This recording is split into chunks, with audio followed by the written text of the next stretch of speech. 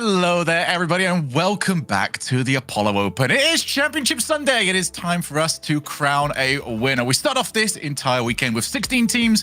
We are now down to 4. Shogun here, bringing you all of our pre-show action with Greg and Johnny, and we've got rid of Stumpy, replaced him with the better half in the form of Cool Cole 93, giving you the full title as well. All the respect. I feel like that there's people just listening to this and they heard we've got rid of Stumpy and they went yay, but we brought in Cole. They're like, quick. I think it would. I think no one would go. It'd be like a.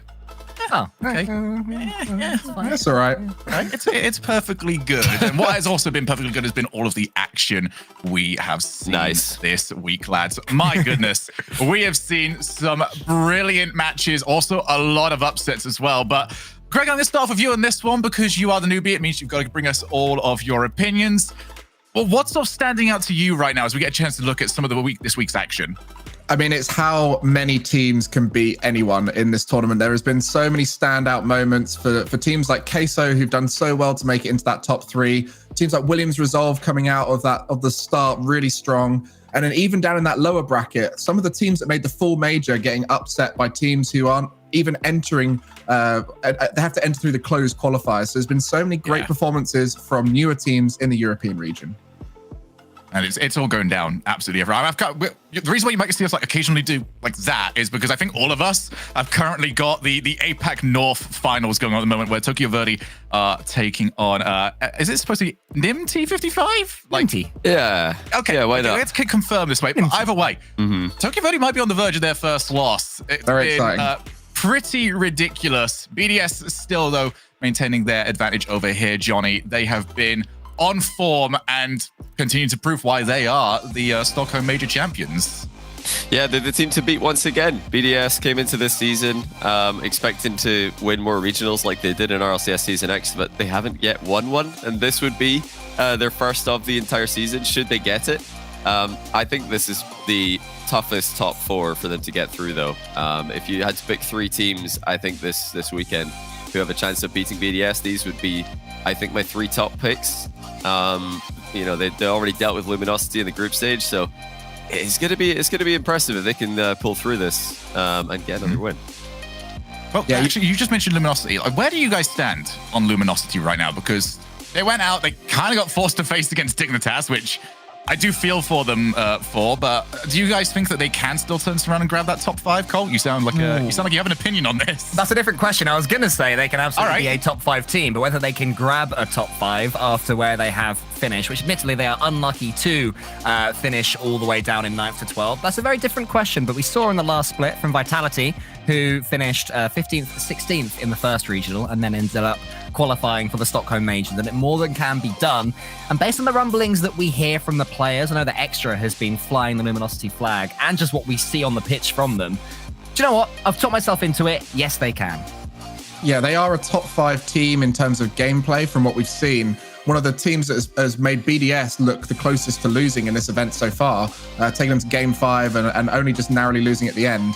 They're definitely a team to watch, but as we mentioned, every regional is so important. And to start this split with the first regional being a lower finish, they're going to have to turn it around, but they have the ability there. But do they have the mental fortitude to step up in the next tournament and maybe go to that final and so on?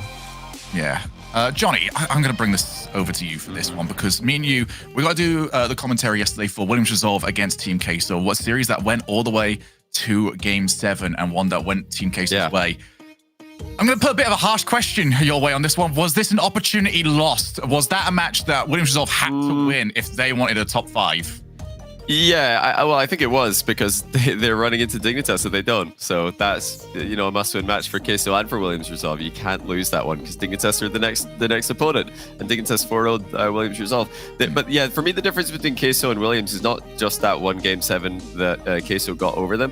I think Queso have a lot more ability to beat the Dignitases, the Endpoints, the BDS. And I think Luminosity kind of share that same quality. I think that they've got that upset potential, whereas Williams, they're just the benchmark right now. They're almost good enough to do that, but right now I just see them as very consistent, but just outside that top 5 looking in. Yeah, I think the key for Williams Resolve is consistency, and that maybe as this split goes on will be where perhaps Team Queso might slow down, but just because they play with such a pop-off style, right? But what we have seen from them is ever since the start of this season, they've got better and better, culminating in the last split with that quarterfinals against Dignitas where they took them to Game 7, and then now in the top 3 guaranteed, up against BDS today. And we haven't seen anything from them to suggest that they will have any fear coming up against Team BDS, and you have to go into that series thinking that you are definitely going to win it.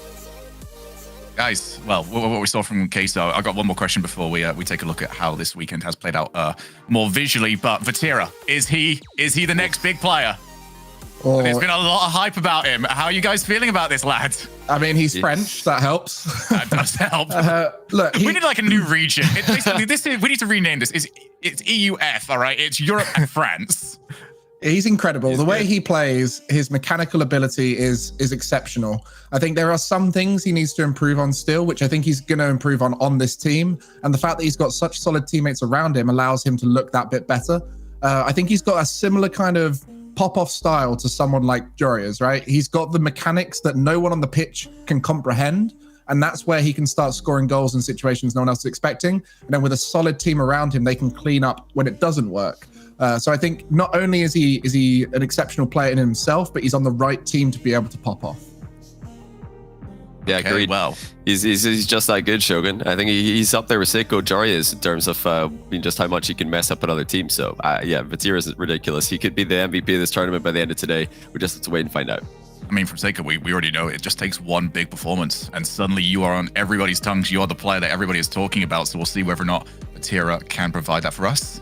Cole, do you want to add anything? I was going to say that also breeds sort of momentum with Seiko. When Endpoint won that first regional, suddenly whenever Seiko got the ball, players were either rushing into him too quickly, which he could take advantage of, or backing right off, which also he can take advantage of. So Vatira is starting to get that vibe around the pitch that when he has the ball, you have to panic, you have to rush, you have to change your rotation, and then he can grow into that and actually use that against those opponents. Right, well, here is how this weekend has played out so far. On Friday, we had our group matchups. The way it works is if you were in the number 1 spot, you were over in that double elim side. You had 2 opportunities in the upper bracket. If you were 4th, then you were eliminated. You were gone. 2nd and 3rd all put themselves into the lower bracket and had to run the gauntlet. Only a few teams from down there have managed to survive. As a matter of fact, I believe it is only Dignitas. Yeah, that is currently looking great. Endpoint and the rest of the teams, apart from Williams Resolve, managing to survive from the upper part. But if your team is gone, then you're looking towards them hopefully being in that top 8. Lower quarterfinals is kind of the cutoff throughout this tournament as to keeping that momentum going for getting a top 5 spot. For BDS, taking on Queso in the upper bracket final. We've got Dignitas against Endpoint. The winner of that will take on the loser between DS and Team Queso. Now to see how these players manage to get here, it always takes a big play. And Johnny, we had a chance to see some really big plays yesterday.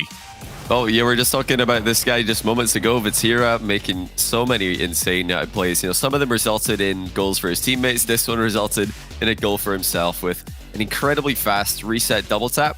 And a lot of these close range double taps with the resets thrown in are not really necessary, but this one enables him to get that ball into the backboard above the defender and quickly get back to it to beat that second defender as well. So excellent, decision making on the fly there, and brilliant execution by Vatira.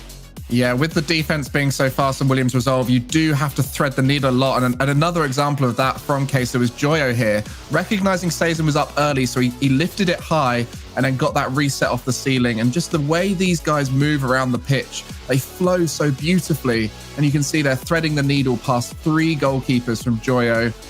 People don't realize how hard it is to score in Williams Resolve. All 3 of them, so fast in the air, have great reads on the ball. So props to him to find that gap.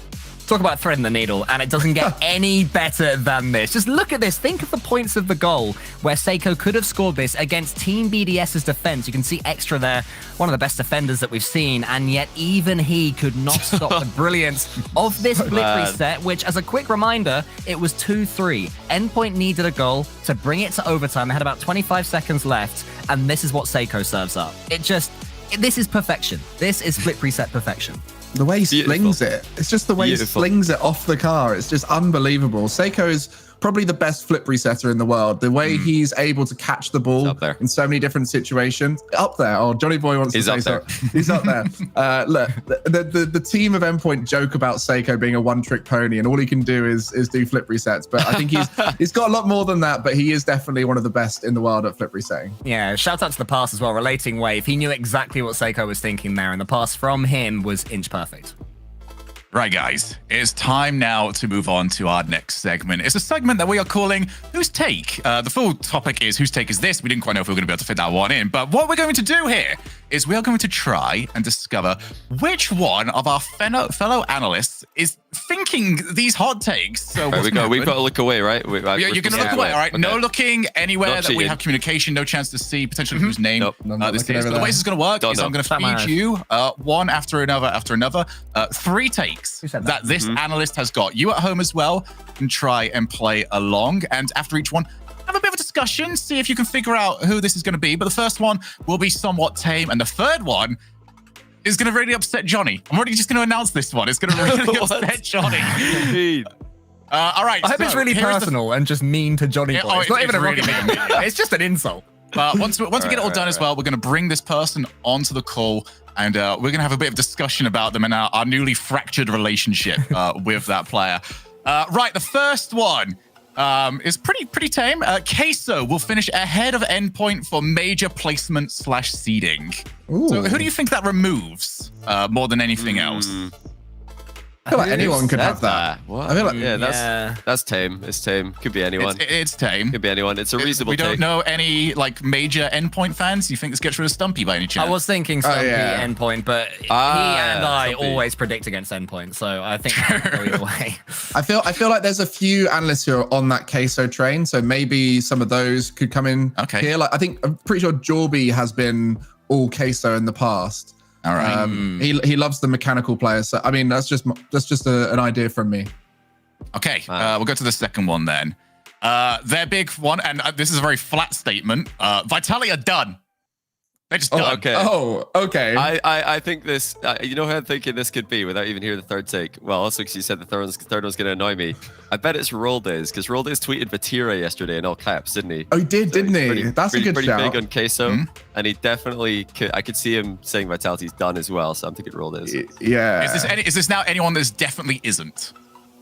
Who is still flying the Vitality flag? I think that's the entire community that could be saying that one at this point. I think there's a lot of nice talent, right? There's a lot of the people who are just very, very kind, and they wouldn't ever go that extreme. So you want us to pick whoever is the least nice of the people that are on here. Go on, Greg. And who are you thinking with that? Go on, say your name. In the mix. Yeah. Oh God. How do I word this nicely? Never liked that Jorby fella. I don't know. I really don't know. This is tough. All right. Do you want me to bring up the last one? I think let's bring it up. Let's bring it up. All right. This was the biggest take out of all of them. Beast mode is individually as good as Monkey Moon. This sounds like T-Base or something. They wouldn't start us off with T-Base. That's too obvious. Oh. Yeah, now T-Bates is the obvious answer here, because Roldays though, that's ridiculous. But Roldays is also still pretty good. I just don't know.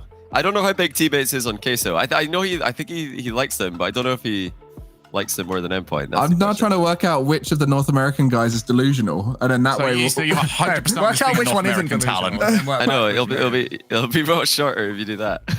God. All right, I'm going to give you guys. Who's a lover of version 1? You guys got 1 minute, all right, to come to cover and get yourself a person that this is going to be, and we're going to bring I would love to see chat right now, see if they've all come to like one conclusion, and they're all just spamming it. Roldays did say during the fall major that he'd never disrespect Monkey Moon again. So it just comes down to whether or not you think that that's disrespectful to say that Beast Mode is as. Did he say as good as him?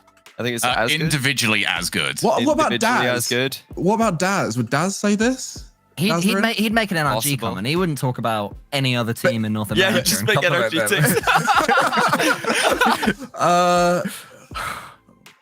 This is really tough. What about? Let's think of who. I can't see a Chiefs, a lover of sort of classic Rocket League, saying this. No, it's a First Touch podcaster for sure. Do you reckon? Okay, one of the First Touch guys. Gotta be, man. Yeah. I'm gonna need an answer, by the way. I'm sick of Roldays. Should we come to a conclusion of role dues? You can have a different answer if you want. I'm guessing. Right, Gregan, you take one of the others, and then I'll take whoever. We'll just go all. Do you want T-Bates or Daz, Gregan? I'll go Daz. You go T-Bates. I'll get T-Bates. Let's do this. Let's cover our angles. All right. I believe we have got our person ready to be revealed. Who was it that had these takes? Everybody, it's Jorby, what? Jorby, you want a job? You want to be in a podcast? I hear this one that would fit your takes very well. You know, I was scared because Gregan started to sniff the path, and I was like, wait a minute, did Queso give too much? But I knew the beast mode one might throw people off a little bit. Oh wow! Beast mode individually is gonna monkey with man. Crazy? No, I'm not. I'm not crazy. I'm not crazy. I've watched so much beast mode at this point that I can see him in my brain, and I just think he's. I think he's an insane player. I do. He's the center of any offense of any team that he plays on. He just doesn't have compliments like Mark by 8 and Extra on his team to help elevate him even further. But beast mode, he never leaves the play. He's so efficient with his boost. He's an unpredictable player. He can do everything with the ball that you could ask him to do. Like, beast mode is absolutely insane. I think that he could be one of the best players in the world. As long as he can stay on Jorby, he could be, but Monkeyman is the best player. But just from an individual standpoint, you're right. I'm sorry. I'm saying team-wise, no, but player-wise, yes. No, individually as well.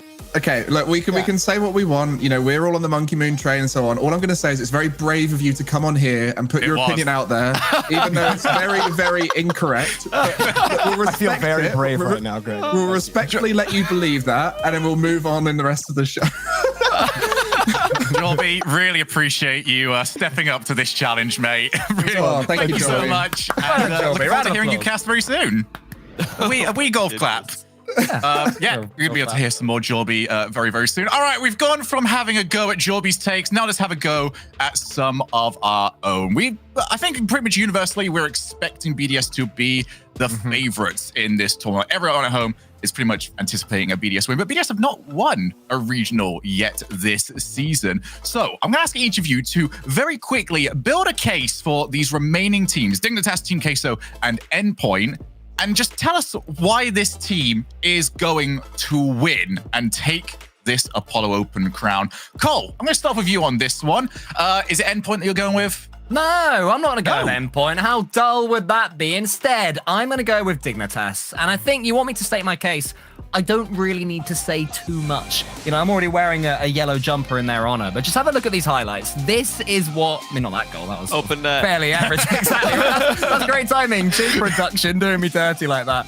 But the finishing, the mechanics, they have basically got it all as a team. There's not too much that I can say that hasn't already been said. The team dynamic works perfectly. Scrub Killer at the back supporting apparently Jack and Jorias, who are two players that can just do anything asked of them mechanically. What I love about this Dignitas as well is that they did have a really tricky start to this tournament. They went 1 and 2 in groups. And then as soon as we're in the knockout stage, oh my God, they blitz it on to the next level and they'll keep stepping up. All right, I'm going to send you two into like attack dog mode over here. Why are Dignitas not going to win this tournament? Queso are going to win. That's all right, so that's why I'm wearing yellow. Let's have a listen. Why are Queso winning this? I think they just want it more than the other teams. You know, BDS and Endpoint, Dignitas, they've all had success this season before. They're the 3 teams who have won events in Europe, and obviously BDS at the major. Queso haven't done that yet, so they just want it more, and they're in that upper bracket final. So really, if they just beat BDS, I think that is their final, because Dignitas coming through, I can't see Dignitas beating Queso twice. They lost to them in the group stage. But if it was just one best of, I'd probably lean towards Dig.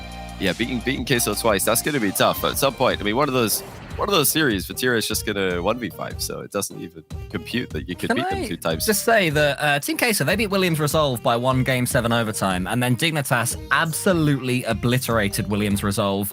But Williams Resolve were devastated, Cole. They were so sad from losing to Queso. They were devastated because Jorias had just scored another triple flip reset against them. I'd be devastated too, mate. No, it was all open nets in that replay pack. It was a very different setting for Williams Resolve there. So Dignitas did get the easier Williams Resolve, but what you did mention there is Queso had to play against Williams Resolve in their semis, where Endpoint had to face BDS, which is going to set them up for a lovely journey through the lower bracket, as Endpoint are going to be winning this regional. They have one of the best players in the world in Seiko and two of the most amazing support players. Looking at the stats at this event, it's been one of the most balanced they've ever been. All three players contributing majorly to their success at this event. And I think we all know what Endpoint are like when they're on boot camp. They are the online regional kings on boot camp. And I think we're going to see them start to get stronger and stronger as they play against the better teams, where I think Queso don't have that experience against BDS, against Dignitas, against Endpoint. I think the Dignitas they faced in groups is a whole different Dignitas to what we're seeing here. So between Dignitas and Endpoint, the winner of that through the lower bracket is going to be storming through, and I think it's going to be Endpoint. I think the biggest difference is that Leaf and Gibbs aren't doing commentary on them. For some reason, that duo just brings the worst out of them, because every time we speak to Leaf and Gibbs, they just go, yeah, I don't know why they just don't do this whilst we're around.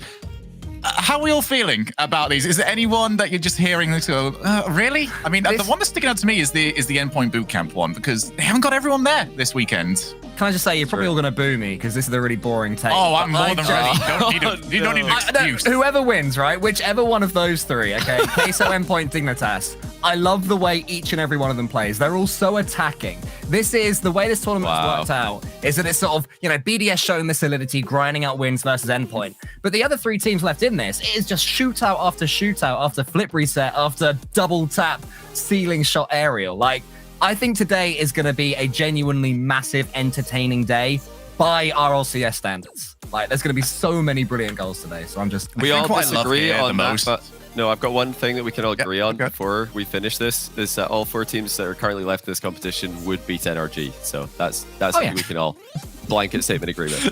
Oh, no, God, Johnny.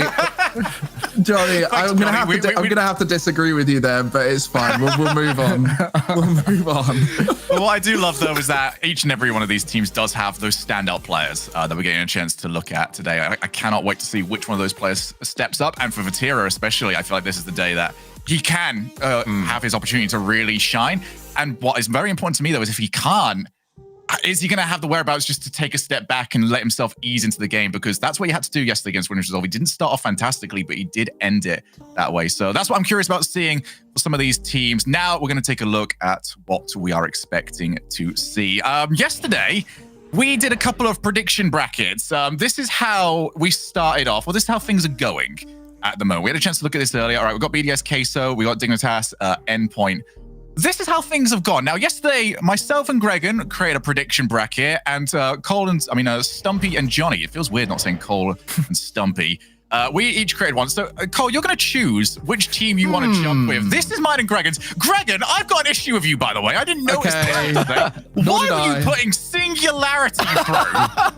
Hey, look, you know when you're in an exam and you just blitz through the easy answers and you accidentally put the wrong one in, and then you don't go back and check it because you're like, there's no way I could have possibly got that one wrong. Well, that was me with Singularity versus Vitality. I accidentally rushed it, put Singularity in. And the thing is, Shogun, is the way we did it is I filled out the bracket and you had one veto where you could correct one of my mistakes. You were the person who was meant to correct this. I didn't correct your mistake. I corrected the grand finals, mate.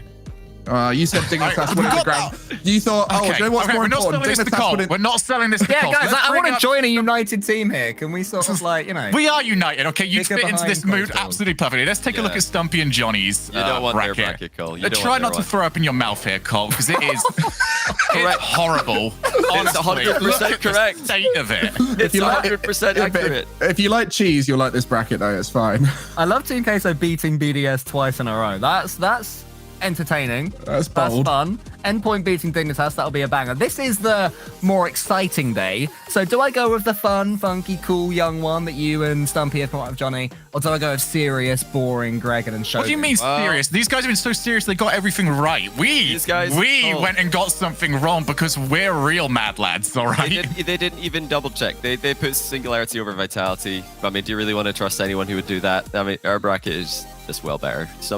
We combined our forces. My head says that Team Queso beating Team BDS is incredibly realistic. However, my heart belongs to Dignitas. I've already made my case for them. So the bracket that sees them through to the grand final, beating BDS twice, That's gonna have to be the one for me. I'm gonna join Gregan and Shogun, but only due to luck of the draw of me making the case for Dignitas. Let it be known. Welcome to the team, Cole. Yeah, the worst win you'll ever have, lads. Enjoy it. I mean, you're now stuck with us, so you're also getting the blame. Greg and we've both decided that if this is wrong, it's all Gregan's. I mean, actually, yeah, it is all Gregan's fault. I'm staying with Cole. Here's what you can expect today, though. All of these best of 7, all the teams will have access to timeouts. BDS against Team Queso to grab a spot in that grand final. Then Endpoint against Dignitas. Winner of that takes on the loser between BDS and Team Queso. And then we've got grand finals. Bracket reset required. So whichever team has gone through in the upper bracket will need to be beaten twice for them to be eliminated from the tournament. So all of the advantages to gain in this first match. And now we're gonna have a chance to take a look at this. Everyone, BDS against Team Queso. Queso making a statement for themselves in this tournament. Johnny, you've had these guys taking this matchup. You really believe in this one. Please try and state to us like some of the big reasons to why you think this is gonna go this way. I just think they want it more. As I said earlier, they're the only team that is left in this tournament who have not yet won something this year. BDS, you know, I really do respect this team's grind.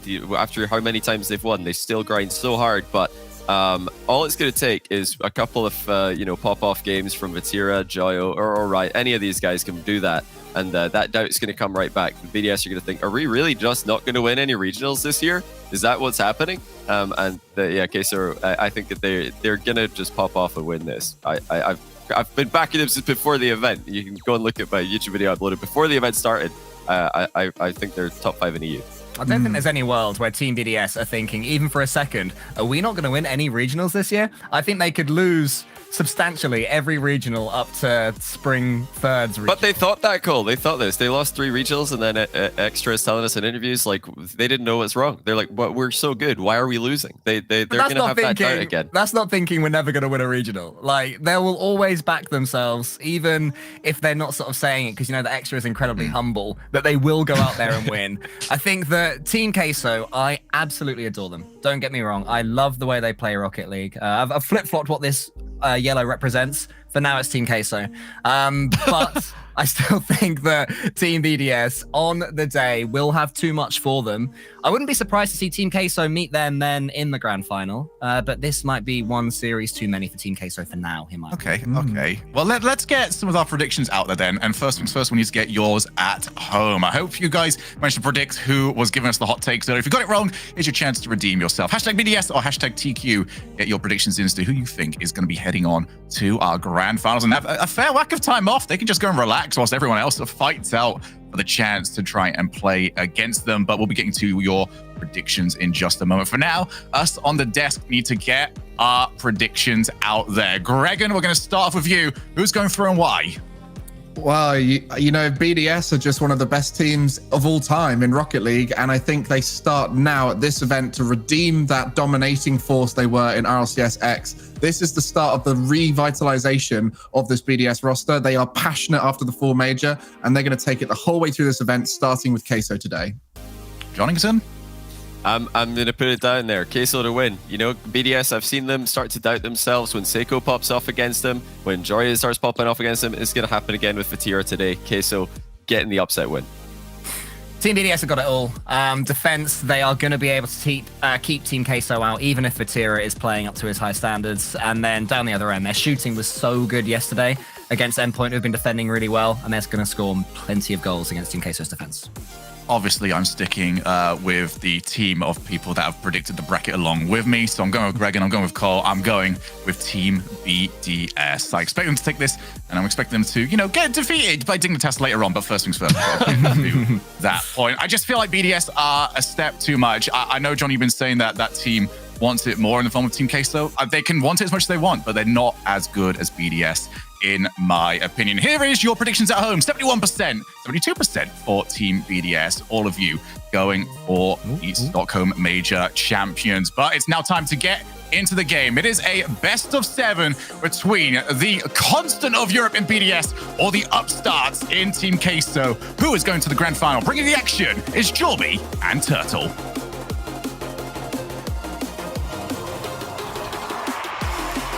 Queso sat around the bonfire and checkpoint saved. Now time to go fight the boss. BDS, a stalwart in Europe, as Shogun said, Turtle, the constant in Europe. They will always be a team that you have to beat in order to get to the grand finals. To be the best in Europe, you have to beat this team BDS. Absolutely, but I mean, you heard Johnny Boy say it himself. He believes in this Queso roster. He thinks Vatira is going to pop off. He expects that player specifically to bring a lot of the surprise factor, the surprise element that BDS aren't expecting. And that's flip resets, that's mechanics, and that's really a lot of the heavy lifting on offense, Jorby.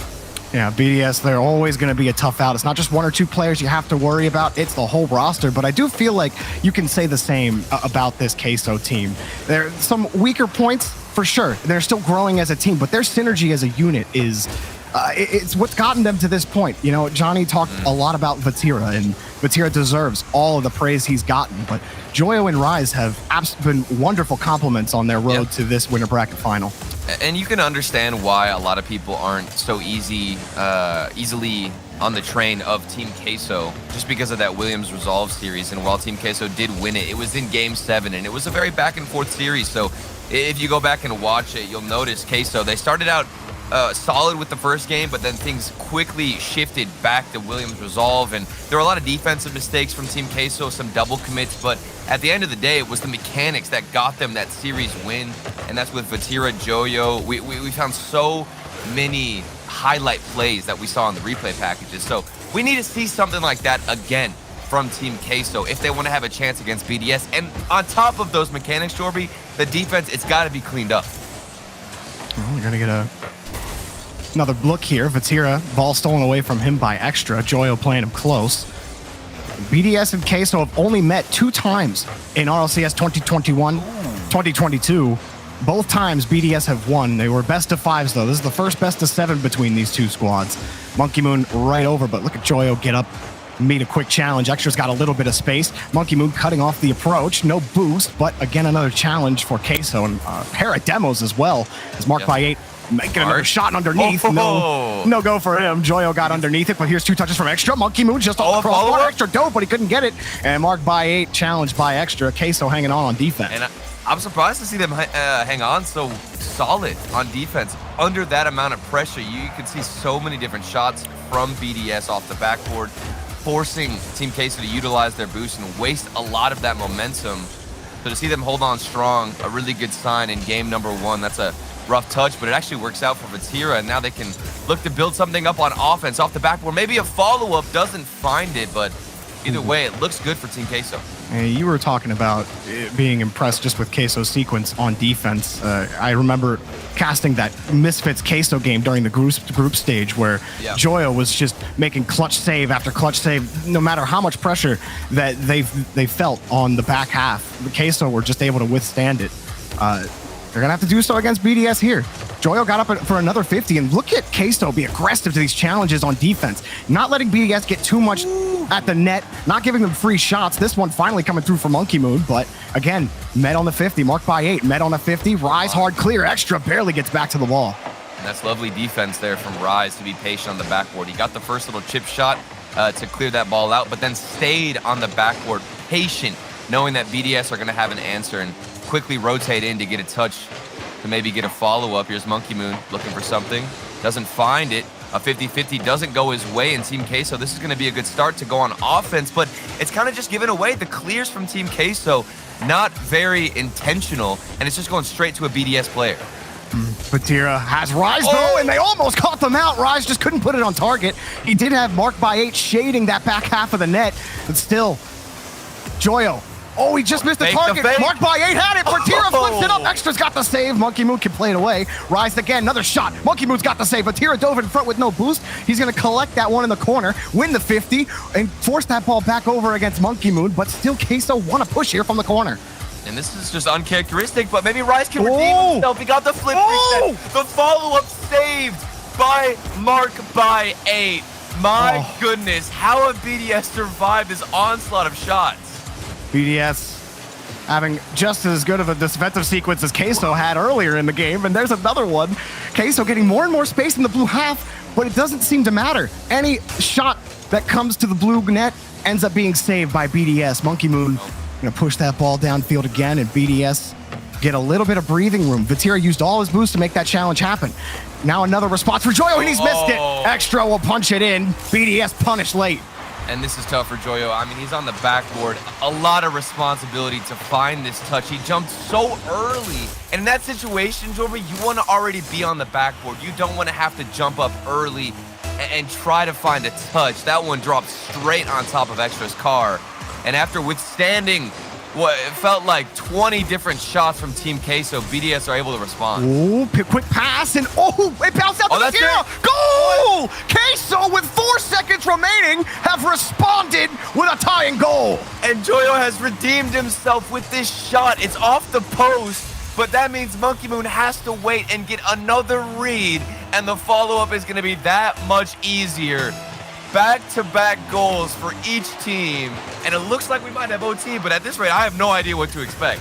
Ball's still in the air. Monkey Moon got the pass to Extra. No way. That's a pot shot, no problem, right? Well, Monkey Moon tried to get the bump. Oh, my. And Vatira just got in the way. So, first game goes to OT, and, well, it's been exciting so far, Turtle. Yep. Back up again, Vatira's got the catch and the return back over Extra.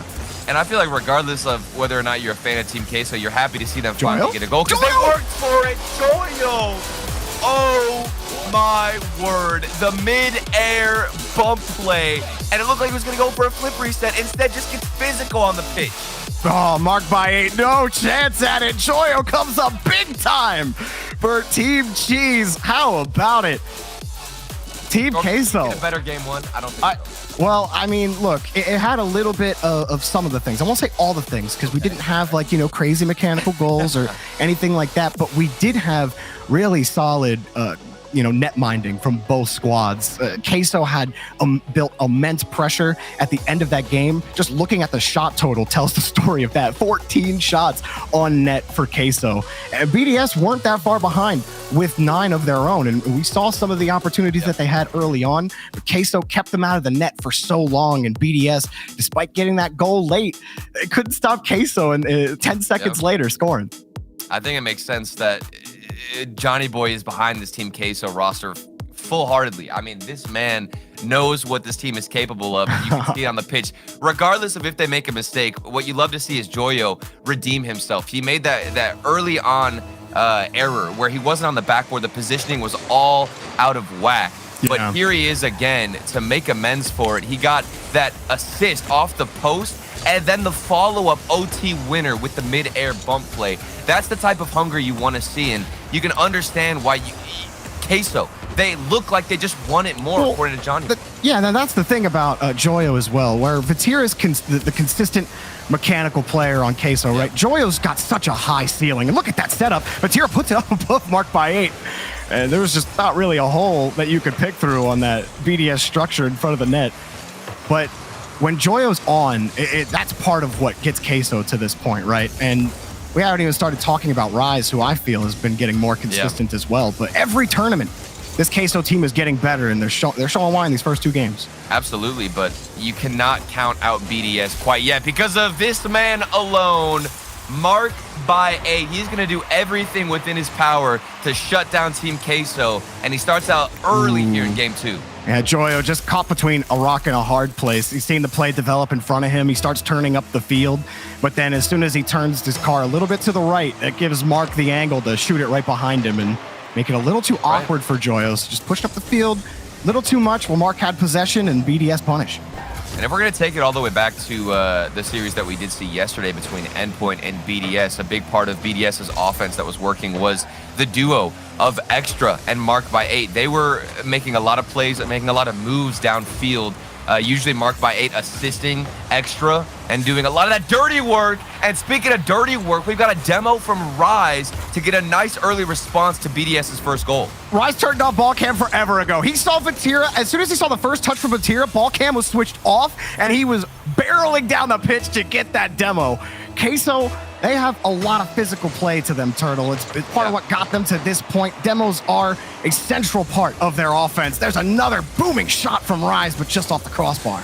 And I can't express enough how important it is to get a response to a goal like that from BDS so early. I mean, Queso were able to get back into this game within a matter of, what, 15, 20 seconds. And that's the type of aggression you want to see. Even if one goal doesn't go your way, you're back on offense, willing to give it everything you have. And for Team Queso, they're not scared to push everybody forward, Jorby. Rise pushed that one off the ceiling, and Queso, more offense in front. They're most comfortable when all three of them are pushed up past that midfield line. That is how they love to play Rocket League. Aggressive, as much as they can pressure BDS. They love it. Joyo sees a pass in front of Vatira and connected, but blocked by Monkey Moon, who have had to race back into retreat a lot against Queso. Here's Vatira, another pot shot, but taken away by Extra. BDS, the best team in Europe at adjusting to their opponents. They're going to need to withstand more pressure. You see Monkey Moon diving back. Extra still got a full tank, but he's got to wait for Vatira's touch. Monkey Moon actually going to come in on the rotation. And BDS still really looking for consistent possession here against Queso.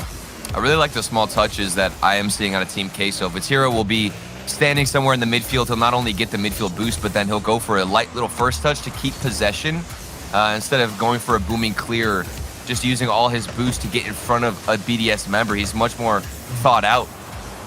But here we go. Maybe something for BDS. All tied up. 2 minutes and 5 seconds left. What do BDS have to offer? Because right now, it seems like it's all Team Queso running the game, getting the demos, having most of the possession. And it's a bit awkward, Jorby. Yeah. Well, here's Joy with another air dribble. I thought with that last 50, the BDS won, they'd start to get the push. Here's another one from Monkey Moon. And Rise keeps it close. He could get the 50, but that touch got a little farther away than he wanted. And now BDS starting to win some of these touches. But Mark by 8 had to pull way off the play. Extra was able to steal that from Vatira, but it has given Queso a little bit of breathing room here in the defensive half.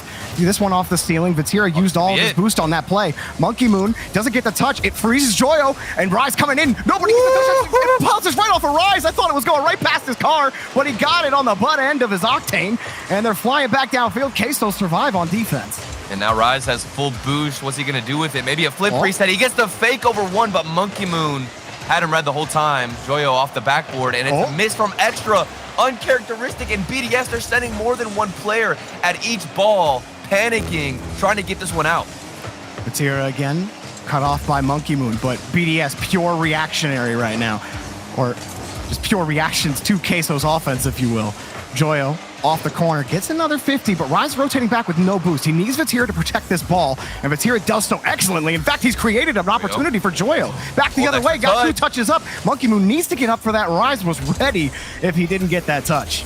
I like that patience from Rise, though. He didn't go up knowing Monkey Moon probably expected it. A miss off the backboard. What is this BDS defense we're seeing? They're letting a couple of shots go unanswered.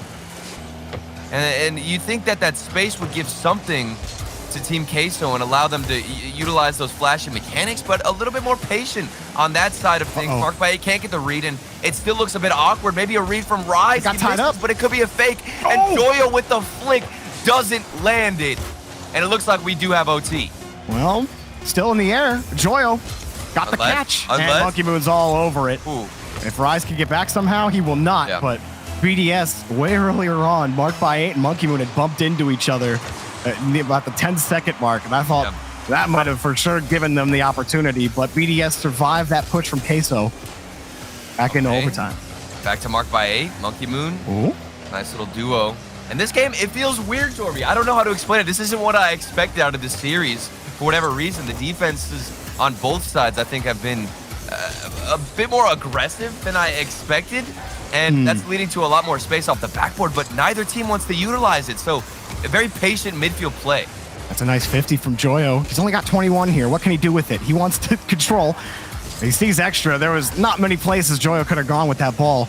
Vatira slowing down BDS's approach. That's been really successful for Queso. Finally, BDS pushed this ball to the top, but look how many times Queso trapped this ball. Joyo slowing it down, forcing BDS to have to earn that shot on net, to earn that possession on offense. Queso are making them fight for every meter. And that was the issue earlier on that we almost saw happen again, where Joyo wasn't positioned on the backboard. Instead, stayed on the ground, used all his boost. Here he is off the ceiling. 50-50 does go his way, and he's got Vatira to follow it up. Team Queso 2 in a row. And are we really witnessing it now? 2-0 for Queso in 2 games played. What a setup from Joyo on the flip reset. And Vatira also has to have A perfectly placed shot to beat Extra in the net. Team Queso 2-0 up on BDS right now in the winter bracket final.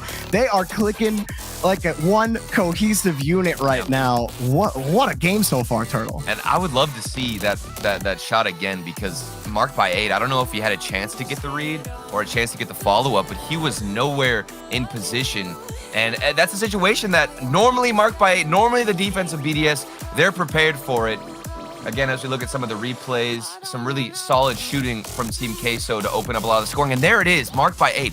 It feels like he should have gotten a touch there. The defense, I'm not used to this from BDS. Normally off the backboard, they are so consistent at getting the reads, but this Team Queso, the aggression, and then sometimes they'll pull it back. They mix it up with the patience and the aggression, and maybe that's what's throwing BDS off. Well, that's been like the big growing point for Queso, and the thing that I think a lot of us harped on them in the fall split for was that they've got a great offense, but things have to be worked out on defense, and you're still seeing, I think you're seeing the death rattles of that old defense from Queso in the fall split. But their progression as a team on both halves of the pitch can't be understated.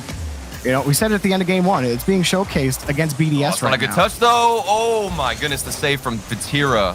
It was a poor touch out, a poor clear, rather. And still, they found that save. And I completely agree with you, Jorby. And it's the fact that Team Queso have slowly started adapting the idea that they can actually hit the brakes in a game of RLCS. They don't have to always go 100% speed every single second of the game, and the fact that they're being a bit more patient, they're waiting for BDS to make those mistakes, that speaks a lot to how this team has improved and how they're adapting so far to this new meta.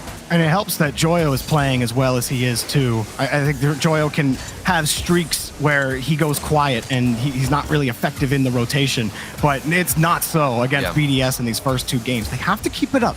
One of the most difficult things about playing against BDS is that you can never really count this team out. Extra gonna push this one above. Joyo keeps the touch close, and that touch right away from Monkey Moon. He was lurking in front of the box, waiting for Joyo to drop that ball in front, but Joyo kept it just enough away from him. The push is still gonna continue for BDS. Rise getting this touch out. Extra gonna try again, but Queso still handling the ball on defense, collecting their own corner boost, and marked by 8, protecting the retreat for BDS back to the blue half. But it already does look a little bit better and more efficient from BDS, staying on offense, putting a couple shots on target. And like you said, Jorby, you really cannot count out BDS quite yet, unless you've got Vatira on the other side. Maybe you can relax a bit because he's going to do a lot of the work. Well, what happens here? Joyo comes underneath. Monkey Moon's following him, and he just side flips out of it. He didn't have the speed, and marked by 8 was hoping Monkey Moon could come up with some kind of touch, but they both got caught on the same side of the rotation. Joyo got a hard touch laterally. Monkey Moon was expecting that ball to come a little bit more towards him, and that lateral touch absolutely destroyed both of them on that defensive try. And normally, Jorby, BDS, they know exactly where to position themselves. They can read the play so efficiently. They know how to get into that open space and intercept a ball or intercept a pass. But against Team Queso, it's not working because you've got mechanics like that. BDS don't know which outlet that Team Queso want to go for, whether it's the solo play with a fancy flip reset, whether it's the demo play, the physical play, or maybe you just get a nice little pass in the midfield that we just saw from Joyo. It's just so hard to shake this ball off of Queso. Joyo protecting it again against the backboard, and it's boomed downfield. Monkey Moon, he sees Extra on the other side. Extra gets the first touch, but Joyo's already on the backboard. Marked by 8, lurking close. Protect the ball. Rise another touchdown. Here we go. BDS still progressing. Here's a pass to commit from Queso, but slow coming is marked by 8, puts it high. Gotta be Rise one. waits for the read. Patience from Rise. He only had about 15 boost in the tank. He didn't even need to use more than 5 to get up for that save. What a read from Rise. And now a turnaround. He's downfield. Got the pass. Oh, BDS out of sorts. The net's open. And Monkey Moon dives for the stop to keep the scoreline 1-0. Joyo gonna pop it across back over to the corner. Extra gonna push it back downfield. Somehow, BDS have kept it within 1. And Team Queso, we assume they're out of the play. We think they're done for, but then they make a pre-jump save. They're back on offense. Here they are again. Rise getting a 50-50. He goes up for that one. And this has been such high-paced action, a demo from Rise on Monkey Moon. No man is there in the third position for BDS, but you've got to be able to clear it out. There's been a lot of pressure, a lot of possession for BDS. But if you're getting saves like that one from Rise, Jorby, it doesn't really matter. Yeah, it's when Queso are popping off like this, they'd be hard pressed right now. They've been winning so many of those little battles, the 50s, the challenges. Joyo making clutch saves like that. Even with extra diving in front of him, it doesn't matter. Vatira, no boost, but he's got the catch. Pops it for Mark. Mark got the touch out to the corner, and Joyo will have to wait for him to progress, but Mark wins another 50. Rise, 27 boost, enough to carry it, and Queso can keep pushing on offense here, Turtle. Final minute. Yeah. And as much as we've talked about Team Queso, BDS, they are still hungry. You can tell the possession, it's been increased. They're much more willing to push themselves forward on offense, and they've had several great looks. 7 shots. Not a single one has, of course, gone in, but it's the closest we've seen in quite some time. Saved by Mark by 8. They still have a chance within 1. Did you see that and pop this is from just Joyo, back and though? forth, man. Did you see that pop from Joyo? Like the pop right off the ramp, gets right underneath it on the flip reset. That's just pure confidence.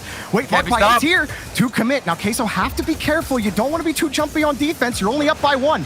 Monkey Moon forces the 50, trying to get the bump, but Joyo just beats him. And now it's a transition for Rise. Slowing it down against Mark by 8. Oh, over rotation and extra coming in to back him up. Love to see Joyo go up for that shot as well. A big clear could end this one and prevent you from going into OT, which we've seen several times for Team Queso. BDS, they've just got to keep it up. That one does hit the ground, and somehow we are already on match point. You're not supposed to get swept. When Johnny picked Queso, he didn't mean sweep. Did he? I don't think he actually meant like sweep, there's right? No way. Johnny is big brain, but I don't know 800 IQ like that, okay? They just want it more. They just want it more. Like it shows though. Like this is insane. Look, I know that we're both geeking out hardcore on how Queso was playing, but how could you not? It's just so the aggression, the poise on defense, poise on defense. Like how many times did Joyo just trap the ball on the backboard, force BDS to have to respond to them, and then just every single time he touched the ball, just pure confidence. He's like, yeah, 30 boost, we're just gonna go for the flip reset. It's fine. Oh my! I don't have to do anything. No, it's fine. And then Vatira. How are you gonna talk about Joyo when we saw Rise get a pre-jump save with 15 boost in the tank? The man was like the greatest goalkeeper. It feels like we've seen all tournament long so far, denying everything from a team like BDS, who looked good in that game, and they still ended up winning. Queso are making BDS look like Dignitas made Williams Resolve look yesterday. That's saying something. Vatira pushing that ball up, maybe not so harsh, but I certainly didn't expect Queso to be up 3-0. By the time here, BDS no timeout also, Turtle. Do we see a BDS reverse sweep? Obviously, it's the only option they have. I'm still trying to debate on if it's possible right now. Early goal here for extra. Exactly. I mean, one step at a time. But there is so many opportunities now for Team Queso to close this series out and continue to make history. Rise pushing this one across. Monkey Moon keeps it close. BDS. Not the only time in Europe that other teams have gotten the better of them. It speaks to BDS's overall success.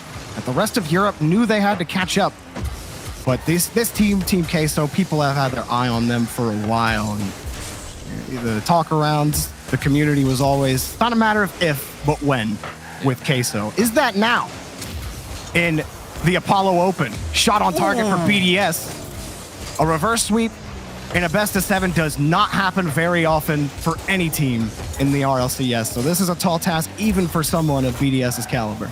But if there's one team you want to have that opponent, that challenge of getting a reverse sweep in a best of 7, it's going to be BDS. I mean, these guys can adapt quickly in any given series at any given moment. And while there's an argument that they might not be as hungry as Team Queso right now, BDS still like to win, okay? And they're going to go and give it their all to get this reverse sweep. And it's going to have to start with some level of offense, maybe a shot from extra. He's been a bit quiet whenever against Endpoint. He was the one doing most of the striking and most of the scoring. We need that to come back in this series, in this game. Otherwise, it could be over. Oh, Vatira follows that one close, and you cannot get by Vatira. Squares up behind the ball and flexes on BDS. How does this man start in the corner and then get the goal? You start in the corner with an air dribble. You're looking for a setup for your teammates. but instead it's Vatira taking it himself, getting the dunk in a situation where you think it's impossible to find an angle. That's just Vatira for you, ladies and gentlemen. He can do and making something out of nothing. Vatira not done with the play. Couldn't beat Monkey Moon to that one. Queso will still retain possession. Marked by 8. Monkey Moon fast to this ball. Vatira's got the full tank though. Force the 50. BDS pass in front, extra diving, but it's been tough to get Queso out of those passing lanes. BDS have not had the fortune of getting those passes, and Queso are on a demolition derby towards a victory. Big goal again, they're up by 2. And they're too much to handle. Rise takes out Marked by 8, hunting him down. He's hungry. Team Queso on top 2-0, and we just hit the halfway point. Can anything work for BDS?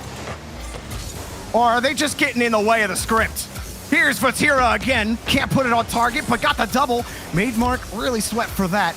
And Rise forcing Joyo up probably a little earlier than he wants to be. And Monkey Moon gonna play that ball out. No, he's cut off again by Joyo. Marked by 8, gonna try to catch it, but it's not working. Rise wins that 50, and Extra's gotta try again from his own corner. And this is just unbelievable from Team Queso, Jorby. I mean, we've just got news that if Queso can finish this sweep, it'll be the only time, it'll be the 4th time in that BDS have been swept in the RLCS. Sorry, I said that horribly. Yeah, I'm in 117 series. 117 series. Yeah. I can't get over that stat. I was trying to read it out loud in my head. It couldn't even come out of my mouth because that's insane. BDS, only 4 times. How? Well, it's about to be a 5th time. BDS only got a minute and a half just for a game win against Queso, but you know, there's something different in the air today in Europe, and it smells like cheese. Monkey Moon denied. Rise gets the pop up, and BDS just look a little bit slower. Did you expect to hear that coming into this game? Vatira almost found the angle, couldn't put that one in. Extra. No, he's cut off. Monkey Moon has to dive back and Rise. Almost got the read. Here's another shot off the crossbar and bounced out. But Tier's gonna put another one on. Queso aren't done. They want more for the road. Extra popping this one up, and it gets back over to the corner. Still a minute left for BDS, but they've just had absolutely nothing, Turtle. And if we're looking at the defense of BDS, they're so eager. They are playing aggressive, positioning themselves so far forward, waiting for a clear. And you can tell they're desperate. They want to get just something on the board to start this reverse sweep. It's their only chance right now. 32 seconds left, and he's got Rise. Look at all the time he's wasting, Jorby, keeping that ball low. And then Vatira just getting a flip reset in front. BDS have no choice but just to react to everything Queso are doing. You know what's even more impressive about that stat, Turtle, about BDS only being swept 4 times? They've only been swept once in a best of 7. And that was against Vitality in the RLCSX Grand Finals. But now they're going to add one more to their resume. Queso hand them a loss. They head to the Grand Finals for the first time in RLCS 2021-2022. Vatira and company are headed to Grands. Queso making history here against BDS, and nobody expected it to go this way. Maybe some believed in Team Queso to get the win, possibly in a Game 7 against BDS. I think that is so likely. You can see that going the distance, but in a sweep with this dominant performance, I can't believe my eyes right now, and this is unreal. Extra, in particular, he has 15 goals in this whole tournament. He only scored 1 goal this entire series. Team Queso, they are built different today, Jorby. There was nothing BDS could do. You remember the first minute in game number 1, BDS got a couple shots on net. There were some stellar saves from Queso on defense. After that first minute, I mean, Queso never let their foot off the gas. Every single touch was a win for them. Every single 50 went their way. And look, I mean, we just see it in the highlights too. The plays, Vatira, Joyo, and Rise, all 3 of them integral to keeping Queso at such a faster pace than BDS were in that series. And that's the difference for Team Queso now, moving on into the Grand Finals. We, in the past, have never been able to talk about Team Queso and look at their defense and think, wow, that was, a standout performance. It's always been their offense. It's always been about their mechanics, what they're doing on the opposite side of the half. This time, it's different. Not only do we get those crazy mechanics, but we also saw Rise in particular getting pre-jumps, finding those saves against none other than BDS. This is the difference maker. They picked up their defense, they've made it to the grand finals, and it looks like they're ready to win this regional, Jorby. Well, the lower bracket is looking really scary with BDS down there. To figure out who play them, though, we have to watch Dignitas versus Endpoint. That thriller coming up after the break.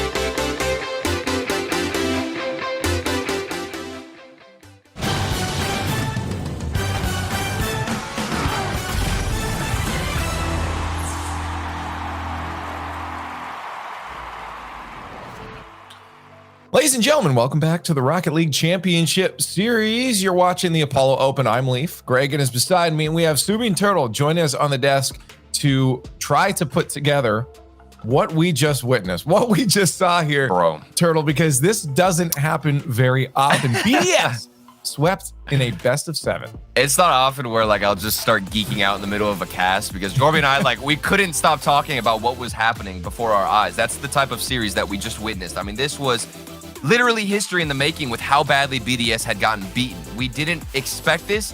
Maybe Johnny Boy did, but everybody else, we had no idea that this was lurking inside of Team Queso, and they destroyed BDS in every side and every aspect of the game. The defense, the pre-jumps, the boost starvation was there. The striking, the demos that we're seeing now, it's all connecting for Team Queso, and because of that, they look like the best team so far. I completely agree with him. It was complete and utter domination, and it's very rare to see BDS not score that much, and we only saw them score 2 times, and both of those goals were on errant mistakes from Team Queso. It wasn't like brilliant team plays from Team BDS. It was just, oh, missed the ball, and that's all BDS could do. This was Team Queso from start to end. Yeah, a lot of people will be looking at BDS and thinking, oh, they didn't look like their usual selves. What was going wrong? And it's just the way Queso play. It made BDS feel so uncomfortable, made them rush, made them make mistakes, made them low on boost. And so it forced BDS onto the back foot, which is something we've not seen from pretty much any team ever. Well, to talk about this momentous moment, we have Rise on the line. Rise, congratulations on the push to grand finals and in such a fashion. I appreciate that, man. Well, you gotta talk to me about what was clicking, because obviously you guys had found something here. Was this a pre-planned focus against BDS, or did something just work right today? Honestly, we just played with no pressure. We know everyone expected BDS to beat us, so we just kind of had fun with it, and I guess it worked out. So yeah, we didn't really have a game plan. We just kind of went with it. Yeah, I guess there's the question I want to ask. So what is it that you think is different about you to every other team in European Rocket League right now? Because you're clearly on that uprise and taking a lot of big teams down. What do you do that's different? I think we just don't really care, and we just go for the ball whenever.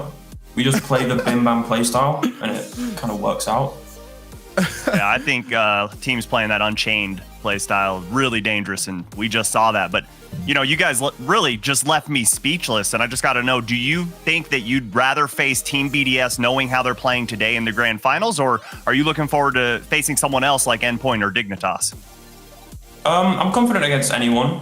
I think I'd rather play Dig. I think that'd be a good grand final. Us versus Dig. Yeah, absolutely. And now, Rise, that I got you here, I want to ask you specifically, what do you bring to this team? I mean, we've talked a lot about Vatira and Joyo, but now that we have you here, what is it that you bring? What's the element, the surprise factor that you can bring to this roster? Honestly, I just fill in the gaps. Where Joyo and Vatira have gone back for boost, I just kind of fill in, and then I just get carried. And it mainly works. That is false. The pre-jump saves that you were getting, man, I mean, you got to give yourself some credit, bro. That was insane. Yeah, it was a combination of just us playing insane and I think them having enough day. I think on another day they slot some of those shots. Now, just before I let you go, I'm just curious, because it's going to be a bit of time here before you guys get to play your next match. How do you make sure that you guys stay in that mentality? You don't get tired. You don't start to get nervous even. Obviously some of that stuff can get in your head when you're just watching matches. How do you stay in this fun attitude, like, we don't care, let's just have fun with it mentality until then? We have the full win mindset where we don't lose. We don't even think about losing. We just think about just full win. Hey, well, we'll see if that happens. You guys have the advantage in the grand finals. Whoever comes up and faces you will have to bracket reset you in 2 best of 7s. Not going to be easy. So hopefully you can use that to your advantage, and congratulations on the grand finals in the first place. Thanks, Steve. Thanks for joining us, Rise. And I think that's the right mentality. We've seen it so many times. Subi, is the teams that are having fun are the teams that seem to pop off. I mean, we saw it from NRG at the fall major, right? When they were just kind of like, okay, well, we don't care anymore. That's when they started to make a climb back against Team BDS. And Dig too. And Dig too. Yeah, it's just, we saw it yesterday when they were working out. Jory is pumping iron on stream. It's just, it's incredible. And I wish I could make filling in the gaps look that good, because Rise does a lot more than that. Yeah, That's what I'm saying. I mean, he had like no confidence. He's like, yeah, just do some things here and there, but I get carried, which is not the story at all. Yeah, a lot of emphasis on mechanics in the way they play, the way Dignitas play. When NRG were popping off, their mechanics look better. I think it's such a mental boost to your mechanics when you're just having fun, because you go for stuff that you wouldn't otherwise. So yeah, fair play to them. Let's take a look at that bracket now real quick, just to get you guys caught up on what's happening here. That's right, that was a 4-0 from Queso to BDS, and they'll sit in the grand finals, just patiently waiting there. Just be hanging out. They got some time, because Endpoint Dig will have to fight for the chance to play against BDS, and I'm sure they might be feeling a little confident, you know, looking at what happened to BDS there, saying maybe we can do it, but they got to fight each other. That's Endpoint and Dignitas coming our way. Gregan, we just talked about Dignitas and their mentality. They're looking strong, they're looking hot, but Endpoint got dropped down to that lower bracket maybe a little faster than they thought they might have wanted. We've seen them go the distance against BDS, but they end up down here, Gregan. Yeah, facing a BDS that was playing a little bit stronger than maybe they were ready for. And, you know, there was lots of great goals from them, but they just didn't quite have the edge there, where Dignitas have had a pretty tough journey. They've had to go through this gauntlet of a lower bracket, so they're heating up as they go. But having that sleep last night, resetting the mindset to come in today, Endpoint won't have any lasting effects from losing in the upper bracket. They're going to be coming in fresh, and we'll see a fantastic match between these two teams. That's true. It is a brand new day, and I'm curious if chat is going to have some brand new predictions. Let's get that fan vote rolling now. Hashtags in the chat, dig or end. Start spamming those away, and we'll start counting them up. We won't. I think some sort of machine is doing it for us. We can't count that. No, we have Achieves in the back. Yeah, he's just running numbers. Tally going. Direct. Him and direct with the receipt tape going over him. Good luck. Let's get our predictions on the board here. Where do we start? Where do we say? You know, I'm going to start this one off, because I feel like I've been real hot on Dig for a while. Obviously, I do the broadcast too. They might fire me if I don't do this. So I'm going to go picking them. They're looking great. They're looking awesome. I love that mentality. So I have to pick Dig in this one, especially just what we've seen in that lower bracket. 2 sweeps for them, 3-0 and then a 4-0 against Carmian and then Williams. Both strong teams. I really can't pick against them at this point. So I'm going to have to take them. How about you, Gregan? I mean, my predictions have been diabolical in this event, so I'm going to have to call upon the almighty Johnny Boy and go with his prediction. He says Dignitas. I'm not going to question him. Johnny Boy predicts Dignitas. So, I mean, it's going to happen now. He's been unreal at this event with his prediction. And now you have a scapegoat if you're wrong. Exactly. Perfect. That's not fair. I don't have a ventriloquist behind me, you know, just feeding me info. Just ask but the Chiefs back there, man. Oh, that's right. That's what he's doing too. Yeah. No, this is a coin flip for me. You know, I really feel like this could go either way depending on who's playing hotter.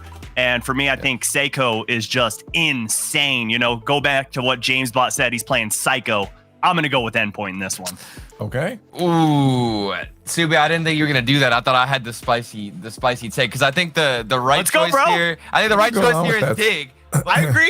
Endpoint, they probably did like some stretching between yesterday and today. I feel like they're the type of team that doesn't, you know, do but so does super Scrub-Killer. hot. So is Scrub-Killer. No, listen, you saw their group stage performance, okay? Endpoint, I believe in them. They probably did some stretching, like I said. They're mentally reset. They're ready to go. They're fired up, and they're the team to take on Dignitas, who look unbeatable. I think Endpoint can take it.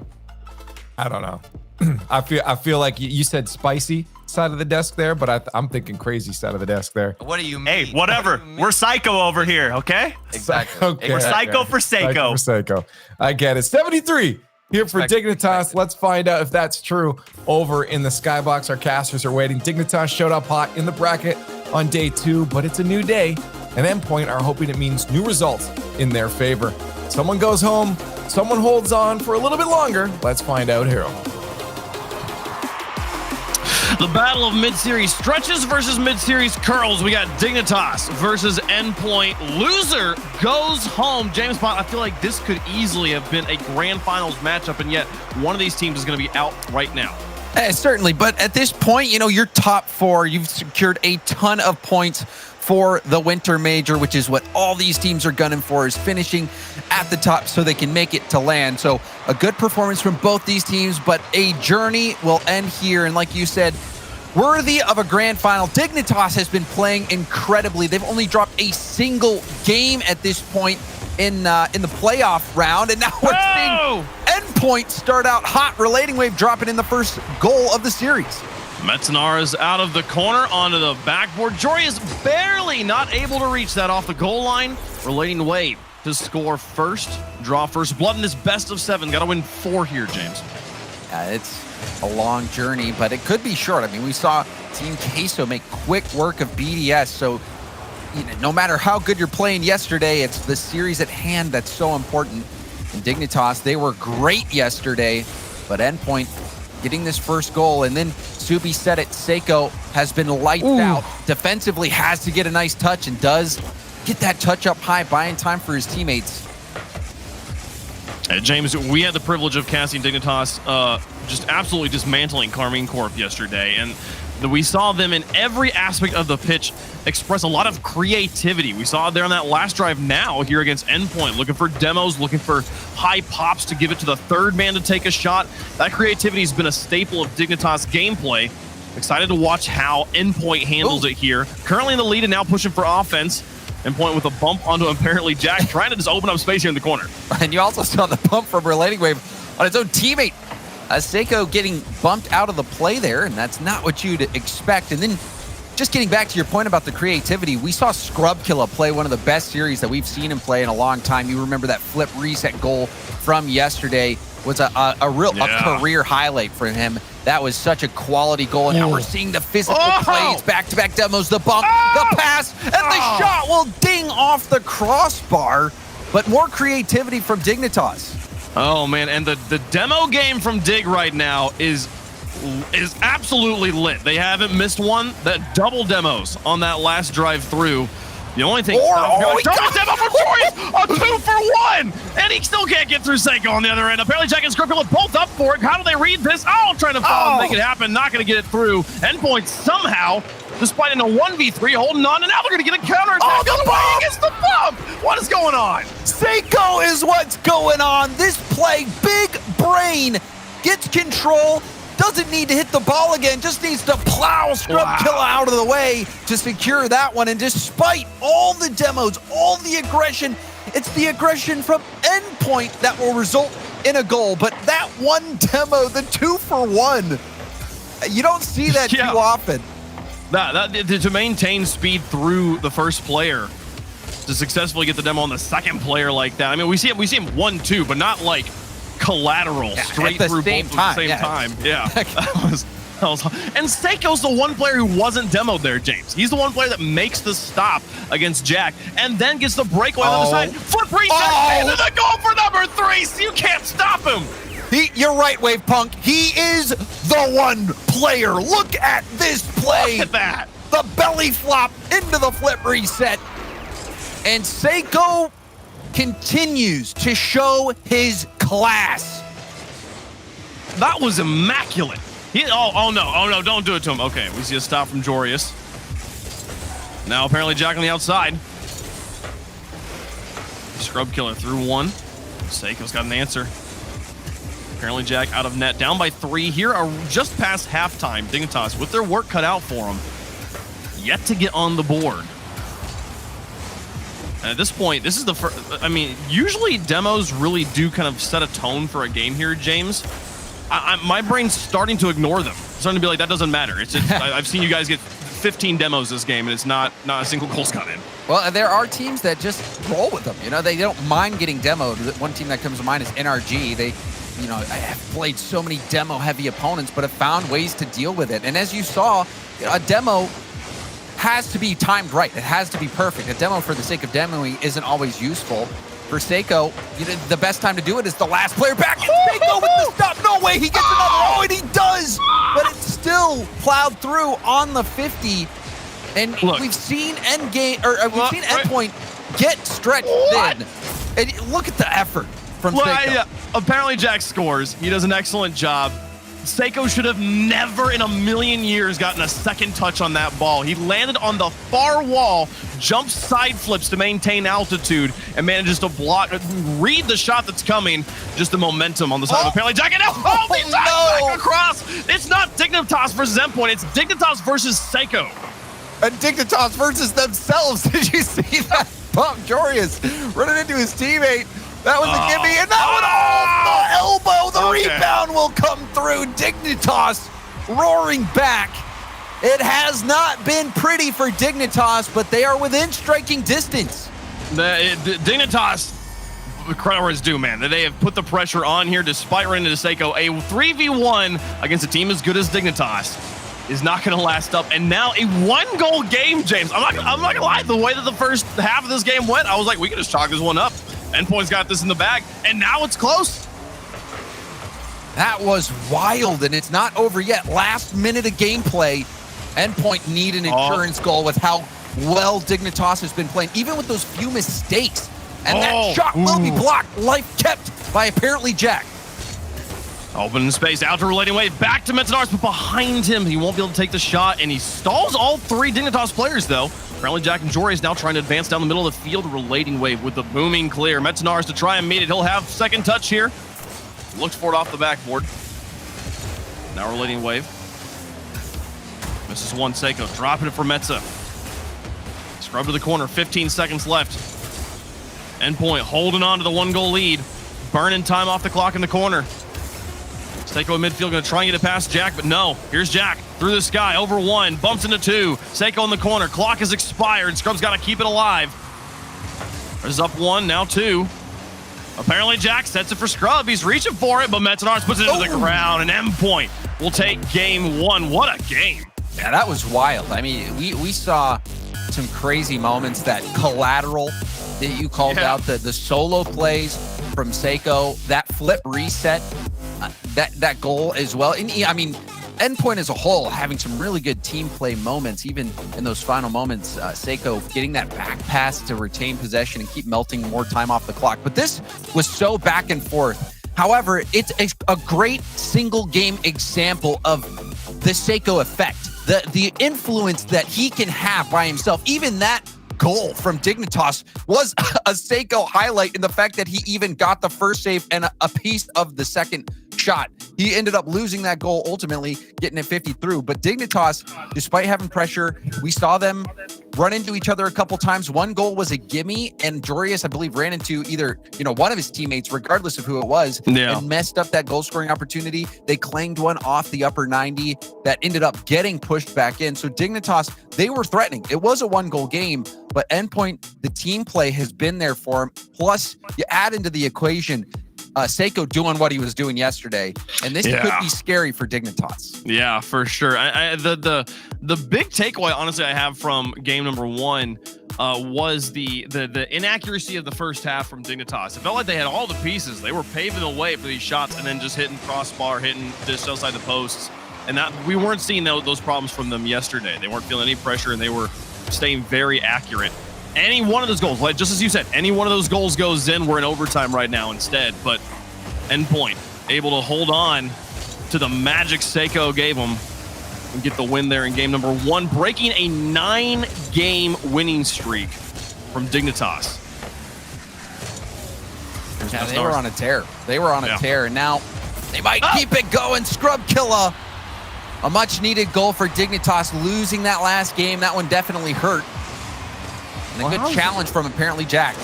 Wow, look at the Scrub. I think the bounce off the ground, the bounce shot he takes here makes it difficult for both defenders. One is flying across the net off the sidewall, so Metanars there is kind of just making a pre-read save.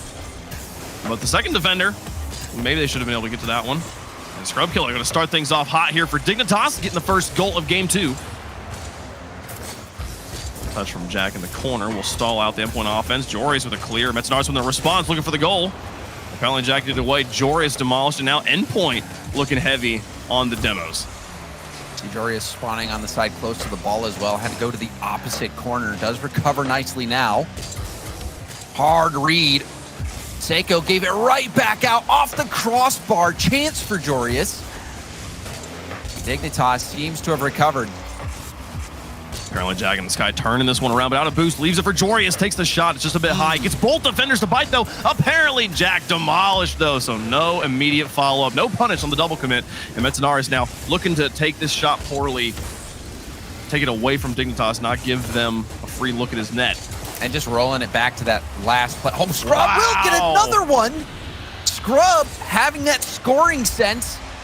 And apparently Jack, he has been a nuisance to Endpoint. You see that, getting that demo, getting the challenge on the first ball, Scrub in the right spot. But apparently Jack has been in the trenches so far in this series. And sometimes it's that type of scrappy play that is needed to inch out these wins. The demos framing the play on both sides here for game 2. Joyous with an open look and hits it off the corner. Not able to put it between the posts. I don't think Metanaris even believed it. He didn't flinch when he saw the shot happen. Joyous, he's been a bit off. Wait, Punk, you even think back to earlier in this game when he had the ball set up, double tap ball, ended up putting it very low off the backboard. If he gets it higher like we normally see him get on those first touches, he might be able to double tap that in. Also on that one, hitting it off the crossbar. A demo on the goal line. It's vulnerable. It wasn't just a demo, it was a bump as well before this, James. They had completely opened the door. Jory bumped off the top of the net, Scrub Killer demolished, and then Metanaris has an open net to shoot at. That was brutal from Endpoint. Sometimes you overpower your opponents with the bumps and demos. And we saw Dignitas trying to pull it out earlier, but the effectiveness and the timing coming out of Endpoint on their demo plays has been much better. Here's Metanaris through the sky. Pass into Relating Wave, looking for the tying goal. Seiko has an opportunity, but he's facing the other direction. He's already rotating out. Probably got pit maneuvered at midfield. And they will not get the follow-up shot. Now Jorius looking to extend the lead. He's out of boost, though. He can't make the play. Now Scrub Killer passed him back to apparently Jack, but Seiko's putting pressure on him. Here's Metanaris. Into the goal. No, wide of the net. Scrub Killer to try and clear it away. And Relating Wave now to the outside. Here's Seiko on the corner. Through one cross halftime, a 1-goal lead. Dignitas looking to tie the series. Apparently Jack gives it back to Jorius here. We've been talking about the demos a lot here, James. I meant to give everybody the update. You probably saw it on the scoreboard, but if you weren't paying attention, 8 demos from Dignitas in game number 1 here. Excited to see how those numbers change here for game 2. 0 from Endpoint in game 1, and that's not been the case for this game. Yeah, then even though they didn't get the demo, we saw that beautiful bump play from Seiko. It definitely seems like Endpoint a bit more reserved when they choose to use them, but when they have, it's been more effective. Not as many demos from Dignitas this game. You can see they're adjusting. Apparently Jack doing a great job on his 50s, being that first player up and challenging the ball. But still, we haven't seen as much polish out of specifically Jorius. However, Dignitas keeping it close every game. You can see how quality all 3 of these players are, how difficult this series is going to be for Endpoint. I mean, they're all using their team decals. It's gonna give you some class. It's what we all wanted. Yeah, this is wonderful. There's Seiko. Around the corner, Joris, a nice read up to Scrub and pass it into apparently Jack taking the shot. 1, 2, 3. Dignitas extend the lead. This Scrub apparently Jack combo has been doing wonders, and that pass set up from Jorius on the breakout. This is the counterattacking Dignitas that we saw yesterday. Mainly yesterday, it was Jorius who was hanging out at the midfield looking for those passes, but today, apparently Jack and Scrub are leading that effort. And in this game, a much needed response to that brutal game 1 for Dignitas. Scrub Killer on the ground, now to the sky. Got 2 players in front of him, not gonna look for bumps. Jorius, he opens the door. Gates are gone. And Jorius gonna score goal number 4. And they're gonna leave it wide open at this point. Under a minute left. Oh my gosh. Scrub Killer, I think he threw away the key as well. Yeah. He just blew it all up, just wide open for him.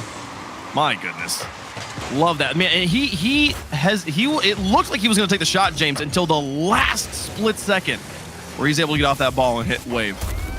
Oh, okay. On the other side here, Seiko going to find a goal after kickoff. And it's not over yet. Seiko gets bumped on the play, gets back down to the ground. You see the side flip from Scrub Killer. It happens. It happens to the best of us. We saw it yesterday as well with Dignitas. Mistakes do happen, but now time running away and 2 goals. They might get one here potentially. Endpoint trying to make this a game. Relating Wave's got space, takes a shot to the far corner. Scrub Killer off the backboard will clear it away. Now an Endpoint or a Dignitas hop there. Joris out of the backfield. Clears it to mid. Metanaris trying to trap. Apparently Jack saw the trap coming. And blocks on the ground. 16 seconds left. Down by 2. Endpoint's got to get the whole length of the field. And Joris is just not even giving it to him. Pushing it back into the box. Apparently Jack over the top of 2. Oh, towards the goal. Can he put the security in? Not quite, but the clock gonna expire here. Can't score 2 goals in 1 second. I'll put it into the ground. Just a matter of protocol here. Dignitas bouncing back in game 2 to tie it up 1 apiece. And it makes you wonder about the future of this series for Endpoint. Endpoint having a close game 1. It took some heroics from Seiko to pull that win together. Dignitas firing on most of their cylinders. I would say we usually can expect more from Jorius, but apparently Jack and Scrubkilla have been working together beautifully up on that front end. So Endpoint not able to repeat what they did last game, and Dignitas having so much of the momentum. They've had a great response, and now the ball is back in Endpoint's court to see how they make adjustments. Yeah, we got in that game 1, it was 8 demos to Dignitas, 0 to Endpoint. Endpoint taking the win. Second game, 5 demos to Endpoint, 2 to Dignitas. Endpoint taking the win. So far, James, just a fun pattern for people to pay attention to. The team has gotten the fewest demolitions, has won the game. And sometimes demos can be a tactic of desperation at times. Also a tactic of frustration, which generally happens when you're losing. So that may play into it a bit. But I mean, obviously, it's entertaining to watch regardless. And we saw some effective demos from Endpoint this game, even though they ended up losing. What we didn't see this game as much was the crazy solo plays from Seiko. Yeah, Seiko, slightly quieter. Though, to call him quiet in game 2 after what we saw in game 1, I think setting our standards a little high. He had a transcendent game, and oh my goodness, Dignitas is passing. Down the field, Relating Wave. He'll have a lot of space and finds an excellent clear upfield. Jory's in the third man, has to lead to stop. He was hoping to be taking a follow-up shot. Now Relating Wave through another player, but Jory is here. We'll finally find an answer. Metsunaris to the sky, forcing apparently Jack to fall into his back foot high in the air. Dignitas in their back third. I mean, apparently Jack was up so early for that ball, using up all his boost, still got the touch, slowing down the play. Apparently Jack having a nice day. Jorius. Flopping around. It almost panned out. He almost got there. Oh, Scrub and Seiko get tangled up with each other. Seiko with an extension at midfield, and now looking for the touch in the corner as 2 Dignitas players get through, and Jorius take the ball away from him. Metsunaris winning the 1v2 here. Scrubkilla's got to come into the third man. And a sloppy, rough ground ball between the players the last 30 seconds. And apparently Jack with a fake. Relating Wave's going to reach for this, but low on boost. Jorius takes it away from him, bouncing off the ground. Scrubkilla into the corner.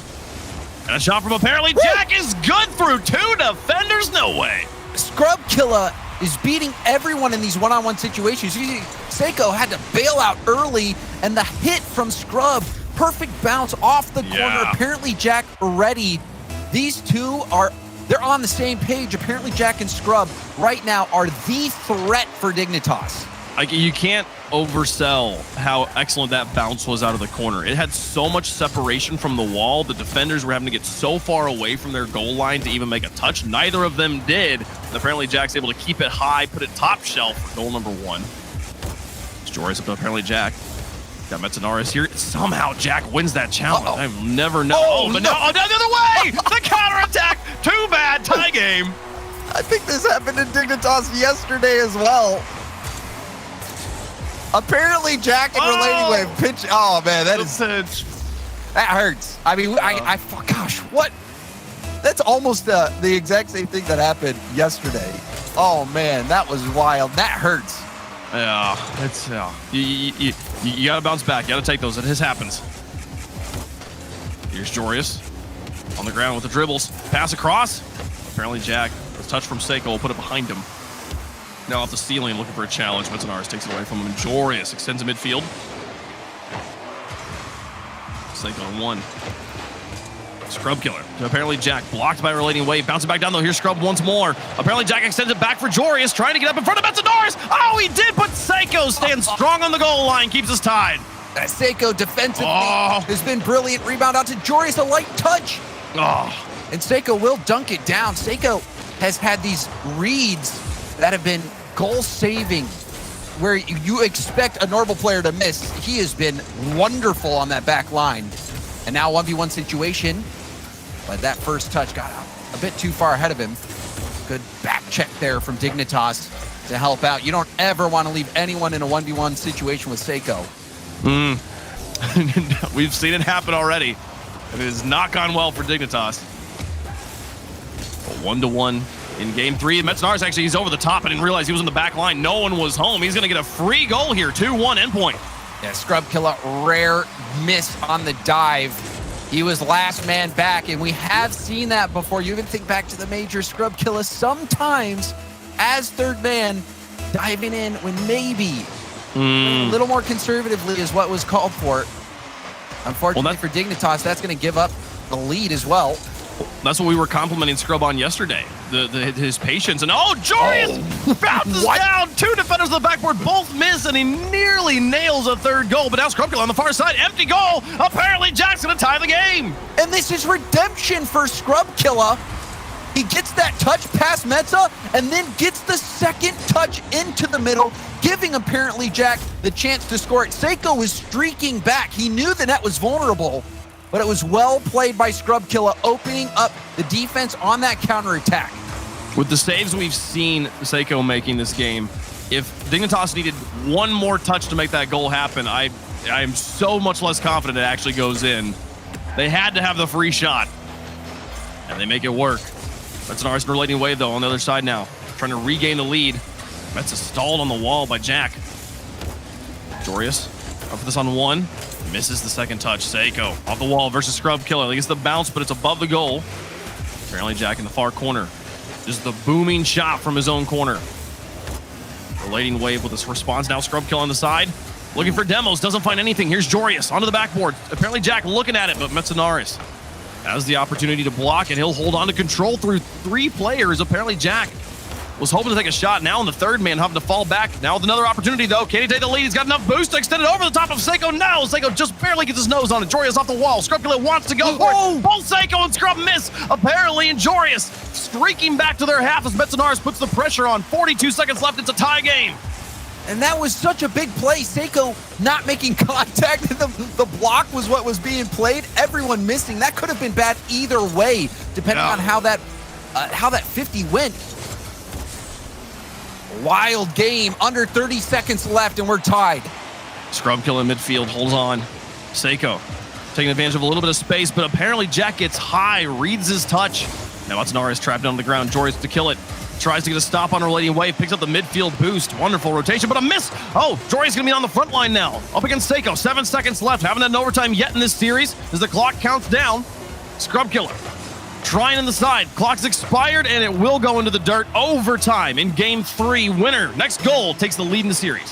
A big game here. You can see how closely these teams are playing. Every game worth its weight in gold. And that's a huge block! That's it. Apparently, Jack shutting the game down, taking the win. Man, Dignitas did such a good job on kickoff, but Metznaris on this following touch. Dignitas had the kickoff, then they lost it to Metz on that back line. That touch drops catastrophically. And Dignitas gets a free one to put it in. Endpoint calls a timeout here after game 3. And you've got to. I mean, that is a tough way to lose a game. And that is such an odd play from apparently Jack. It's almost as if he read Metza's mind. Metza played that ball like he was expecting a challenge and was going to play it low. And maybe his vision was blocked potentially by the ball. When you're on ball cam like that, sometimes you can, it will hide the name tags or the nameplates of the opposing player. Apparently, Jack doesn't even challenge at all. He just sits on the ground and played that perfectly. Metza ended up hitting the ball right at him, and all that was required was apparently Jack getting a block. So that was a crazy ending to that game. Endpoint calling a timeout because losing like that definitely hurts. You see Seiko standing up, the coach trying to talk him through. Relating wave, not at that same facility, but this is what Endpoint has done in the past. Get up, get around. Who is this? Is that Scrub? Where's the curl? That is Scrub. Yeah, doing some, get those knees going. The high knees. There's a stretch. I think everyone saw. I'm putting this one on Metznaris. Metznaris started doing this during timeouts, and everyone was like, "Yeah, that's a good idea. We should." It's working. I mean, Endpoint. It's working for him. Where's the curls though? Where's the curls? Come on, give me those bicep curls. And maybe next time. And maybe next time when Dignitas calls a timeout if Endpoint ends up bringing back 2 back-to-back wins. We'll see. Tough job here. Endpoint, that's a rough one to shake. And sometimes, James, I wonder, especially, I mean, I think this is hard, right? So if you wait another loss, then you're taking the timeout right before match point. That's a difficult mental situation. But also, I don't know, sometimes taking a timeout right after something like that Metzenaris touch and allowing him to sit there and like think about it. Obviously, they're trying to move his mind past it, but like he doesn't have more gameplay to distract himself from the mistake that just cost him the game there. That's got to be a really tough situation for Endpoint. Yeah, I mean, and it's just sometimes just the way it goes. And in Rocket League, you know, even a whole world championship, an entire season can come down to just a single play.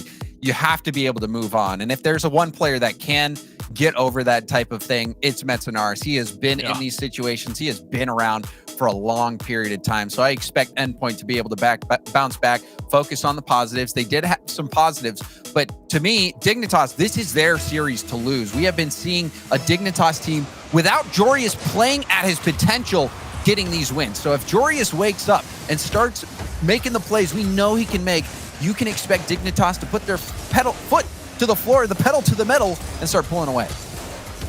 They are already in the driver's seat after winning game 3. And they could take control of the series and run home. Seiko to the edge. Relating the wave, now looking for Seiko in the midfield. Off a lot of woodwork, and then back down somehow. Relating wave gets a clean shot and makes it work. At Relating Wave kick-starting this attack. And then I love the option from Seiko going for the ceiling play. So many players are amazing at reading the first bounce off the backboard. So what Seiko does there, you put it off the ceiling and the backboard, it becomes much harder to calculate those 2 bounces. You're guaranteeing essentially that ball will make it out to the middle. And it's much easier to read that coming up on the ball from the position Relating Wave was in. It's not often I feel like you get a full family portrait in the slow-mo replay. Every member of Dignitas right there around Relating Wave as he's taking the shot. Like you said, they found that space. Nice separation. Metzenaris taking a shot. Jorius with a stave, and then apparently jacking into the ball quickly before a follow-up could come through. Going to try and take this one through the sky, but Relating Wave finds that perfect block spot where you couldn't fake him, also couldn't shoot it through him. Now on the other end, Endpoint looking to extend the lead. It was a lovely block, though, from Jorius. That was not a gimme. Retreating back, having to make it over the shoulder. Seiko takes it to the wall, gets bombed. Now Jorius pops it to the sky and follows it. Got the flip reset. Doesn't you make use of it. Everyone from Dignitas doing a good job stalling in the midfield. It was another midfield game yesterday. So strong. Oh, certainly. And today it seems like it's been Scrub Killer mostly on the 50s. We've seen apparently Jack up there. Hasn't been as crazy. Win from Jorius goes off of a retreating apparently Jack's side bumper. Now Metzenaris put it high. Seiko with a response. Back and forth play here. Seiko taking it to the sky off the backboard, cleared away. Scrub Killer wins another challenge. He's out of boost though. You see, it takes all 3 members of Dignitas to be able to play the ball after Seiko takes the hit. You saw somebody on the backboard, somebody on the far post, somebody on the near post. That's what it takes. A triple coverage, just in case. You never expect the worst. Relating Wave with the stop off the backboard. Metzenaris and Seiko both up for Seiko kind of stranded here. If apparently Jack can get to it, he does. But it's off the crossbar. Follow from Scrub Kill is good to the far side. They absolutely posted Relating Wave. He was frozen in that tie game. Dignitas marching back, and you see that slight jump. The defense frozen. Relating Wave had to just go for it in that situation, but it was hopeless. You can see Metzenaris recognizing the situation too late. Scrub Killer able to put in that rebound, and now a demo off kickoff. Seiko having to get a good touch, but apparently Jack expecting Seiko perhaps to get that touch, wasn't able to make the read himself. Seiko in midfield, Scrub Killer over the top. Jorius got an open net again and in. Dignitas take the lead in game 4. Scrub Killer had a great day yesterday, and he's having a great weekend overall. That pass behind Seiko, Jorius with the finish. Lovely vision from Scrubkilla, working the angles that were given to him. And Dignitas, they're bouncing out to a lead now. We're past that halfway point, and it seems like they are finally picking up some momentum. We haven't seen any mistakes from Endpoint like on the goal line where they're just letting the goal in, but we are seeing mistakes in front of the goal that are leading to unblockable situations. Dignitas, both of their goals in this game, guaranteed as long as they hit their target, and they did. Jorius down to apparently Jack looking for goal number 3. Another block, looking for boost as well. Double demo in the midfield, 2v2 for the moment. Scrubkilla tries to stop this one. Metzenar's putting the pressure on him, only trailing by 1 Endpoint. We need to find time in the orange half. We're across halftime. They just took their timeout as well. Endpoint gonna have to make use of that mid-game calculations here or be faced against match point. Apparently Jack on the side. Seiko and Metzenars against towards the small. Jorius in the midfield will give a challenge. Now Scrubkilla versus Seiko. High in the sky. This one goes rough again. Metzenars demolished the backfield, but relating wave. Advancing quickly in the third man and getting a demolition on Jack in the corner after missing the ball. Now Seiko through the sky. He's got Jorius and apparently Jack and Scrub in front of him. All 3 players lined up. Scrub will find a block. Now a relating wave to the sky. Jorius can't get there in time, and it's all tied up again. And Metza, it wasn't the strongest hit, but it does result in a rebound. You could even see him just parked in front of the defender. Apparently, Jack could not get around Metzenars, and if apparently Jack is not blocked by Metza, he's going to have a lane to go and block that ball. Metzenars being a nuisance, and then the shot as well from Relating Wave, it was perfect. Lining it up, hitting it with the corner, getting every ounce of power that was possible. And we've got a tie ball game. On the speed there from Wave, so important. If he's just a second slower, he beat Scrubkilla at the point of contact by a pixel. Scrubkilla finds the block there. And if somehow Scrubkilla made a mistake, Jorius would have found the block on the crossbar. No, Scrubkilla trying to trap that one. Make them look silly, but Endpoint hold on to their pants. Now Relating Wave up against Jorius. No good, 11 seconds left. Tie ball game, already had 1 overtime. Dignitas won it the last time.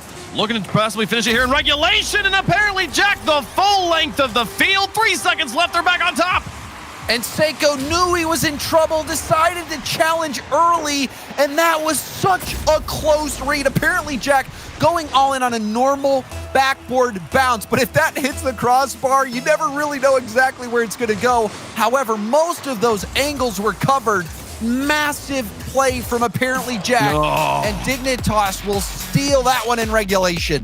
Wow, Dignitas. After having to deal with a crazy, a rallying Relating Wave in this game, able to steal it in the final moments off of demolition. Man, now on match point. What is Endpoint gonna do? It's tough at this point. I mean, Dignitas, they're not playing the best that we've seen them play this weekend, but I think what we've seen is some really clutch plays from apparently Jack. You think back in overtime, he gets that read, that mind game on Metzenaris, predicting where that Metz is going to hit that ball, ends up winning it in overtime. And in this situation, he's in that race between Seiko and ends up getting it around him and has not an easy play off that backboard, especially when you don't know exactly how that ball potentially is going to bounce. It was covered beautifully by apparently Jack winning that in regulation. Huge plays. Apparently Jack having the ice today in this matchup versus Endpoint. Man, and the demo game continues to be fascinating to me. The game 3, we did see finally Dignitas get 3 demos and Endpoint get 2, taking the win there with more demolitions. Here in game 4, 10 to Dignitas, 3 to Endpoint. They've had nearly double-digit games 2 times here. Such a brutal frontline game. And there's more of it. There's number 1.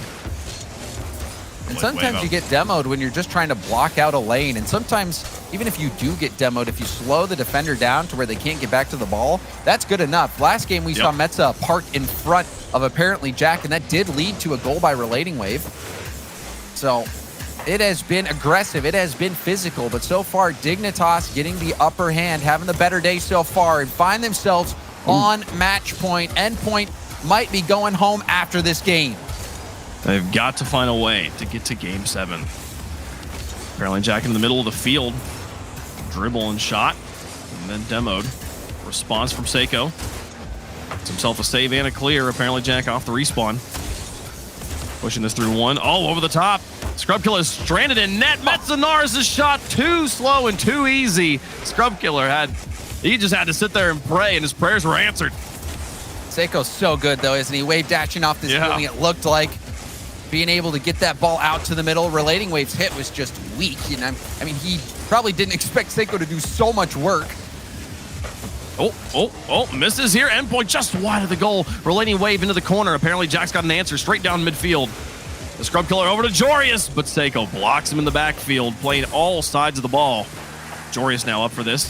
Metzanaris has to reach, but he'll hold on to control.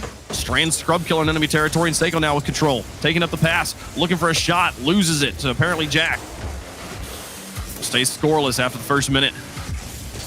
Dignitas just trying to put away Endpoint here in game 5.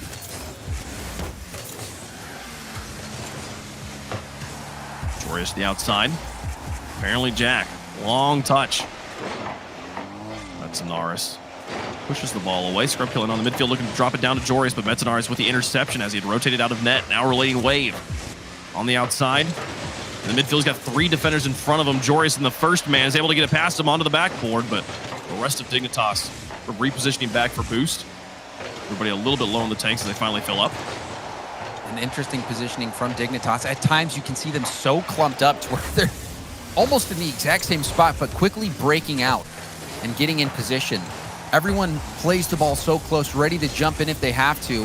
Haven't seen a ton of double commits. We have seen a couple team bumps from them, but overall, Dignitas, the amount of speed that they've been playing with has been difficult for Endpoint to handle. Well, Relating Wave puts it high. Apparently Jack now back down. We're across halftime. First time this series we've gotten halfway through the game without any goals. Dignitas playing patient, understanding we don't need to win flashy. Let's just win right here, right now. Every goal counts the same as the last. There's one demo. Looking for another. Seiko knows it. Just climbs a little high on the wall to dodge it and then manages to dismount perfectly to block the shooter. Now Scrub Killer through the sky. Metzanaris trying, but the extension. Oh, and Jorius is there. Relating Wave dives across. What a reaction to keep the game scoreless. A great save from Relating Wave. It was a nice shot from Jorius. He picked that far post, lower corner, but Relating Wave had it sniffed out. Scrub Killer up against Relating Wave. Back across the field. Apparently Jack's surrounded by Endpoint players, and he's going to have to retreat out, let Jorius take control. Gets it past Metzanaris, who's out of boost at midfield. And apparently Jack now advancing. Looking to connect with Jorius. Drops it in! What a shot! You've been waiting for him to wake up, James. He's here now!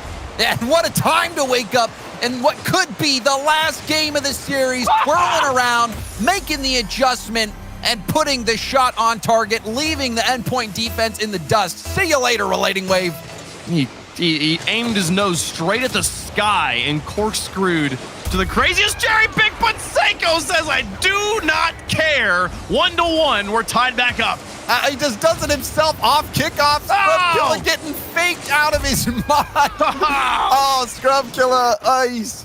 His axles broken out there on the field. See Scrub Killer's eyebrows up, just taking a sip, like, okay, we're gonna forget that ever happened. He's going right back to the drawing board. Forget though. I mean, and even if he forgets, everyone else is gonna remember. Yeah, we'll see that one on Twitter. There's apparently Jack now the back corner. 1 minute remaining, despite I don't know, like there's been some really excellent goals this series, but that Jorius one is definitely one of my favorites. Despite that, Seiko gets it on kickoff, and then Relating Wave immediately bounces back, and now they're in the lead. And I thought this was over. Seiko continues to get second touches on the ball that nobody expects. You see him boosting, even getting that light little tap was enough to open up this opportunity for Relating Wave. So Endpoint, grit and determination, perseverance. I thought it was over as soon as Jorius hit that shot, but no, they come roaring back. Apparently, Jorius scoring a banger was like the sleeper words to awaken Endpoint. They're just waiting for Dignitas to score. Now, and Jorius on the outside, 30 seconds left in regulation. Dignitas trying to force a second overtime. There's apparently Jack down. Pass to Joris in the third man, not in position to recover that, has to rotate back. Now Scrub Killer back to Joris though. Oh, over the top of his teammate Seiko in the corner. 14 seconds left. Scrub Killer chase him back, relating wave, puts it off the post. Joris now back to apparently Jack, takes it to the sky, trying to put it underneath. It's to Scrub Killer in the back to Joris, dreads it off, back to Scrub. Relating wave dives and makes the stop. 0 seconds. Can they keep it up? No. Metso puts it into the crowd. Endpoint stave off the upset, and we'll go to game 6. You know, we'd have to go look at that replay again, but I think that ball might have been just bouncing in. And Relating Wave actually may have saved it. It was tough to tell from the perspective I was on, but that was almost disastrous for Endpoint, giving Dignitas that chance. But man, they did make amends blocking those final shots. It was scary for Endpoint. On the counterattack, you saw the plays. And I mean, this game was neck and neck for so long, scoreless for so long. Joris hits that redirect. You think the series is over. Then what Seiko does off kickoff, he makes Scrub Killer look silly. And then Relating Wave cleaning up another situation where Seiko's aggressiveness, his perseverance, and also his mechanics, being able to get these follow-up touches that throw the defense off. It does just enough to open up these opportunities. So Endpoint fighting back. This situation, man, honestly, watching that game, Endpoint stole it. They stole that game. And Metsonaris has completely forgot about that play, giving it up to apparently Jack, losing in that game. Endpoint's moved on, and now they have stabilized. Have to win one more, though, to force the final Game 7 of the series. Will Endpoint be able to do it? Dignitas gonna look to close this out. Man, you would have thought, again, we kept saying, like, when's Joris going to wake up? He finds an incredible goal here and it does drop in. Okay, apparently Jack, goal number 1 of game 6 here, starting off good. And apparently Jack, he has been beating so many players on Endpoint in these 1v1 situations. That time, Metza diving down the middle. Apparently Jack finding the space to Metza's left. Apparently Jack now on the outside, slows down on the wall to try and get over the top of Relating Wave and does so. Seiko in front, Scrub Killer with the stop. Now apparently Jack back to Joris, just a bit high. Follow from apparently Jack's gonna be high again. Is Scrub here? Metsonaris tries and gets the block on Scrub. And now back down the other side. Seiko's touch just a bit wide. Gonna need the double tap, and Scrub's not gonna give it to him. Takes it off to the corner. Dignitas holds on to their lead.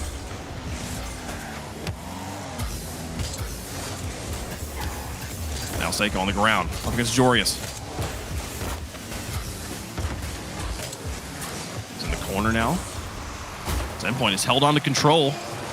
And a stop from Joris on the goal line. Relating Wave to dump it back in. 3 rounds in the Dignitas back third. Finally get the ball across midfield. Scrub Killer finds a demo on Seiko, and Metsonaris taken to the sky. Loses it to Joris though. Back down in the corner and blocking Seiko. Joris fallen like a rock.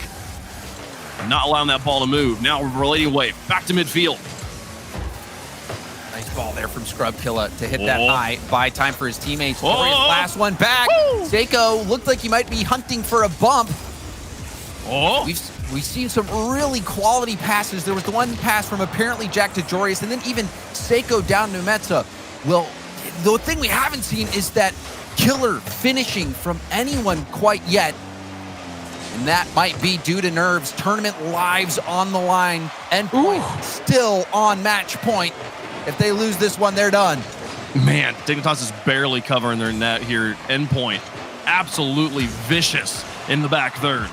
It's Relating Wave through 1. Jory's going to try, and Relating Wave finds a block. Seiko now with control. Only 40 boost. Trying to dump it to the teammate. But both of them fall back, and apparently Jack gets a monster save. Here's Scrub Killer. He's got Seiko breathing down his neck, but takes it to the backboard. Relating Wave pushes it back to midfield, and Jory's now on the outside, taking it high.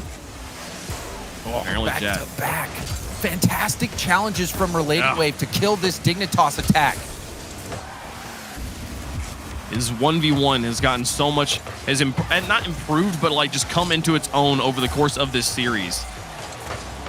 Scrub Killer frozen there behind the ball. We're across halftime. Dignitas with the only goal. The only one they need. But can they hold on to it this time? You saw a team bump. Apparently Jack accidentally ran into Scrub Killer. That gave Relating Wave some breathing room. But unfortunately for Endpoint, they weren't able to make much of it. And what on Oh. Scrub almost got bumped into that. It's still dangerous, and it goes in. This whole play, a result from Scrub Killer getting pool shot by Seiko into that ball.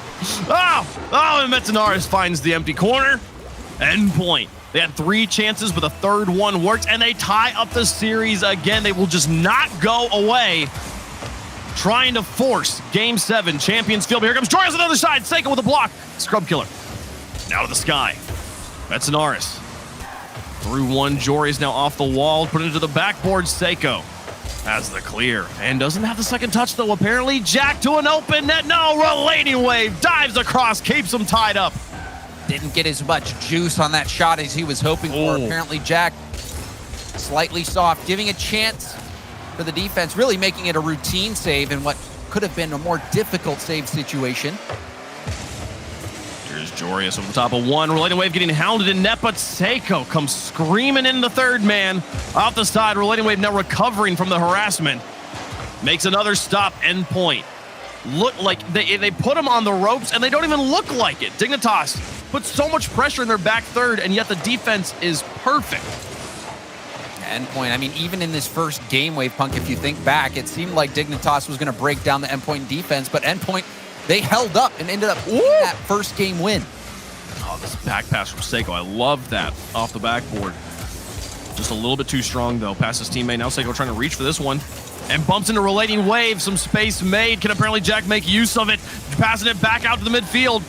Follow from Joris, puts it high. He's going to need some more help, though. Here's Joris back in the sky. Dropped to apparently Jack. Soft touch, puts it high. Seiko now up to block Joris again. And Scrub just hanging back in that third man, being patient the way we've seen him play in this entire event. 25 seconds left. It's a tie game. Who can take it? Do we go to Game 7? Scrub go into the corner. Bounces back out for apparently Jack, and he nails it! So much speed from Dignitas. They've got the lead with 14 seconds, looking for the win. And it's App Jack once more. Big play after big play. Jack has rose to the occasion, and he might be that X factor, that little bit that puts Dignitas over the top. Putting it high. Final moments. Can Endpoint find the magic? It's got to be Seiko. Joris doesn't even let him touch it. Back into the box. Relating Wave with a stop. 2 seconds left. Seiko tries, still can't touch the ball. Scrub Killer putting it back. Relating Wave trying to get it to his teammate, but it's into no man's land, and Dignitas take Game 6, staving off a rallying Endpoint. What a series. Dignitas moving on. That was a fist fight. It was brutal. We saw the amount of demos coming out. People going to be going home with a few new bruises after this series. Endpoint putting up a fight, but in the end, Dignitas were able to hold on. And this is not the same Dignitas that we saw in the previous day of competition. They looked untouchable in these last couple of days, but today, a bit more vulnerable. However, the one player that I thought stepped up, everyone had their moments on Dignitas. They played well enough to get this win, but apparently Jack, you have to give him the MVP of that series. So many big plays, winning games with his decisions and his clutch factor. That was a big time game, a big time series for apparently Jack. Big time moments from apparently Jack. Big goals from him from all sides. You're absolutely correct. Apparently Jack. Apparently Scrub Killer. We were talking about him in the backfield and how that patient placement such a huge thing for him. 86% goal participation in this game, though, either in the goals or assists. So when Scrub Killer chills out, it's crazy. His offense actually becomes more productive, and he's a part of it there. So Dignitas, what an event from them. The final tally on demos, 28 from Dignitas. That's like over 4 a game to 14 there from Endpoint. What a series here, James, though. Dignitas staying alive, and now they get to face off against BDS.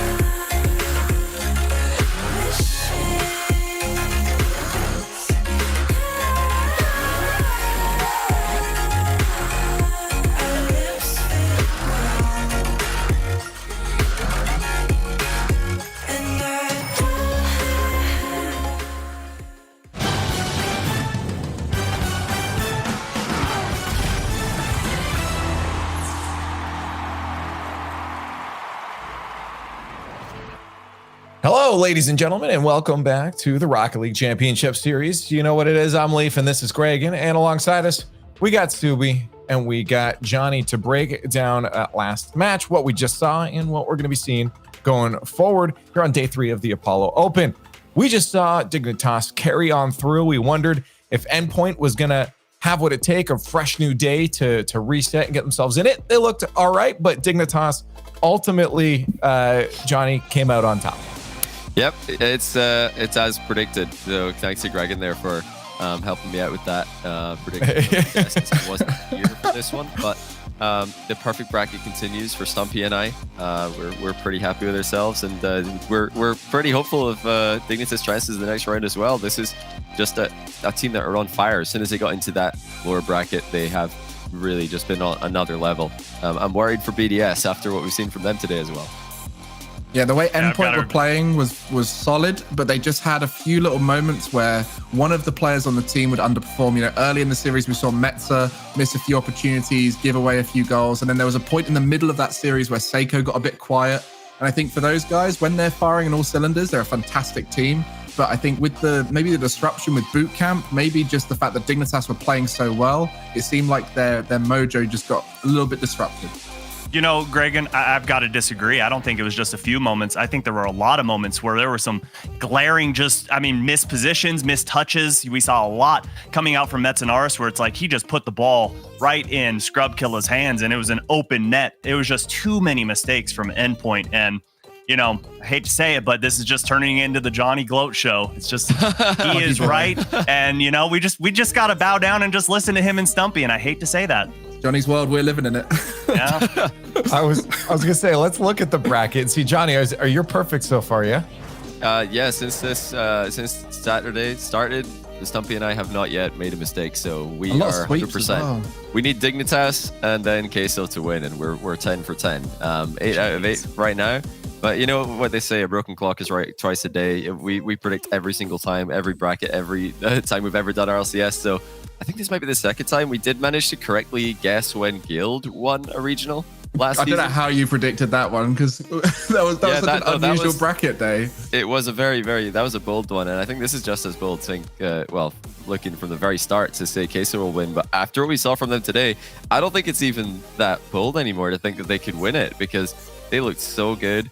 But Dignitas, I think, are the second best team at the moment. They really have looked so scary at times, and yeah, you can make a very good argument for them winning. Although they do need that 2 in a row, that's a big deal. Here's the thing though, just don't, even if you're wrong other times, you just focus on the wins. Make a big thing of that, and that's what people are going to remember. And this is what we're going to remember. Let's talk about this next one though. Let's talk about who's going to be going to the grand finals here, because it's going to be either Team BDS or Team Dignitas. And honestly, this is a fun matchup. This is a great lower bracket final for fans out there to watch. BDS, again, one of the strongest teams of all time across RL Esports history. And they're going up against Dignitas, who's looking like one of the best of this time, of this era here in the 21-22 split or season.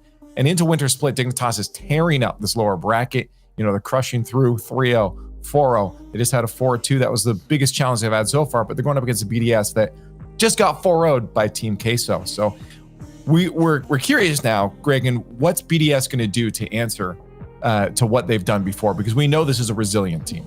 Yeah, BDS really needs to switch it back up again to the style that works for them. And I think what was happening in that Queso series is they started to play at a speed they were uncomfortable with. Queso were forcing them to play rushed, and that meant that they were getting low on boost, which is something they're so good at, and why they're such a dangerous team is they keep their boost high, they keep in good positions, they know when not to go. But against Queso, they just started rushing. And if they can reel that in and calm it down a bit, get into a more solid clinical rotation, I think we might see BDS step back up to the level we know they can reach. But at the end of the day, Dignitas and Queso have a similar scary factor for BDS, which is they are mechanical and they can break down BDS's defense where not many teams can. So BDS have to be able to score goals because they cannot hold out clean sheets against these teams. Yeah, and I think, you know, what Team Queso also has that Dignitas has is playing without care, you know, throwing caution to the wind and not getting too upset if they get scored on, which in the past, when we've seen Scrubkilla play, he's gotten very emotional. And now we're seeing a much more mature Scrubkilla where he's just kind of playing to have fun. And that's dangerous for this Dignitas team. Like you alluded to, their mechanics are insane. But what we've got to wonder is now the time to pull off that international trade, just going, all right, Monkey Moon, you're out of here. We're bringing in beast mode. Is that happening now, or do we have to wait for that? Oh no, Jorby's take earlier. I'd forgotten about it. For Jorby's sake, I'd made an effort to forget about it so that I didn't see Jorby in a different light. And you just brought it back up, and now I've remembered that Jorby. Oh god. I had to. It's such a ridiculous statement. I mean, yes, Team BDS did get swept and all that, but Monkey Moon, one of the best players in the world. So for Dignitas, they can't overlook them here just because they played poor in that last series. It's worrying, though. I mean, it is worrying because that's the second best of 7 sweep, and the other one is against Vitality in the championships. But I think what might even be more worrying for BDS is the last team who lost in the upper bracket and then played Dignitas got completely destroyed. That was Williams Resolve. They lost 4-3, then Dignitas wiped the floor with them. And BDS just got swept, and now they're playing Dig. So yeah, they've really got to get a hard reset on their mental and just get a go again mentality, because Dig are coming for them, and BDS after that series of Queso, I can't imagine that they're at their most confident. There's just no way. How could they be? Well, chat, curious what you think of this matter right now, because Dig is looking good, but we know what BDS can accomplish. Time for the fan vote, #Dig or #BDS. In the chat, it's time to start spamming, because we're going to start counting. So make sure your vote isn't missed. Let's get the analyst thoughts here. Let's go down the line, because, you know, a lot of times the desk really sits on the side of BDS. And I feel like there's a reason for that. We've seen this team push through at the hardest of times. They'll go the distance a lot. And I feel like a reset of mentality here is going to happen. So I'm going to one last time stick with BDS for a grand finals. I think I might have to. Gregan? Yeah, I think that's a solid prediction. I think BDS at the full major showed what they can do when they get put against the wall and they have to really step up in the high pressure moments. So I think BDS are going to go out and really reset their mindset, and they're going to play against a style that they know. They know how Dignitas plays, where Queso is a little bit more of an unknown. So BDS are going to come into this and take it to the final. Yeah, and I've got to agree with both of you. You'd be a fool to pick against BDS here, so I've got to go BDS. I am a fool. I'm picking against BDS. I'm going to go Dignitas. I mean, for the second time today, I'm just going to go against the rest of the desk, I suppose. I think they got this. You've convinced me. You convinced. I don't like this. Can we? He's been right. Johnny Boy's just so right all the time. Can we switch? We might have made a mistake here, guys. We might have made a mistake. Can I have? I'm flipping to Dig, please. I'm going with Johnny. Yeah, Johnny. Right at the end of the go. I want Dignitas, please. Thank you. Join me. Okay, dig me up. Yep. Bring me back to the surface. Dig me up here. All right, I'm not sitting on an island alone. I know how that goes. Nope. I'm listening to the whole crew. We're going straight Dig. That's right. Yeah. Johnny is the light. He is. He has the big brain this weekend. Chat. Yes, chat. Join us. Oh, what? I didn't expect that. BDS looks like they are not the favorites for this next matchup, but we're going to have to go to the skybox to find out who's actually going to take this one. BDS had a rough go in the upper finals, but they've had some time to reflect. Let's see if they can beat Dignitas.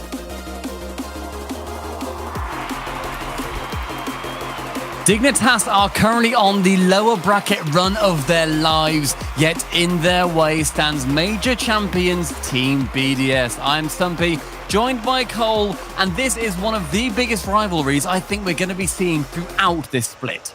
Yeah, I mean, two teams that... Well, one team that is looking absolutely at the top of their game, Dignitas, going past Endpoint with a 4-2 victory. But Team BDS, earlier on, 0-4. I can't think of too many occasions in the history of RLCS where BDS have been 0-4, but Team Queso certainly seem to have their number earlier. Will they be able to step up against Dignitas that are looking so hot in this lower bracket?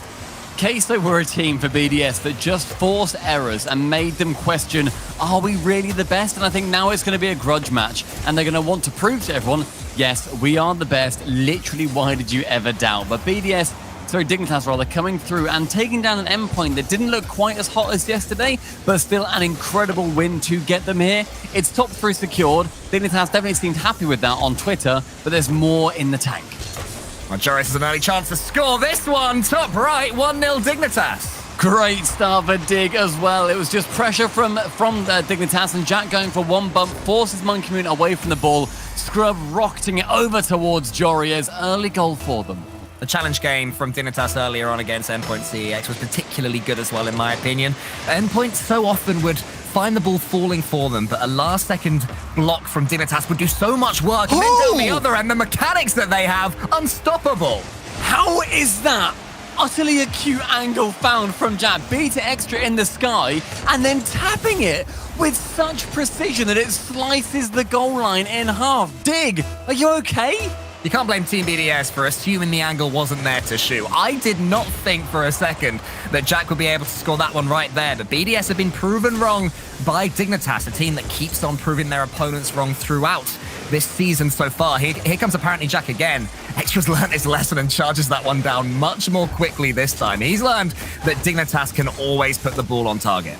I think this matchup will be the battle of who can confuse the other the most, where they can have such ingenious goals coming from anywhere. Jack, I completely agree. I didn't expect him to shoot that. I don't know how much he expected that to go in, or whether he just wanted to set up a tap-in for one of his teammates. Equally, we see what BDS are capable of every time they play. Joria's the flip reset merchant going for one over Monkey Moon. He isn't able to, but still having to have BDS on their best behavior.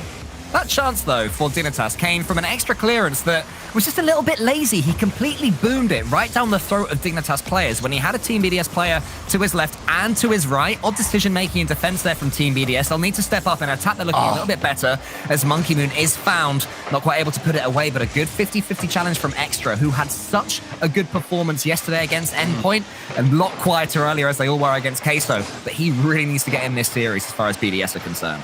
Extra rather, with an MVP performance as far as I'm concerned yesterday versus Endpoint. Like, any of them could have been MVP at the major. Extra secured it yesterday, but no goals have come in for BDS since the first two from Dignitas. As we approach halfway in this game, chances have arisen. Only 3 shots in total, but definitely chances for them to score.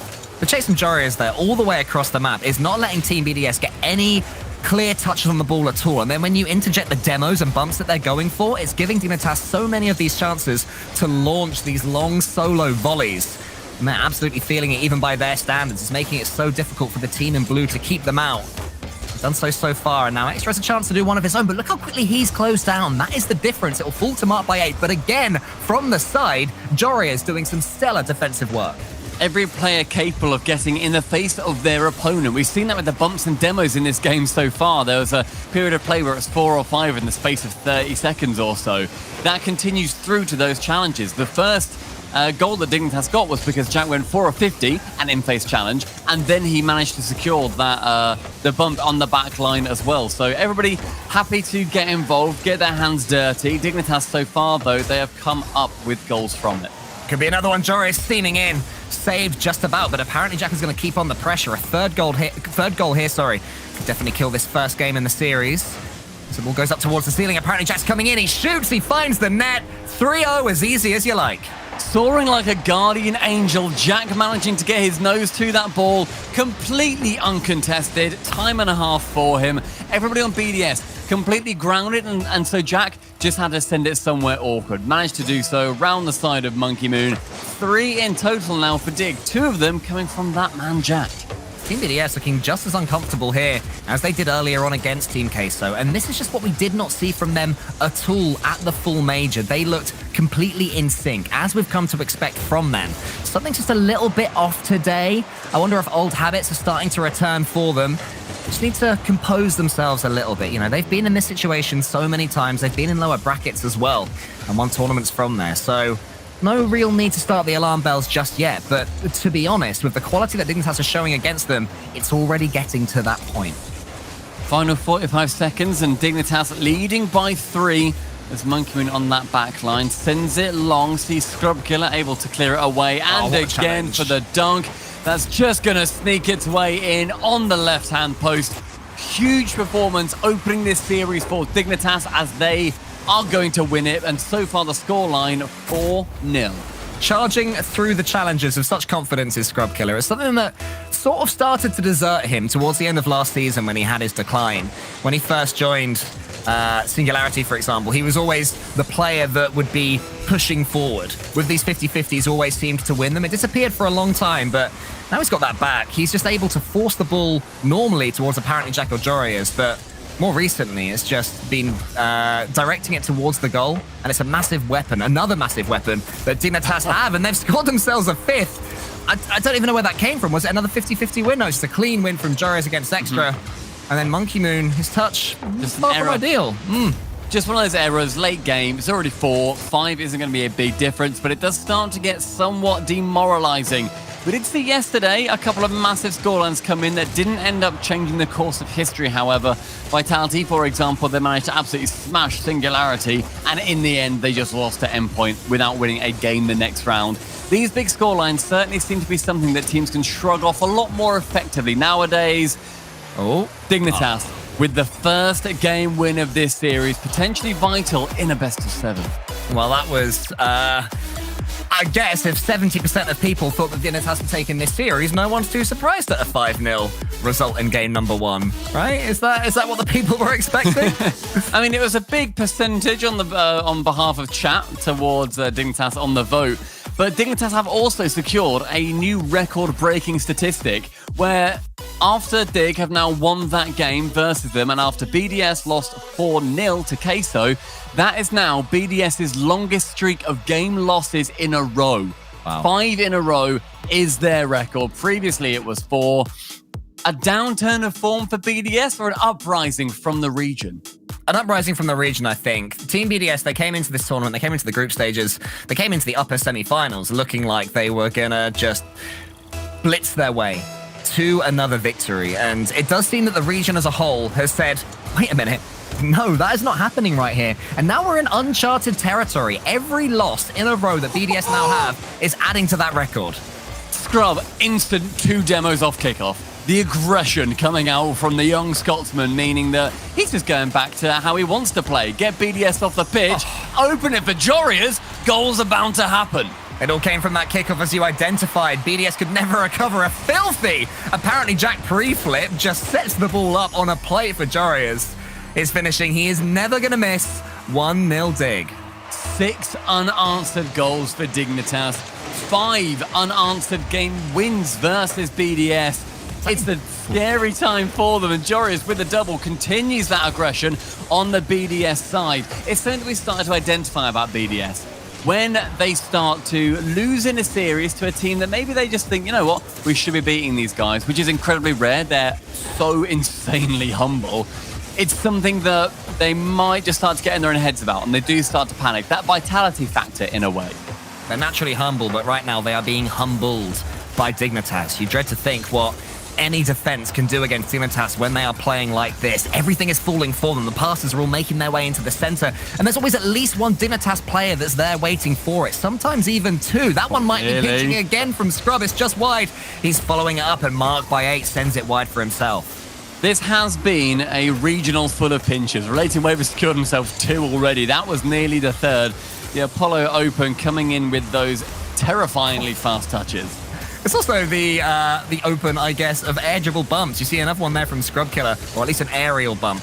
So often players are going up for the ball expecting to get it and just being knocked away. When you're keeping an eye on the ball with ball cam, it's so difficult to keep track of the players around you, which makes it such a devastating move. And Dignitas as good as anybody at utilizing it. They do have the lead in this second game, but BDS now have a chance just to get some territory. Get that ball back to the other side. Can they get the second touch on it? Because at the moment, Dignitas are winning every single second ball. Monkey Moon tries to change that off the ceiling, and then look at the speed from Jorius, who sets up Scrub Killer, tries to tip it over Mark by 8, but not quite able to there. Monkey Moon having to spawn perfectly back in time to save that shot away. Apparently, Jack double demos on that back line. Scrub Killer now up the left. Jack going for another one. Forces extra away. At what point do you think Scrub Killer realized that he didn't have to get another touch of this ball? I think at this point, he was expecting to dodge and then, oh, okay. Apparently Jack has completely taken extra out of the game. I'll just watch it go in. Yeah, there it goes. That is Jack's game plan, though, down to a T. Get the ball somewhere where his teammates can do something with it, and then go for the bump in the end. He does it so wonderfully, better than anybody. That is going to be a missed open net for Jack. I always say it, but ding another one on the counter. Jack's ever to Caleb. Oh, that could be a chance. So Jorius actually gets a flip reset there off the ball. It's so awkward for Scrub Killer, but he somehow gets it over the top of the BDS player, and still, they cannot score Team BDS. 0 in game 1, halfway through game 2, still zeros. Dignitas surviving by the skin of their teeth. Can BDS make this pressure count? His Mark by 8 to the backboard, he rolls it round, but Scrub Killer, defensive stalwart, gets it away at least for now, and then apparently Jack can do the rest. That's excellent boost movement as well by BDS, rotating via those big pads that start to spawn. Jack has got them on lock typically. Starting to learn really when they're going to be respawning. Nearly an opportunity. Monkey Moon couldn't quite get on the end of it before Jack. But getting those boost steals, just opening up the attack to having a very, very quick Dignitas, slightly slowed down, meaning that BDS can be overtaking them. And bear in mind, BDS, the efforts they put into outspeed everybody else that they were against at the major, it's a huge effort from Dig to be able to do that back to them. And just the defending that Dignitas are showing off right now is so impressive. Every time it looks like it's going to fall to BDS, the third Dignitas player comes seemingly out of nowhere, from the side, from the sky, from the backboard, or from wherever, just to get that all-important touch to keep Team BDS out. What intrigues me, Stumpy, is if BDS can get the goal that they're so close to getting fairly soon, will that somewhat open up the floodgates? Potentially. There's always a chance that BDS, when they smell blood in the water, those sharks attack with their conveyor belt of teeth. Sharks but are it's marked. up to Dignitas ultimately to hold it back, make sure that they stick themselves in their cage and they are able to defend it nicely. With under a minute left though, BDS need that goal soon, otherwise Dig can stop it from apparating. Great saves from Scrub Killer so far. 45 seconds remain and a dribble going with the drive forward strat. The quality is on their side, and also, to an extent, the luck is on their side as well. Their Dignitas, the ball falling back to Scrub Killer, then the passing plays. It is devastating. Just bish, bash, bosh from Dignitas, getting it from one side and crossing it to the other. Scrub's already up in the air. Monkey Moon unable to get his nose to it. 3-0 for Dig. That is 8 unanswered goals in a row. It is looking like it's also going to be 6 lost games in a row for Team BDS between Queso and now what should be 2 for Dignitas. Just not happening on the day right now for BDS. And Dignitas, they have had to do a lot more defending in this game than they have pretty much throughout this tournament. but they just are doing it so well, not letting BDS have anything, and all they need down the other side is one chance. It could be another, it could be 4-0. It's saved well there by Extra. Apparently Jack thought that he'd get himself on the score sheet for the first time in this game too. It's looking now like it will finish 3-0, and Dignitas are just giving them nothing. This is, yet again, another record-breaking game as BDS take their time out.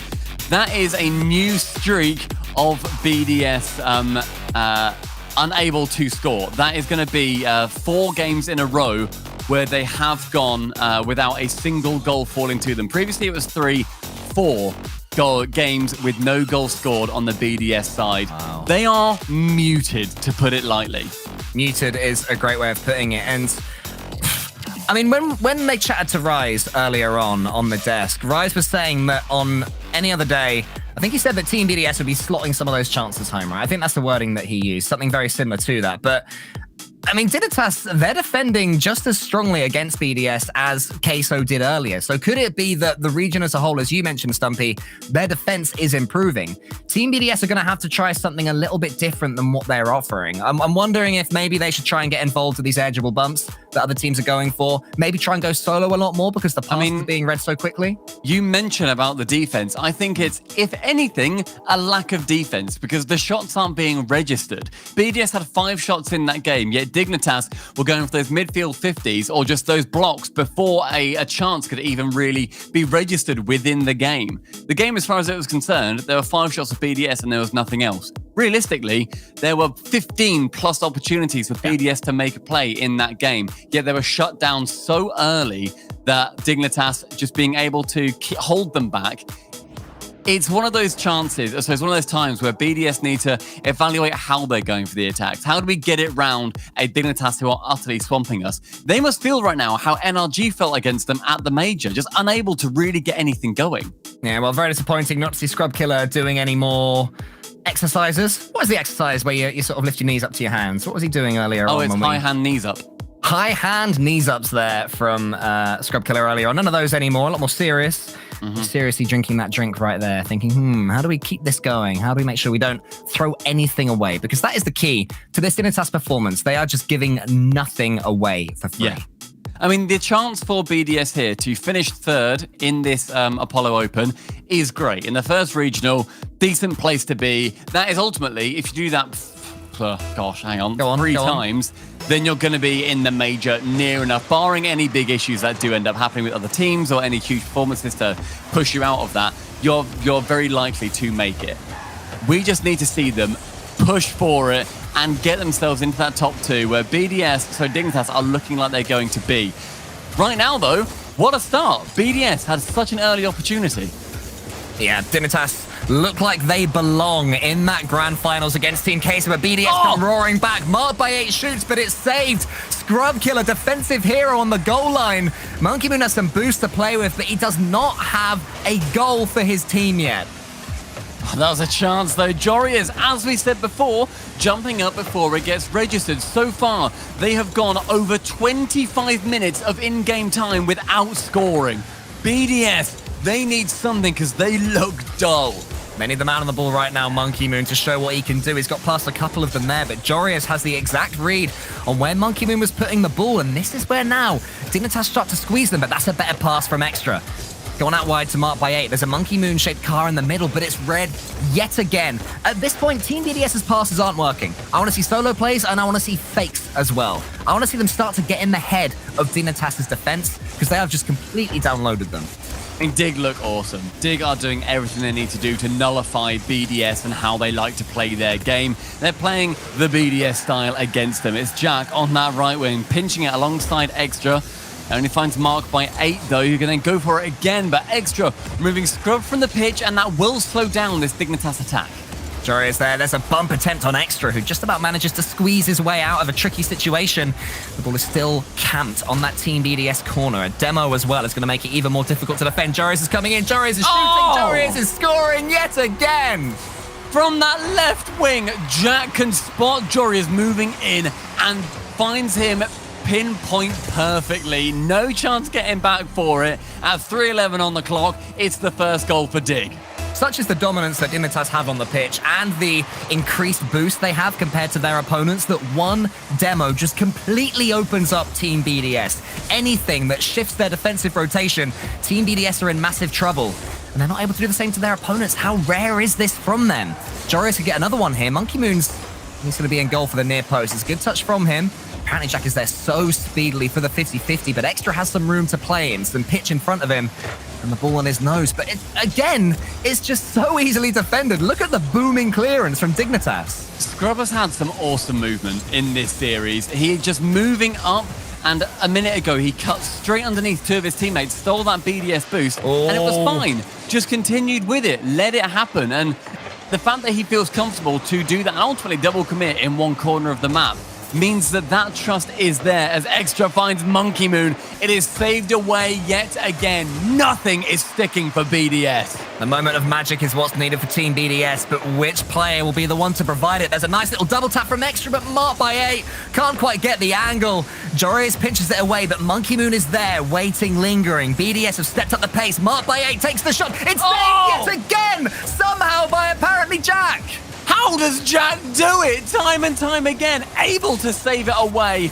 Once he's being bumped as well. Scrub now on the warpath in the blue part of this pitch. Jack up with not too much boost to play with. It means he has to go back down to the ground. And Scrub, right-hand side, finds Jorius. 90 seconds remaining. Sees Scrub go solo. Extra to save it from that backboard again. With Scrub up for one, down for the second. Scrub Killer kills them.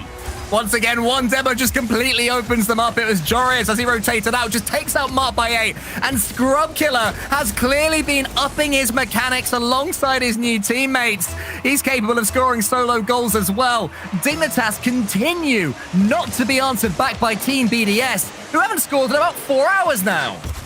Jack in his own half has to clear it away for those dreams of yet another goal. Fakes out one with so much confidence. It does get saved away in the end, but even on defense, they want to hit these clips. Extra gets to the flip reset. No, he's not got it. Scrub Killer gets a passive clearance, and look at the pace, look at the comms. Already, as soon as a slightly awkward touch does come in from Scrub, someone is there helping him out, making sure that no more harm is done. Monkey Moon's got nobody to pass to. It's only a 50-50. Apparently, Jack's coming in. It might be 3-0. He's touched a little bit wide. BDS do not look like scoring right now, Stumpy, but Dignitas do every time they come forwards. It's so hard to look at BDS and think, yeah, they're going to turn this around. They're going to find their way back into this series. But truly, if there's one team that can do it, it may well be the current champions. As Mark tries to work out of that blue half, Jack swallows up all pressure, nearly gets a tight angle again. I mean, let alone coming back. BDS are 5 minutes and 25 seconds away from being perfect swept in a best of 7 by Dignitas, and those ceiling pinches from Jorius, another demo completely opens them up. Jorius can't do anything. They just can't stop scoring. It's 2 for Jorius, and this time a ceiling pinch. The demo securing it from Scrub. Manages to clip Extra on the way through as well. Yet another goal for Dignitas. That is 3 in this match, and as we enter game number 4, BDS are in dire straits. Who can stop Dignitas? Maybe Extra can stop them getting this perfect sweep, but no. It's saved by apparently Jack. He wants a 4th one. Has he got it? It's off the post. He's following it. Almost 4 goals. Jorius and Scrub in the same corner. They're just queuing up, Stumpy. They have to. They want to get that goal, but the checkout is completely full. The 3-team play. Dignitas, game number 3 is secured with 3 goals. 2 for Jorius, 1 for Scrub. And BDS, they enter this final game with the prospect of being perfect swept for the first time in this iteration of their career. 2 BDS players have left the game. I think they're changing their cars. So we'll see what happens there. Because Monkey Moon and Extra both left, and the question is asked, like, is this going to be a car change? And Mark by 8, he said, I don't know. Are they not communicating? Because we've seen this on Twitter previously. We've had them say, we don't know, what is happening with this game, what is going on with the team. Monkey Moon has been very upset previously. Jorius also then says, FF, JK, don't worry, we're messing around. And Monkey Moon, he's already GGing. Do they already sit down and out? No, this is just friendly in-game banter. They're joining right back. Monkey Moon did say that he wanted the Fortnite bus as well, so we'll see. Nothing wrong with it. Nothing wrong with a good old Merc-based vehicle. I'm presuming. Oh no, okay, it's happening, Stumpy. It is happening. It was happening for a second. It's actually the Monkey Moon Fortnite bus. We have seen how well, genuinely, as much as Monkey may be trolling, whatever, we have seen how well this has done for Justin. When he was playing as the Fortnite bus, when he changed his car versus FaZe back in fall, and he looked better. Like, NRG looked better. It removes that level of meta. Like, not feeling confident in yourself. If you're then using a bit of a memeier car, you can then play to that advantage. But BDS currently sit at 14 unanswered goals, and on the verge of what we're being told would be the first ever best of 7 perfect sweep in EU or NA RLCS history. Wow. What? Really? Ever? That's what I'm being told in my ear. I missed that one. I absolutely missed that one. Well, Extra's in a Merc already. A pretty cool looking Merc. There's a Fennec from Mark by 8. And then is Monkey Moon in the battle bus? That is the question that has to be answered. Yes, he is. Let's go, lads. Team BDS have their say in the fun meta. The comeback's on, mate. 1,000,000% BDS take this series. It's exactly what they need. Genuinely, though, it's exactly what they need to happen. They need to just have a little bit of fun, work themselves back into it. That touch, though, that's not going to be it. Apparently, Jack and Joreuz pinch it, and it does go below the crossbar. The gods of luck have given Dignitas, have given BDS against them 15 unanswered goals. Yet more roll in for Dig. It's a chance for Dig now in that top 3 just to definitely secure the top 2, rack up the points, and BDS, if they get humiliated here, it is not good. It is not a good sign for them. Apparently Jack up against the battle bus man, Monkey Moon, which was there. I love the Merc, nothing wrong with it at all. He gets it towards Monkey Moon. Can't get it on target. I mean, yeah, this is desperate times for Team BDS. Are they making a statement that, you know, they only step up at majors? Is that what they're trying to say? Trying to make out like that's okay? Because No, they are more I than think- capable of getting 4 games versus Dignitas. Yeah, 100% they are. Just today may well not be their day. They need to remove any part of their mind that's thinking, you know, this is really us. If that works, then so be it. But this game, it's happening whether BDS want it to or not. Minute and a half has gone, and Dignitas is still with the lead. Extra going up for 1, on for the second with Joreuz with a big interruption. He still has some boost to follow with it, but no flip reset will be falling for him. Joreuz up to receive. Scrub Killer's pass. Monkey Moon and Extra both committing on that play. I just wonder what those comms are like. Since Mark said, I don't know, like, why they've left. Like, ultimately, it was to change cars. I don't know why they've left. That raises huge red flags in my mind. Yeah, it does. I mean, we can only talk about that after all is said and done, and we'll, you know, have to see what's going on there. But Joreuz, no red flags for him, apart from the red booming fire behind every demo that he gets. Desperate for more goals at Dignitas. They are really going to want to make a statement here. Scrub Killer, as well as an individual, is going to want to turn on the style alongside Joreuz and apparently Jack. Who's going to be the first player in this game, Stumpy, to get an absolute banger?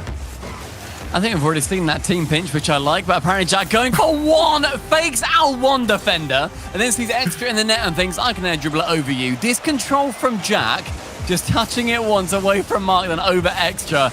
And Extra in the chat, I appreciate you guys can't see it, has just said, can we get a goal? Like, he's literally just saying, look, come on, guys, don't embarrass us this much. And there's no reply from Dignitas. They are in full game mode. Yeah, they would have completely ignored that, I think. They just want to score as many goals as possible. Yeah, right, exactly. Exactly. The question is, how many can Dignitas get? There's another one for Scrub Killer. Top left corner. Now, 17 unanswered goals against Team BDS. Get your 7 teams out in chat, everybody. I mean, Scrub Killer, like... I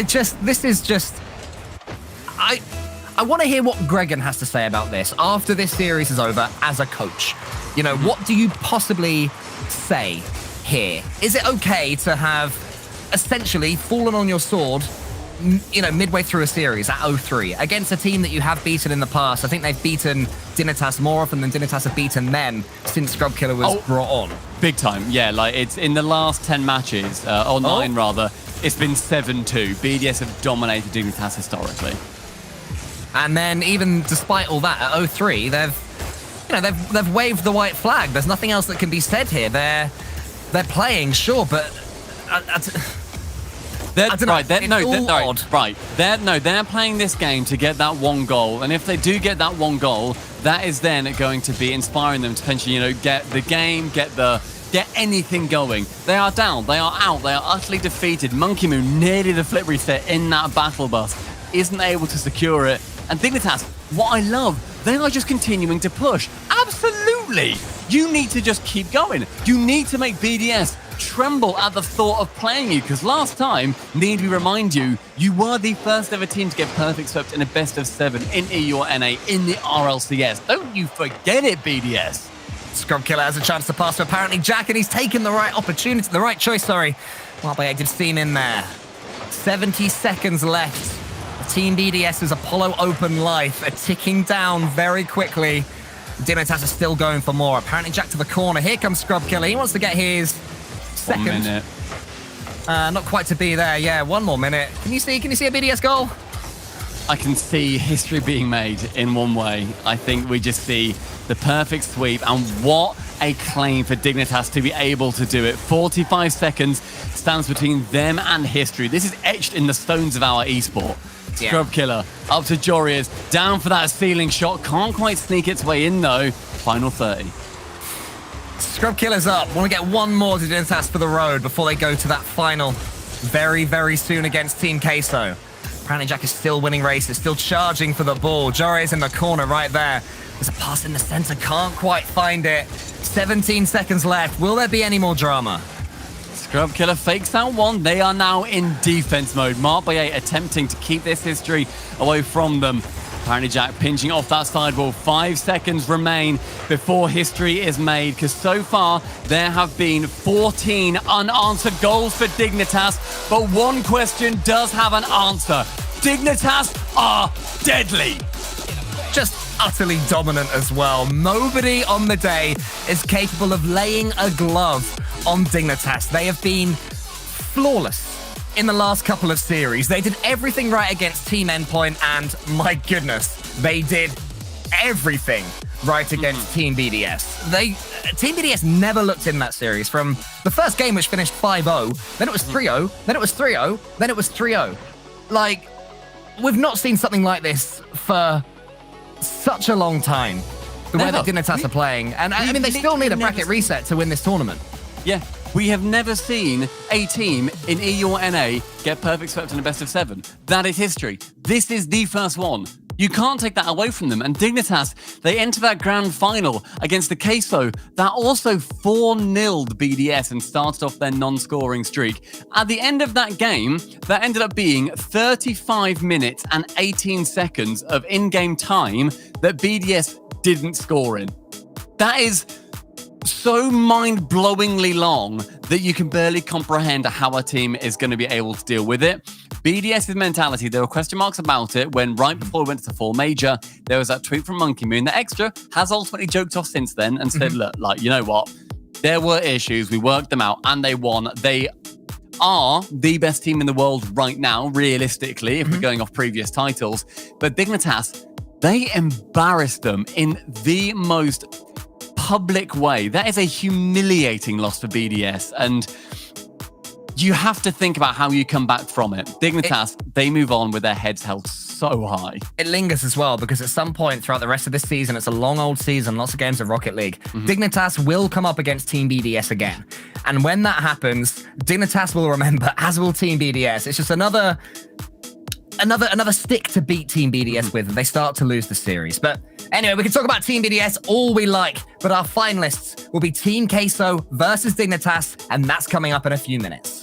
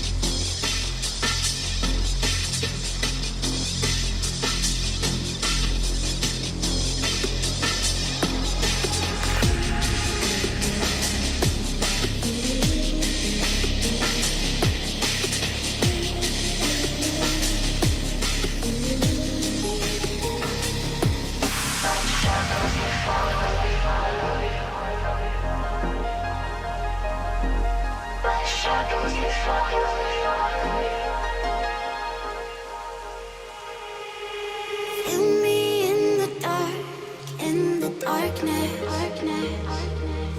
My shadows, they follow you like an accomplice.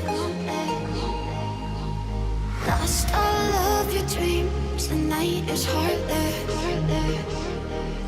My shadows, they follow you. My shadows, they follow you in the darkness.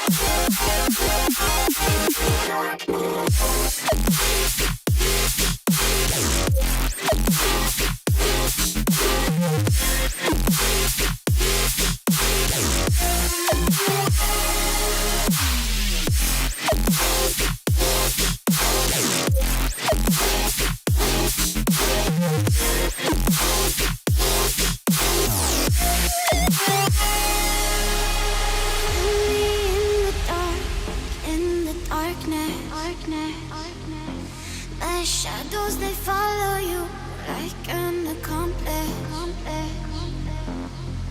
Lost all of your dreams, the night is heartless. My shadows, they follow you.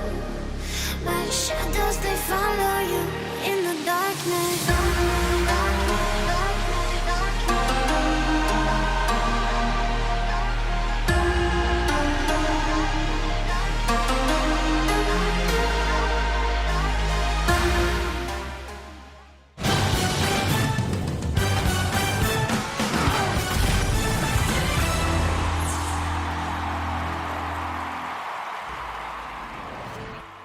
Welcome back, ladies and gentlemen, to the Rocket League Championship Series. We're on day 3 of the Apollo Open. I'm Leaf, and Gregan is keeping me company. And look who it is joining us on the desk, Stumpy and Cole, to break down what the hey is going on in this bracket right now. BDS falling significantly from grace.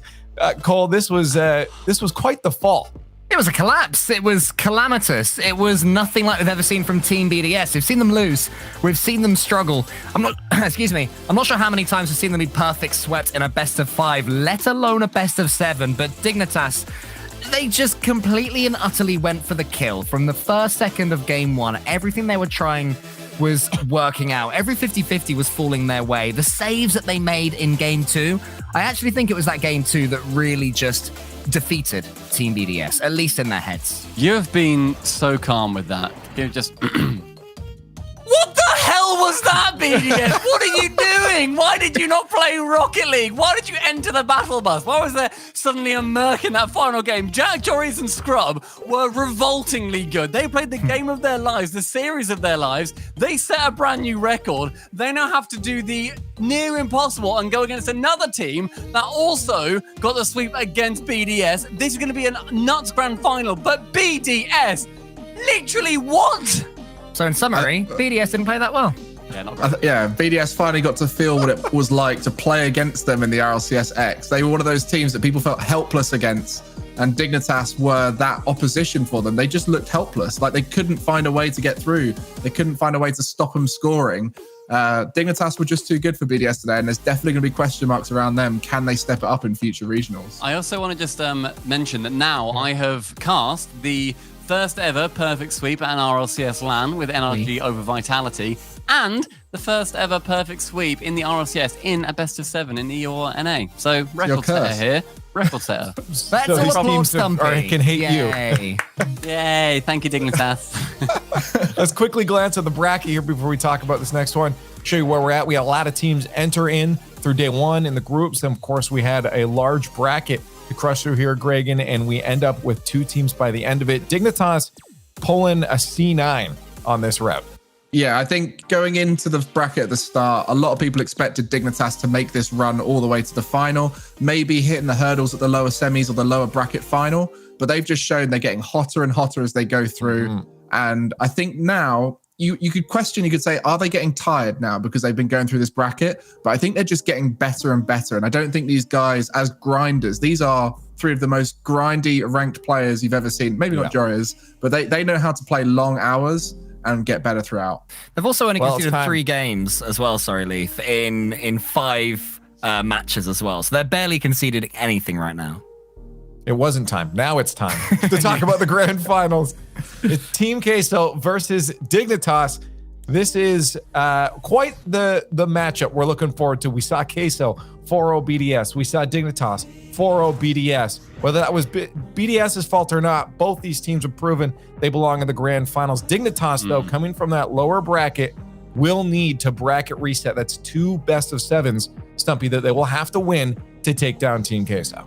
The thing is, we've already seen this on mine and Johnny's bracket. We've already predicted what's going to happen here. Queso, they looked outstanding earlier, and sure, Dig, you may well have got the perfect sweep versus BDS, but that's not how history has this bracket going. I'll leave it up to the imagination of the incredibly intelligent chapter. Maybe figure out what exactly I'm going to be predicting later, but it's going to be an absolute belter. And Gregan, I mean, we were speaking a little bit earlier on that, like, this is the first time that we've had more UK representation in the grand finals than France for months. Yeah, I mean, I was looking at those flags there. I was a bit confused. I only saw 1 French flag, and that was Vatira.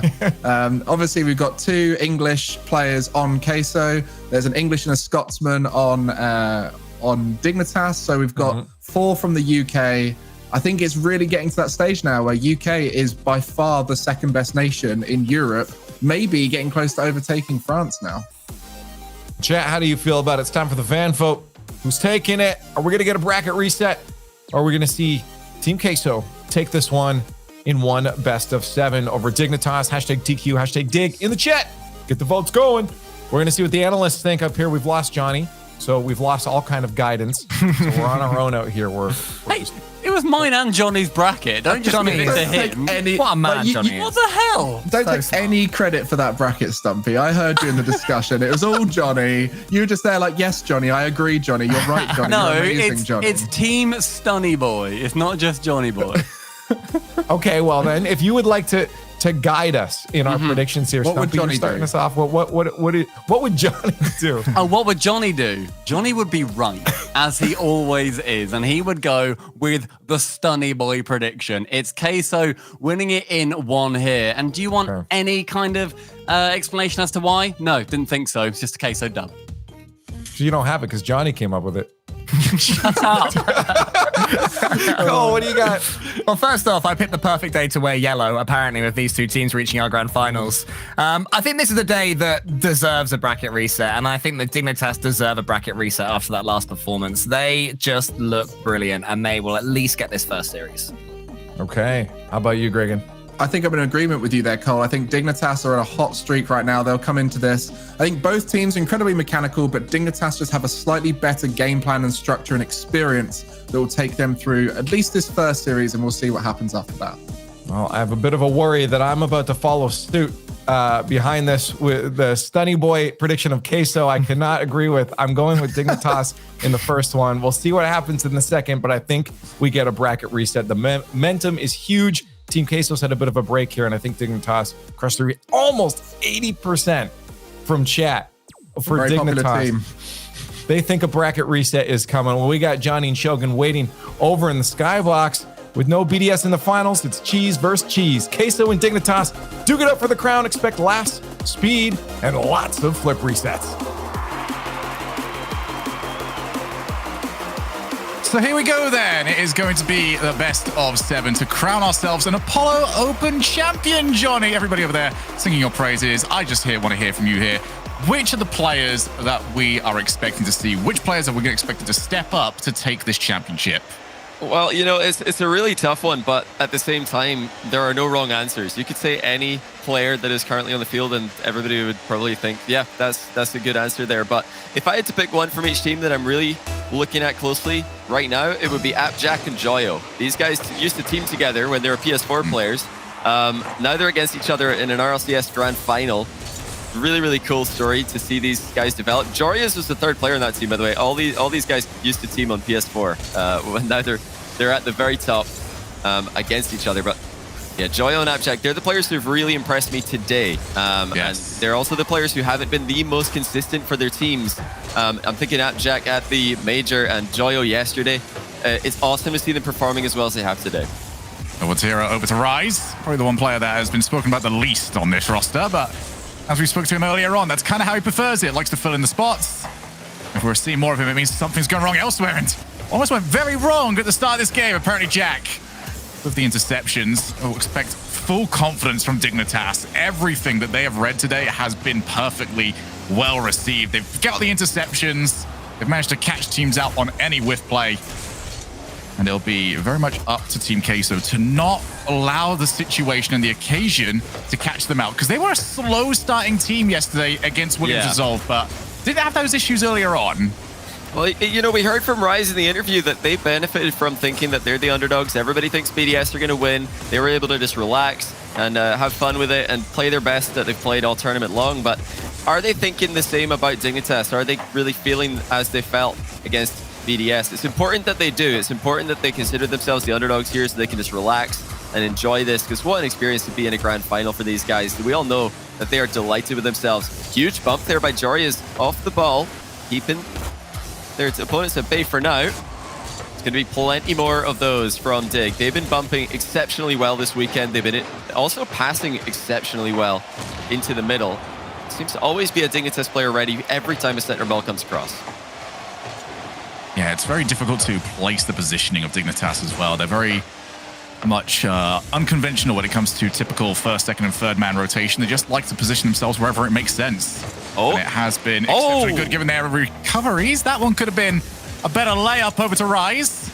Was that open? I think it might have. I think there was a player in a good spot to like hook back across. I don't think a shot straight on net there would have gone in. I was just waiting for the fastest redirect of all time on target, and you know the whole net might have not been covered there, but it's really hard to know exactly where the goalkeeper is going to be, especially from a distance like that. Well, that's a better chance. That is taken. Vatira, 1 goal already for Team Queso. That is going to settle any nerves that they may have had. Dignitas losing out to a play that looks pretty similar to the goals that they've been scoring a lot this weekend. And if you are out there and you're, getting a hold of the Queso train, those are the two players that you wanted to see involved. A big play from Joyo. Fantastic setup for Vatira. Get him going. Get them settled down. They only need to win 1 best of 7. Unfortunately, you only have to win 1 best of 7 against a peaking Dignitas, who have been ruining everybody's weekends. Nobody wanted to see them not in the upper bracket, including their opponents. And instead, they have been ruining the tournament lives of everyone they've come up against. Well, it's in a dangerous spot, however. Rise. Oh, probably could have done better with that pass down to Vatira. Good save by Dig. They're just trying to keep this 1 goal lead as a max at the moment. Just making sure that they don't concede again to one of these insanely mechanical opponents. Team Queso have done what BDS could not do in 20 minutes, and they only took 2 minutes to do it. That's score a single goal. But not only that, it's late enough in the game that they could just conceivably win with this. It's Rise now air dribbles well to the back wall. Vatira's shot is not on target. He didn't have all the boost that he would have wanted to wrap around that ball. The assists are looking brilliant though for Team Queso. Once again, this is wide open. Vatira's not going to miss this one. The demo time to perfection. Center ball comes in right afterwards. That was just fantastic. Joyo demoing 2 players in this play. Well, they're not nervous at all. My goodness. They are on form. Talk about a way of announcing yourself to the top of the European scene. 2-0. Dignitas really struggling here. And Vatira, he's got time, went for the pinch, not quite able to execute on the play. But this was something that we were almost complaining about from Williams Resolve yesterday, and instead it's happening again for Team Queso. Actually, the broken play yet again. Here's Vatira, hat-trick hero in game 1. No nonsense from Vatira. Scrub didn't see him coming. Gets crushed on the infield. They really need to be careful if they're going to continue infield passing as often as they have this weekend, because although Dignitas have had success with it, very often we see those infield passes intercepted these days, and it just turns into a counter-attack. Dignitas down 3-0 in game 1. This is surprising even for me. I mean, I predicted Queso to win this, but just the fashion that they're winning today is completely unbelievable. I never thought that they were going to dominate like this. I really thought that yesterday might have been their peak. I didn't think that they were able to, we'd see some sparks of what to expect from them in the future, but not this, not on their first time of asking. And there are some teams and there are some players that just are built for pressure. Don't even feel it. They love the idea that there's more eyes on them. And now they're gonna have to deal with a little bit of it. Now, Johnny, usually here we say it's up to the kickoffs. If there's a team that's got kickoffs, it's Dignitas. Yeah, and you can definitely see Dig either pulling something tricky here or just playing a very standard kickoff, because these guys are the ones goats. They know how to win these. Jarius is going to go for a big win. Vatira's right there, though. And, that's the downside of, quote-unquote, winning a kickoff in 3v3 is, now the ball's just closer to the other team, and if it doesn't go past that cheating player, they've just got possession, and that'll be game. Team Queso survive the kickoff. Potential drama that could have come from that. They've taken down game 1. Only 3 more needed for these guys to win the entire tournament and be first place in points on the road to the Winter Major.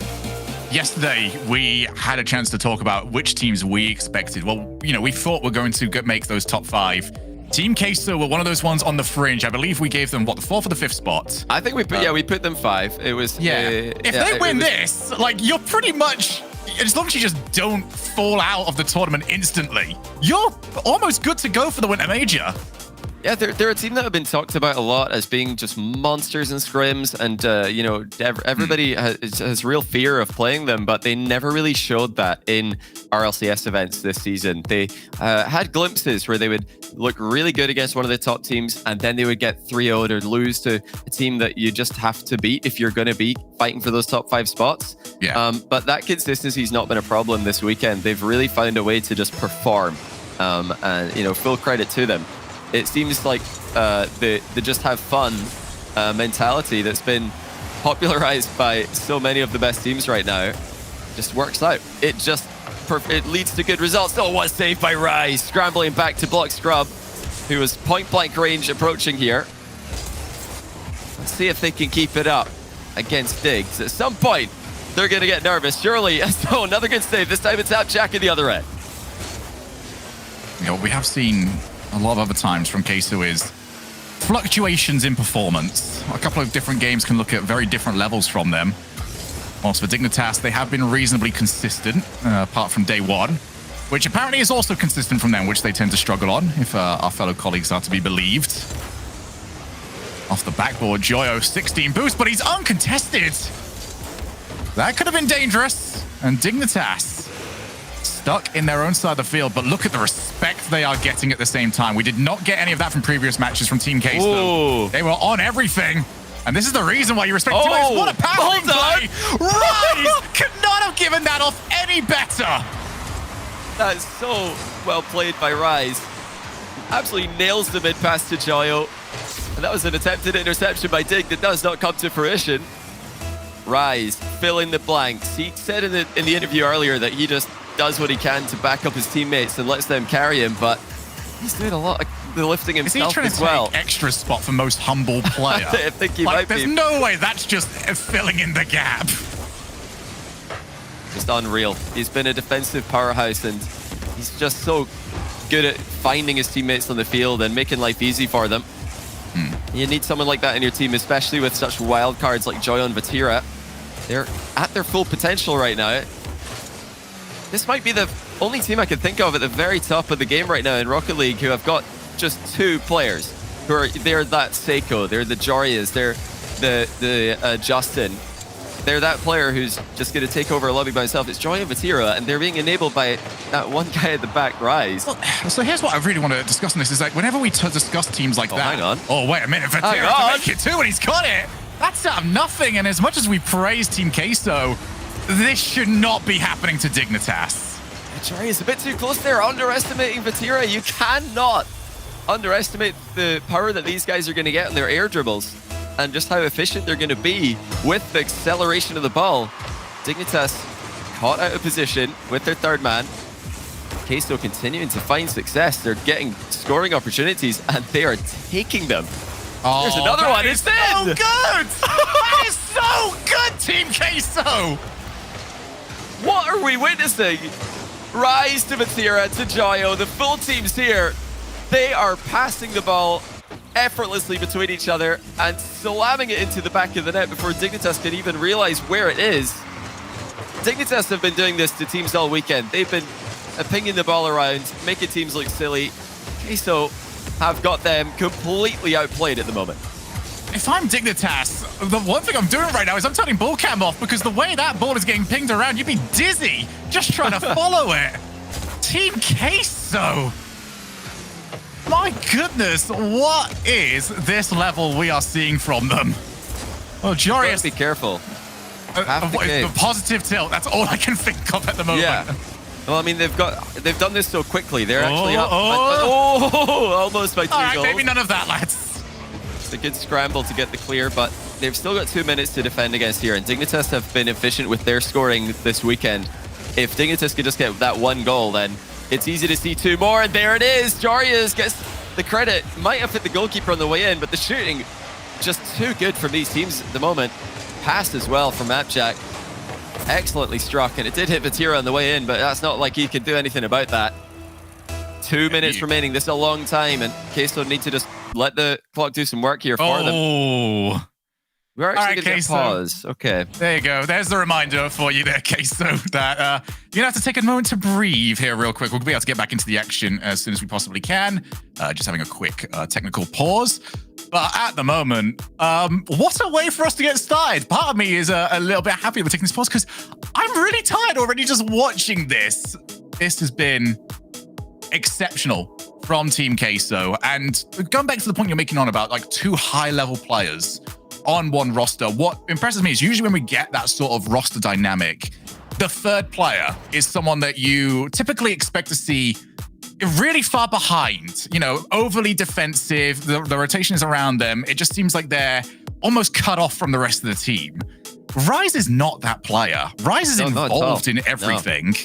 I mean, that's what made BDS such a dominant team in RLCS Season X. They were just the first team who really figured that out, and it was the extra being able to just perfectly synergize with Mark by 8, who's such a crazy player with the way he plays, and Monkey Moon, who is so dominant in offense. And Extra didn't do that by sitting back. He got stuck in offense as well, and that's what Rise is doing here. He's joining the attack. It's what Dignitas do when they're playing well. You don't really see somebody sitting back just gathering boosts and not really joining the offensive plays. They're just trusting their fast rotations to get them back into the midfield quickly enough that they can play that 3-man offense, which very often turns into almost a 4-man offense because the first player in recovers, follows up the third player in the play, and you just have that constant cycle of shots and passes and just dangerous touches being made.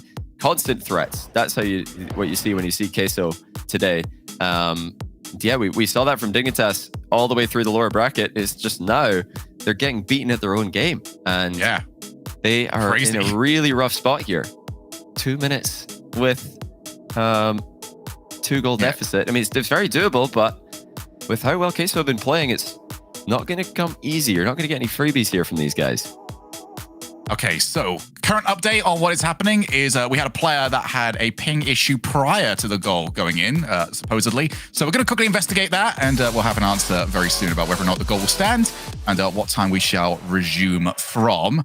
But just continuing to talk about this, for Dignitas, obviously, we know what to expect from them. They're just going to vibe anyway. Like, I don't really think we're going to see anything different from them in terms of mentality. They'll be very happy with their performances throughout this event anyway.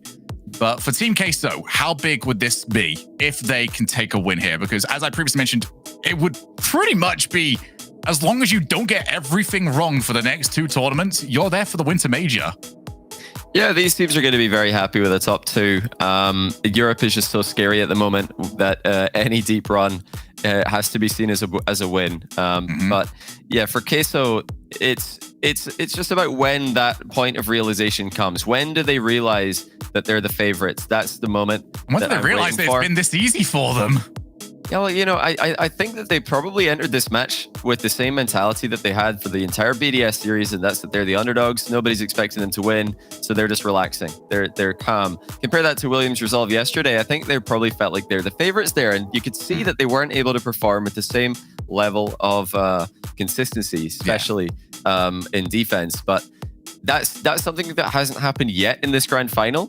They look like they're just calmly playing this one out, but at some point, maybe they're going to realize, wait a minute, we're going to win this. We're the heavy favorites. And that's the moment. We've seen it many times before in grand finals when it's just very hard to get that last game or to win those game 6, game 7s and just close it out. So that we'll cross that bridge when we come. For now, Team Queso have got 2 minutes to survive against Dignitas, and they've already built themselves a phenomenal goal lead. Such a impressive offensive performance from the entire team. Like you mentioned, it's not just the Tira popping off the solo goals. It's not just Joyo popping off the solo goals. They're all getting involved. They're passing well, and they're finishing well. So it's all going well for Queso at the moment. They just need to keep doing what they're doing. And for Dignitas, yeah, they might actually have to make a change of game plan for the first time in this entire tournament.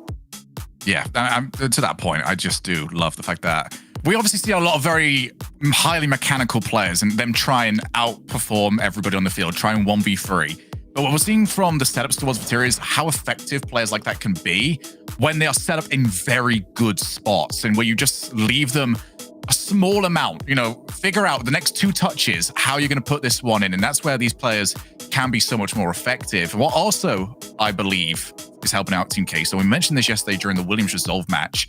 And I think this is the reason why they didn't look as good there. Is because Williams Resolve were almost like an unwilling dance partner in that one. They were very reserved. They were holding back. It was up to Team Queso. That's such a surprisingly good analogy. Yeah. It was just like they were just waiting for Team Queso to come towards them. And now they're up against these teams that want to take the fight to them. And they're so much more comfortable at this pace. You probably couldn't have come up with an analogy that the entirety I will take it for once, mate. Imagine like something that could just unify the entirety of Twitch chat. It's like, yes, an unwilling dance partner. Everybody lets out oh yeah, yep. I know, I've been there. A very awkward school disco. Very few things you could have said that would have got everyone to agree. I mean, you're never going to get Twitch chat to agree on many things. But there's the one Grinch out there somewhere. I know where you are. We know. Well, Dignitas look calm, and I think that they're just experienced enough now that they're not going to panic here. They've been down before. They've made comebacks. This entire tournament for them has been a comeback after losing to Queso and Misfits in the group stage. Were they really the biggest losers of all of that? Was it everyone they had to face? It's true. I mean, that's the way of looking at it. A lot of teams looking at this right now like, oh, poor Dignitas. Well, a lot of teams, they see their opponent, Luminosity, probably not too happy to see Dignitas round 1 off the lower bracket. But, in some ways it's an opportunity because if 2 teams have already beaten Dignitas, if Misfits and Queso have already beaten Dignitas in a group stage, maybe that is the team you want to play against. Not only are you getting a chance to play a team who clearly aren't having the best day, but you're also getting a chance to take points from one of your biggest rivals, which Dignitas have to be for this region. I suppose your answer to that question about how happy you are depends on if you won the match. If you lost, then why did we get this matchup? Also, I don't want to make this about us real quick, but I'm going to make this about us real quick because everyone's been going on about how you and Stumpy are on the verge of the best possible bracket. I want to point out, me and Greg are the ones that picked Dignitas to win this. So we are on 2 opposite sides of this coin. Foolish selection, like the rest of the desk as well. You might think at home that this is only on screen that we vibe for this. It is behind the scenes as well. It is really bad behind the scenes. Listen, some people wonder why are they always talking about predictions? We do talk about predictions a lot, but I think 99% of brackets are completely wrong, especially in Europe. It's impossible to correctly predict this region. Oh, it's bad. The fact that it's potentially happening is just the luckiest thing I've ever seen. So yeah, stop being just lucky. Really, that's the point here. I love how you guys keep moving your name away from what production gave you. But yes, quick reminder as well to you, as we're currently in review. One of the players had a connection issue, supposedly prior to the goal. So we are continuing to review, firstly, whether or not that goal should stand and when we should restart the game from. We're going to go to break, get this all resolved. When we are back, the grand finals will continue.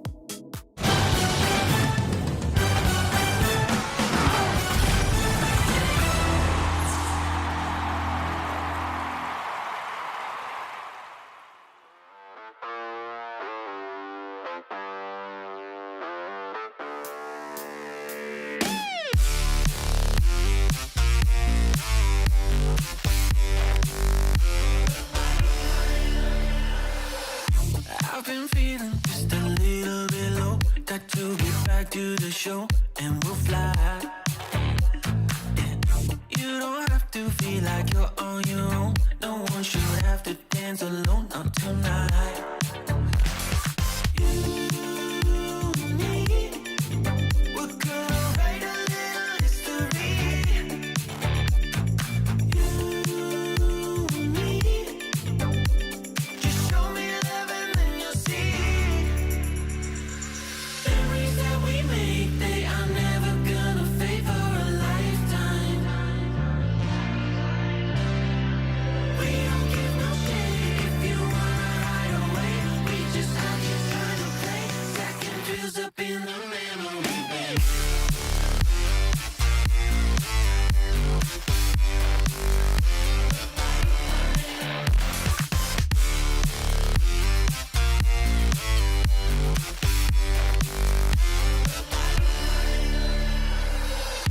I've been looking for somebody to make memories in a bank forever in time.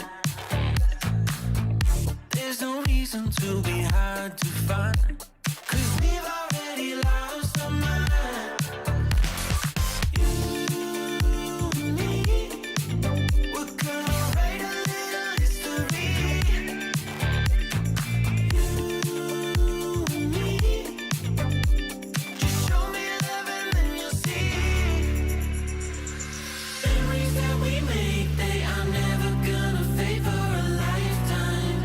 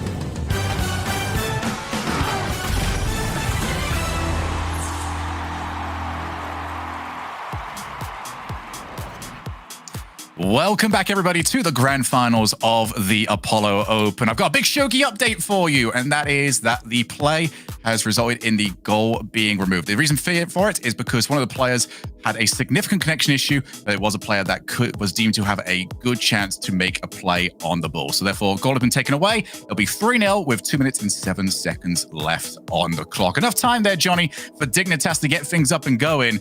We did mention about like what moment does it take for Queso to realize, oh, all right, we're in this position. Yeah. Even a little bit of time like that can put you in a spot where you start to make that realization. Yeah, that break will probably have helped Dignitas more than anyone, I would say, because now Queso have had a chance to think about the situation that they're in, which, might be the worst thing possible because they were just in the zone there. They were just scoring goals. They were making plays. And it's going to be very interesting to see what these two teams look like after this reset, because I know Dignitas very much, especially Scrub recently, has been saying, just simply vocalizing these things, win mentality, and the reset mentality. This is something I know Dignitas can do. So there's a danger here of a comeback. There always is against Dignitas, and Queso need to be careful of that. They just need to try and run the clock down. 3 goals is enough. And of course, you can do that in offense. You can run the clock down in offense. It's probably better to do it that way by just not overcommitting, never wasting a ton of boost. Here we go. 2 minutes and 7 seconds. Dig need 3. It's a forced OT. Already it's Team Queso into offense, like we said, but nice save by Scrub, even deflecting it towards Jack on the right side. Apparently Jack tries to play over the top. Both teams trying to find some sort of... Oh, there we go again. Oh, I hope you enjoyed the gameplay that we got. What was that, 16 seconds we got? Oh, rollicking. All right, Johnny, you got 16 seconds of gameplay. It's time to prove your analytical chops. What did you see? Well, Queso didn't do a dumb kickoff, so that's good. They didn't get scored on in a kickoff, so that's already a good start. But yeah, it looks like we have got an entirely different player with a connection issue, so we're gonna get back into it as soon as possible. But you know what? After what I've seen there, I think Queso have lost this. Yeah, it was so bad. Well, you're really, really desperate for Dignitas to win, and finally you can make fun of Stumpy and I for being wrong. I've been really bad with my predictions this week, dude. I got all 3 wrong on the Friday show. I even made a prediction up midway through a game and still got it wrong from there. So probably 0-4 if I was anything. The thing is though, like we do. I'm glad that the days are gone where players will just ignore a connection issue and play on through it, and then just not ask for any help. I feel like that would be. We're in the most UK Grand Final ever, or like second most if Guild Aether had more. I can't remember. Super UK Grand Final. It would be extremely UK-esque to just ignore the ping and think, oh well, I'm lagging.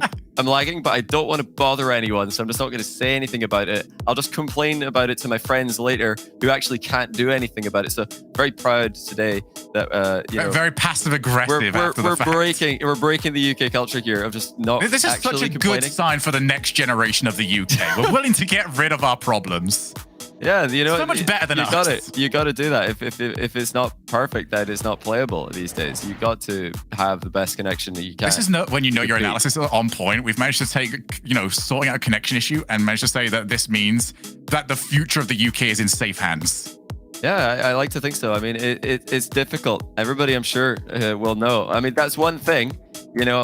NA's not better than EU at a lot of things, but they're definitely better at complaining when something is wrong about their food, for example. Their food order's wrong.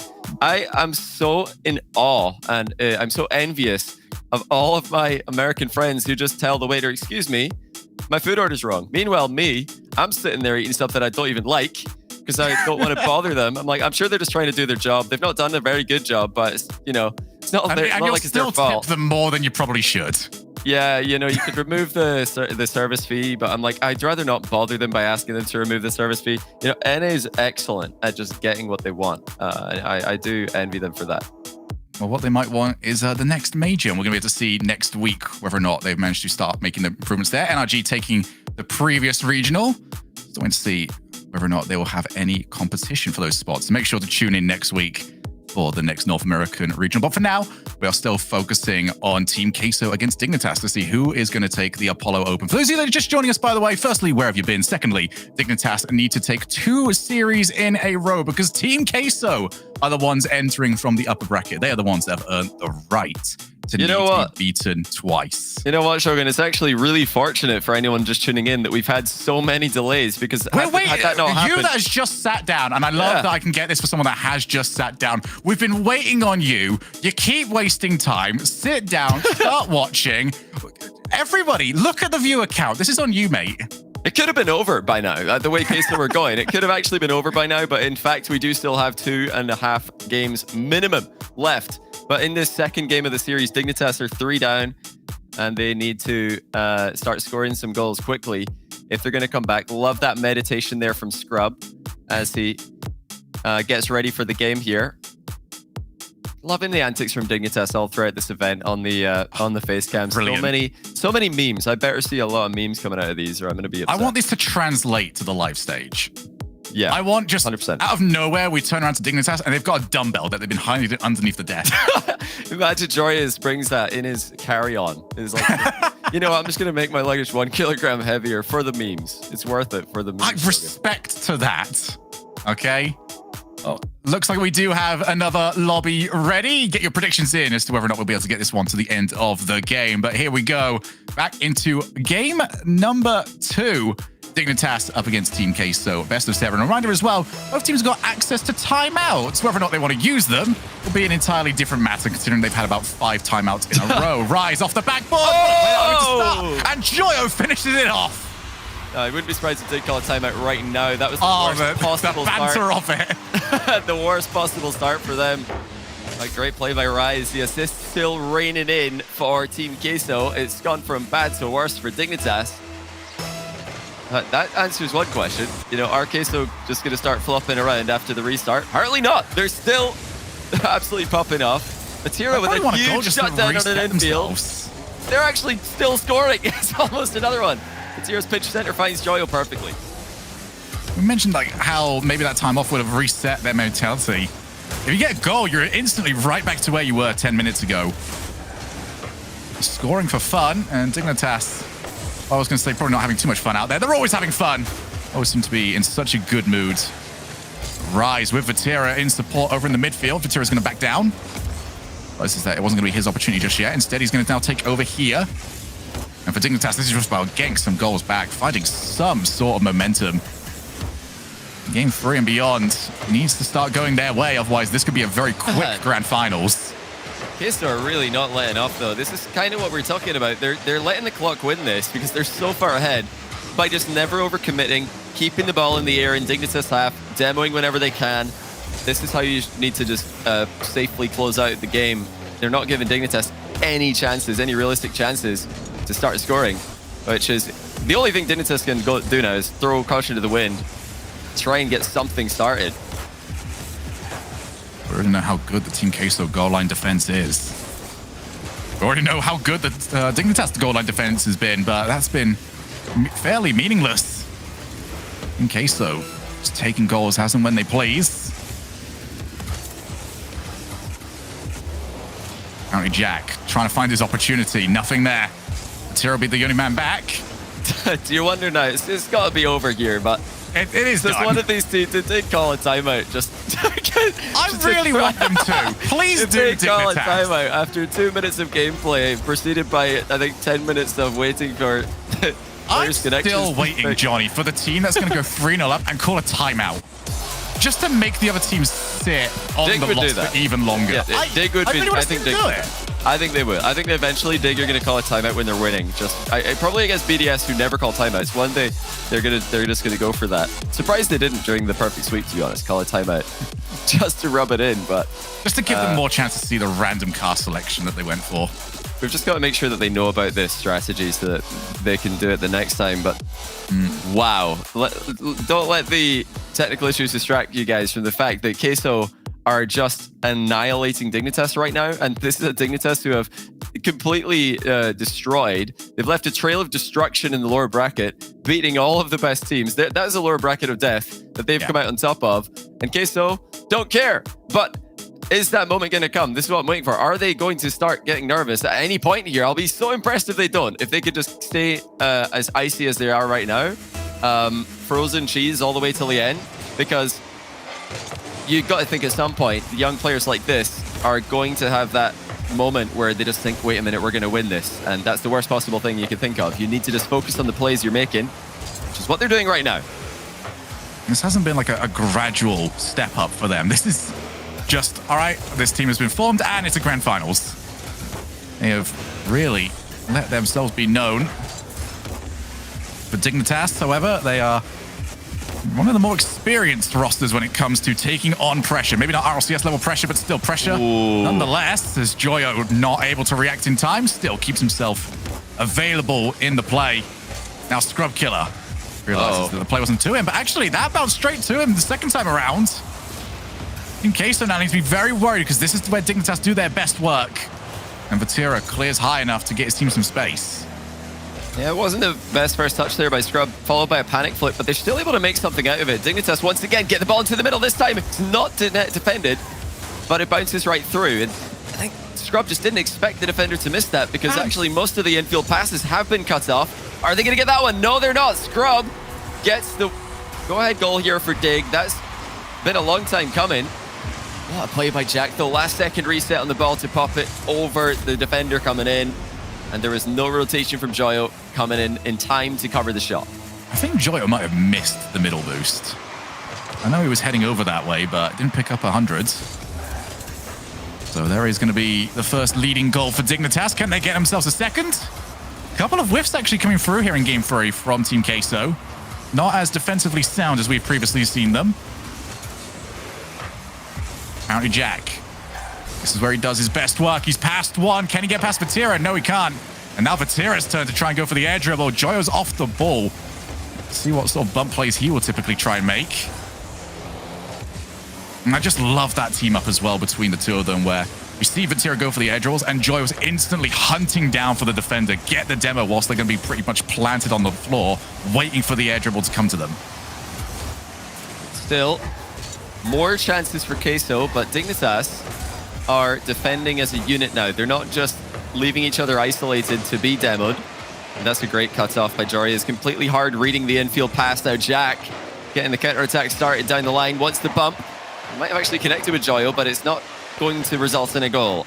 Vatira there to help him out. Rise with a chase down. Jorius. Passed over to apparently Jack. Just over half the game remaining. Apparently Jack wants to get over to himself. Instead, it's the Scrub, and he just about wins the challenge and turns it in for 2. High knees paying off. Scrub Killer too quick, too strong. Getting up for this one, going right through Joyo and Vatira. That's an excellent hitbox manipulation there from Scrub, just sitting on the ball. It didn't really matter what Joyo and Vatira do, because Scrub is denying the touches that they're going for. Jack looked for the third goal, but Joyo is turning back towards the net, so another safe kickoff for Queso to prevent the immediate cheat kickoff for Dig from coming to fruition. Good pass yet again, but apparently Jack unable to continue the follow-up. And Queso want to get that demo play back up and running. See if they can maybe isolate a defender. Joyo with time. He's also got a target man downfield. Apparently Jack quick enough to get to it. Wasn't the best touch from him, however. And now Rise with support. Can he get it over to them? No, Jorius. He just lingers in the air, waiting for the play to get over to him. Yeah, really high-level stuff here. Rise faking a flip reset before going for a heavy touch at the end of his air dribble.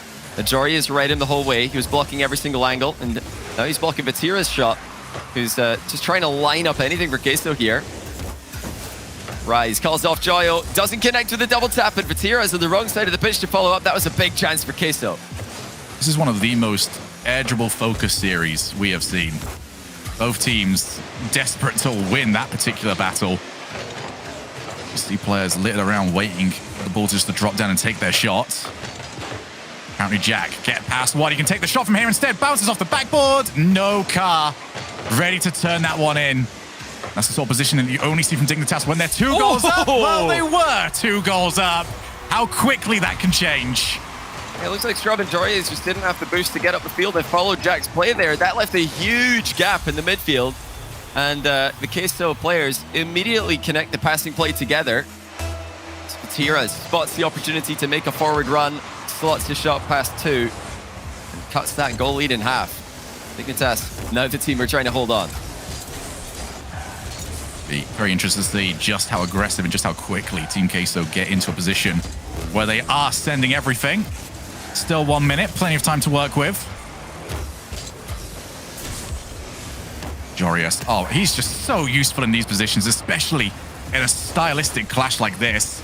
His ability just to get into the air and cover the entire midfield is becoming so important, and now they've got themselves in this position. Nobody around. Whoa. Scrub killer. Wait a minute. He floated over. Scrub, where have you gone? He just got baited in. He's creeping forward, hoping that Jack pops that into the backboard for him. But they're just not on the same page. Dignitas throw the 1 goal lead to a complete pitch clear. Vatira doesn't even need to hit it that hard. He just hits it in on a bounce there. Scrub and Jack just not able to connect the dots on that play, but still, Dignitas have got possession. 30 seconds left in regulation on a tie game. He's so given a gift there, a rare gift against Dig in this event. Especially when they've got the goal lead. Just so unnecessary to hand that one over to Team Queso. A team that you really need to start testing in these positions, get the situation to start to bother them, and instead just hand it away back into this game. And if this ends up going Team Queso's way, Dignitas will be none too pleased. Oh, wait a minute. Whoa. Rise with Vatira and apparently Jack far too quick on the draw. Time to get that ball to hit the floor and head over to overtime.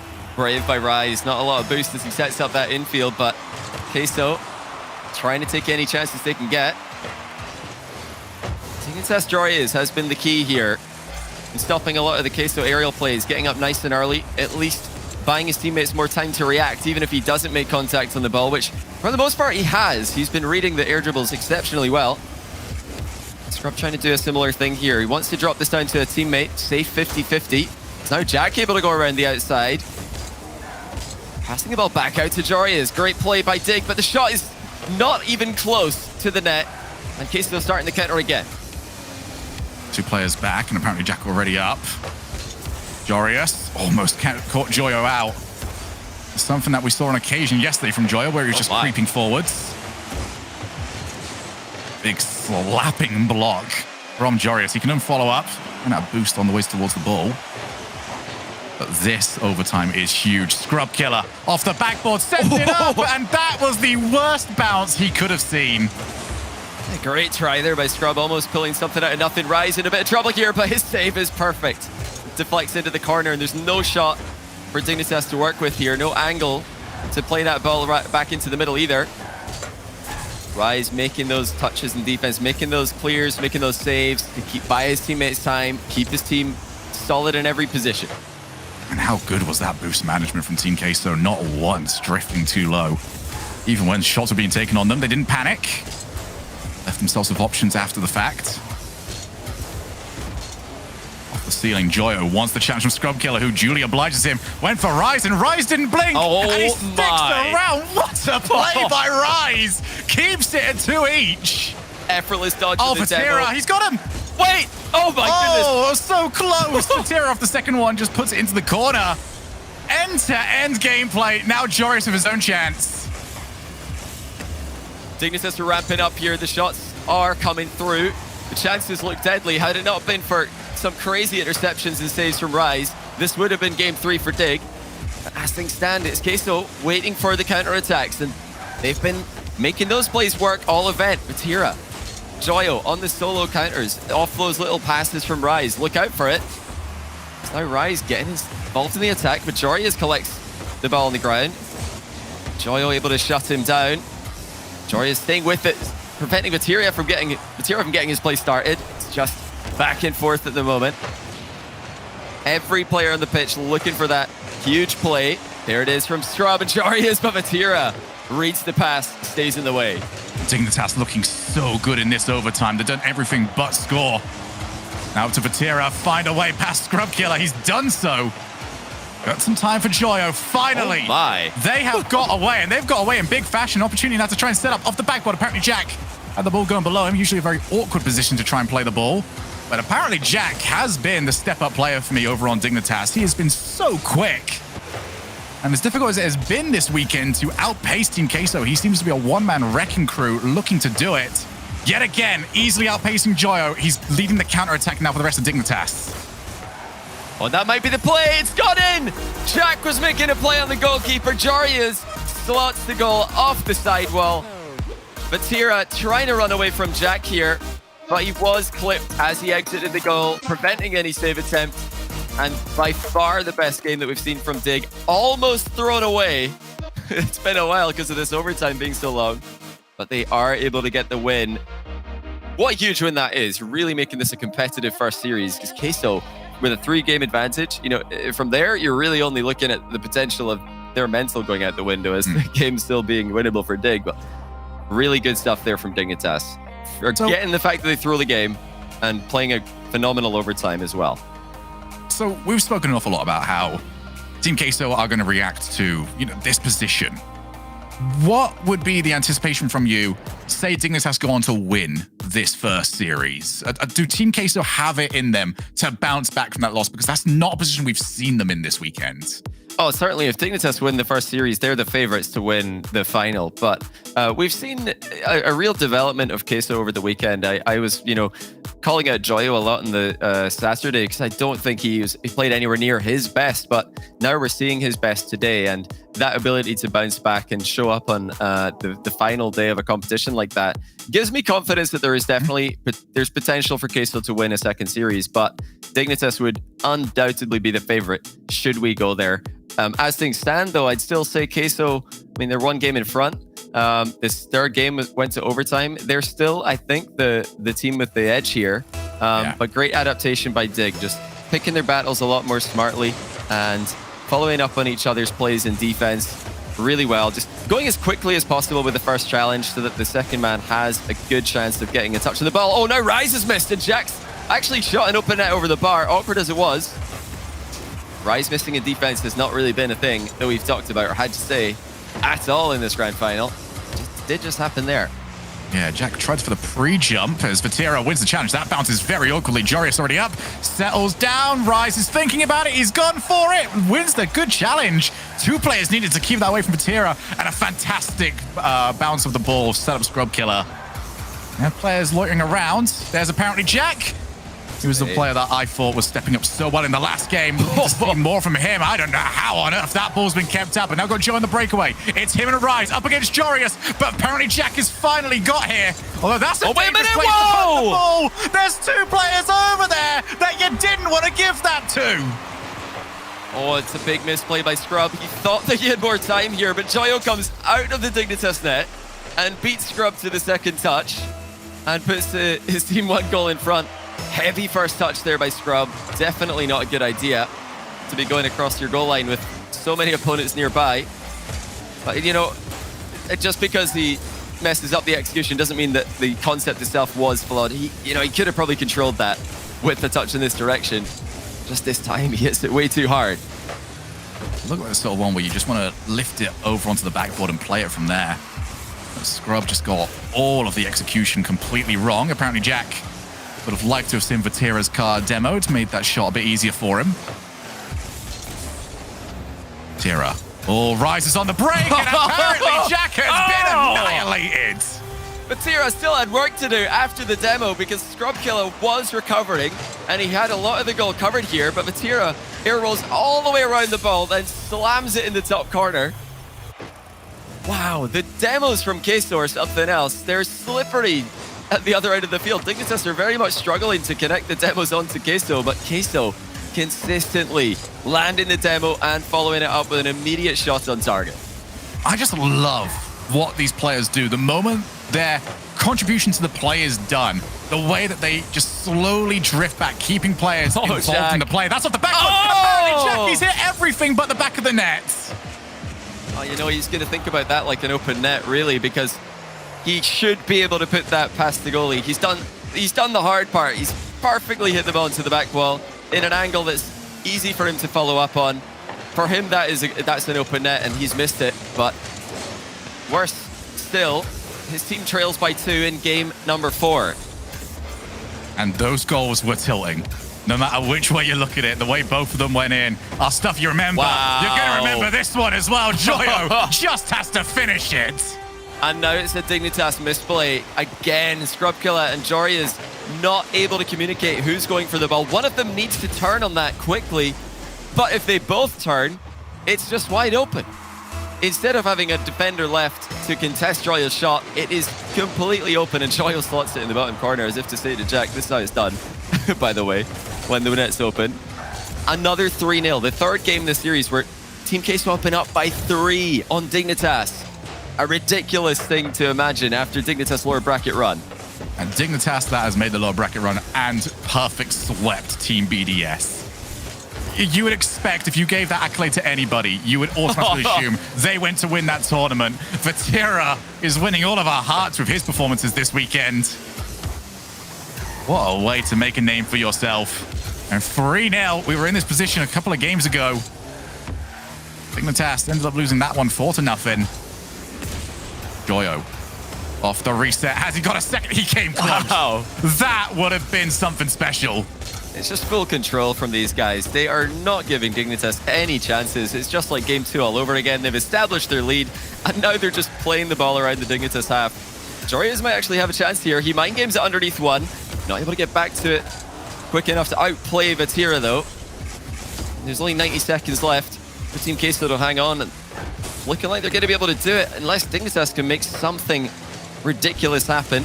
Tough read by Joyo. Joyo just somehow got it off an impressive angle. Nothing is going past Queso at the moment. And another one goes into Dig net from distance. Rise with the power shot. And you can't really blame Dignitas for overcommitting here. It's been so hard for them to set up chances. And in doing so, they've actually just conceded a 4th. How calm, though, is the Team Queso defense? Not only do we have a player going for an in-and-out save, we've got somebody else turning around, anticipating the pass. This is a team that is not only looking at a way of stopping the offense that you're putting forward, but looking to exploit it in a way to create their own chances. And no matter what the situation, they're comfortable. They will not panic. They will not get away from the belief of one another that they will be able to deal with the situation in front of them. And how difficult is that to deal with when you're on Dignitas, where not only is the goals that you're going for not going in, but you're getting scored on a matter of seconds after you go for it. It's unpredictability. Queso are just reading everything. They're saving everything because they are reading every play Digger making. And when you try and read what Queso are doing, Dignitas are having a really hard time. They are just, I think, the more unpredictable of the two teams. And mechanics look to be pretty even, although at times it's Queso who are making the bigger plays. I think Dignitas overall can match them mechanically, but when it comes to being hard to predict, I don't think anyone is close to Queso right now in this event. They are completely outplaying Dig in the grand final, where their experience is 0. This is their first time here, and they're now on triple match point against the Fall Regional 2 champions. The team that many are calling the best in Europe, potentially, especially after the dominating BDS. But this is unheard of. No one, not even myself, not Stumpy, not anyone, when they were predicting Queso to win this, thought it would look like this. It's not over yet, but the way things are going, looking very bad for Dig, who do call a timeout. I'm not even going to throw out there anymore the hopium that, oh, Team Queso might not do very well on match point, because I don't believe that at this moment. I think Dignitas are going to have to step up to this level of play, because I just don't see it in Team Queso. I don't think that they've got it within them to start letting off the gas and making silly mistakes that are going to put them in a bad spot. This is now up to Dignitas to figure something out. You know, demo plays they've attempted. This is probably the worst bit of Dignitas, is they've not tried things. It's they've not tried, been yeah, they've tried demos, haven't they?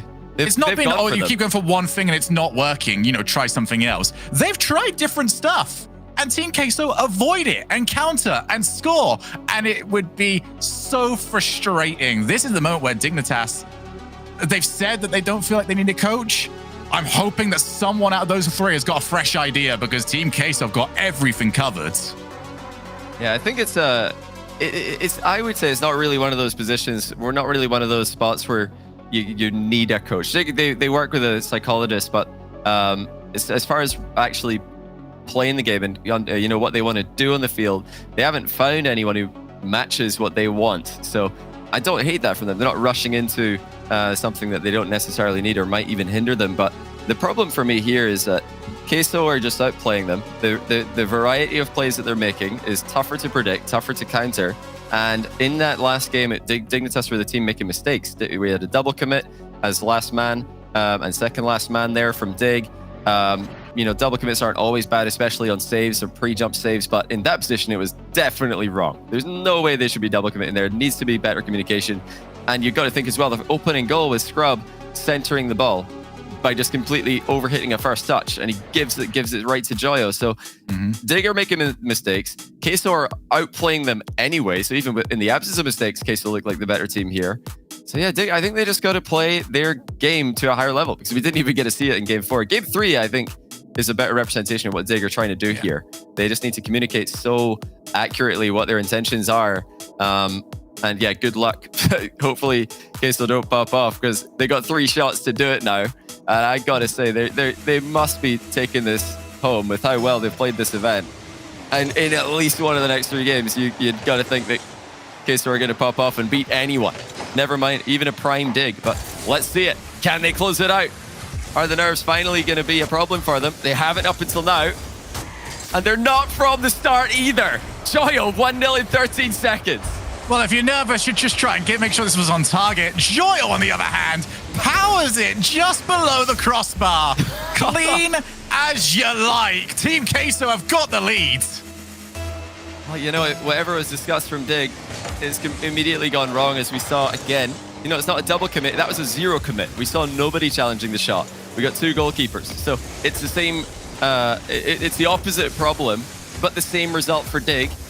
Communication is just not working out. They're not giving each other time to react to Queso like they did in Game 3 by making those early challenges. Vatira's actually still got this. He's been bumped onto the ceiling, and he's just like, that's fine. I'm just going to get my flip back and continue my play. Some boost. Oh, nice. I get to be in the air with boost. Joke's on you, Dig. Cheers, mate. Team Queso, a real fresh breath of fresh air into the European scene. Now, can they finish this off the backboard?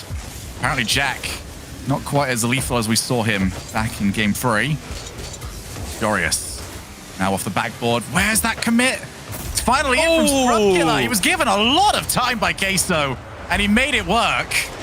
Yeah, Scrubkiller with a really good turn here. He's only got 12 boost when he comes back in, but staying, active in offense is what Dignitas need at the moment, because Queso are saving shots pretty often. They're dodging demos very often. So when you're up against a resilient defense like that, you have to look for those chances. And Scrub, great awareness to turn around in the play. Doesn't go all the way back for boost. Stays in it. Puts his team in a 1-1 score. He's still in a bit of an awkward spot here. No boost for Joyo. Well, he's got 12, but he's being very careful with it. Oh, what a save by Rise! How? How does this team keep it out? There's nobody around now for Dignitas. It'll be a ridiculous shot from Scrub to turn it in. We've been stuck in this final third for, it feels like, forever. Joyo at least gets some good contact that opens up the play. And Jorius misses, but it's now back to the other side of the field. Scrubkiller chases down. 1 each here in what could be the tournament-winning game for Team Queso. Vatira out to Scrub, who almost got hit. This is the danger. As good of a position as this is for Dignitas, takes 1 hit to get rid of that goalkeeper. Same thing, though, for Team Queso. Those demos, those bumps could be a major factor in this game. You know, when it comes to demos and dodging demos, Queso have outplayed Dig today. The defense continues to be impressive. They've definitely outplayed Dig in defense. And offensively, I have to give again to Queso. They're just beating Dignitas at every aspect of the game at the moment. But the question remains, can they survive once again these awkward low boost positions? For now, the answer is yes. But Dig are being patient. They're waiting for that glorious opportunity. Did not come on that attack. Did not come on that offensive play. Yeah, we've seen a couple of half opportunities there for Dignitas where if somebody was around trying to read the play as perfectly as possible, they could have had the shot.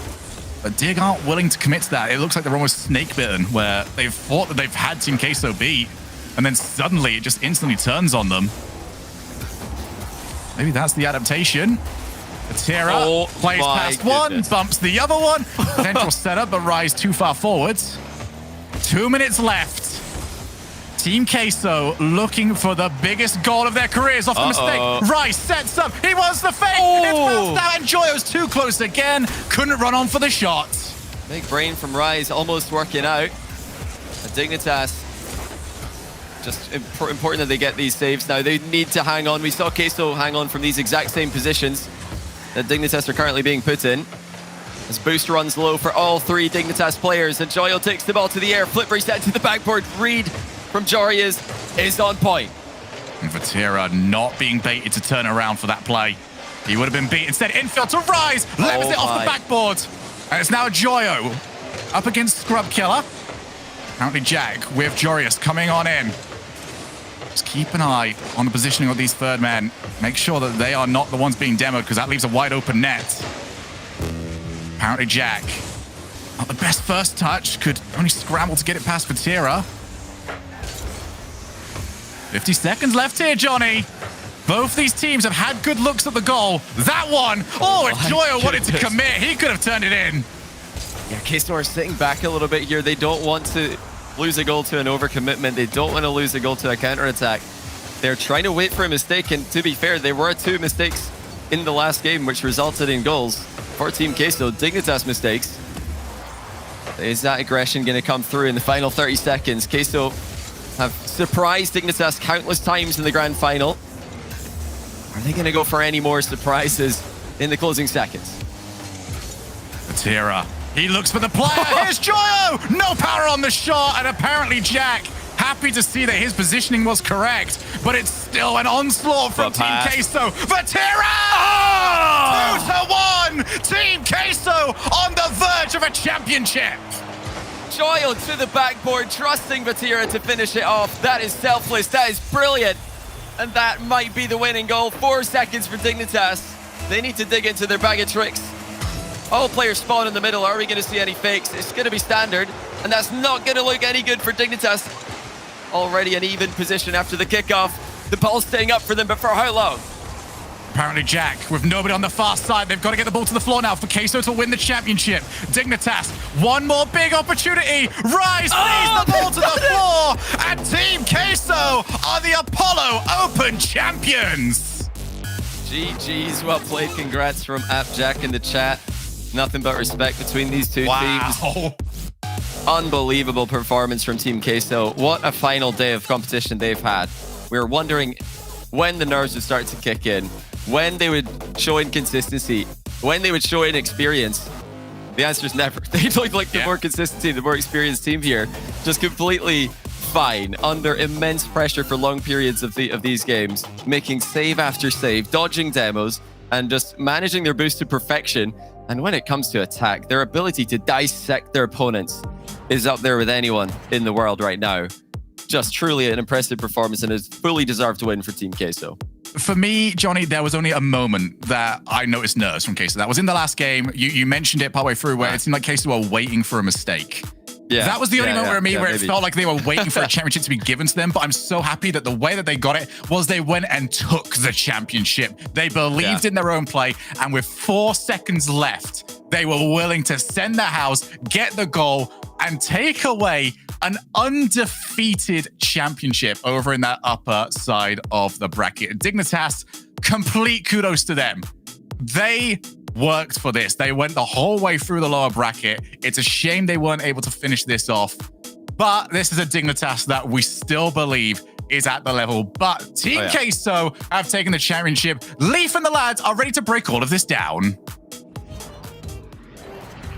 We are absolutely ready here, and I know one person in particular that is very ready to break this down. Is it the smug guy nodding his head at the end there? I think it's the smug guy nodding his head at the end there. You're so right, it is, Leaf. Oh, the Sunny Boy bracket. He's lost it all. He had it all. Okay, you're so right. You're so right, Leaf. Ha, ha, ha, ha. You're so right, Leaf. Let me talk now. That was firstly an awesome performance by Queso. That was unbelievable, and it's exactly what Stunny Boy knew could happen from day one, where Queso played the game how they had to do it. This just happened to be a day where everything they tried worked. They just came up against a Dignitas that perfect swept BDS after taking down BDS 4-0 themselves. They looked so new and so fresh and so unique that I think they're going to be such a scary team to continue facing in the future. This is not a pop-off event. This may well be their standard. Yeah, I mean, it's looking more and more like this is their standard now. This is the team that, over Fall, they qualified for every event, and finally in Fall 3 made it to those playoffs.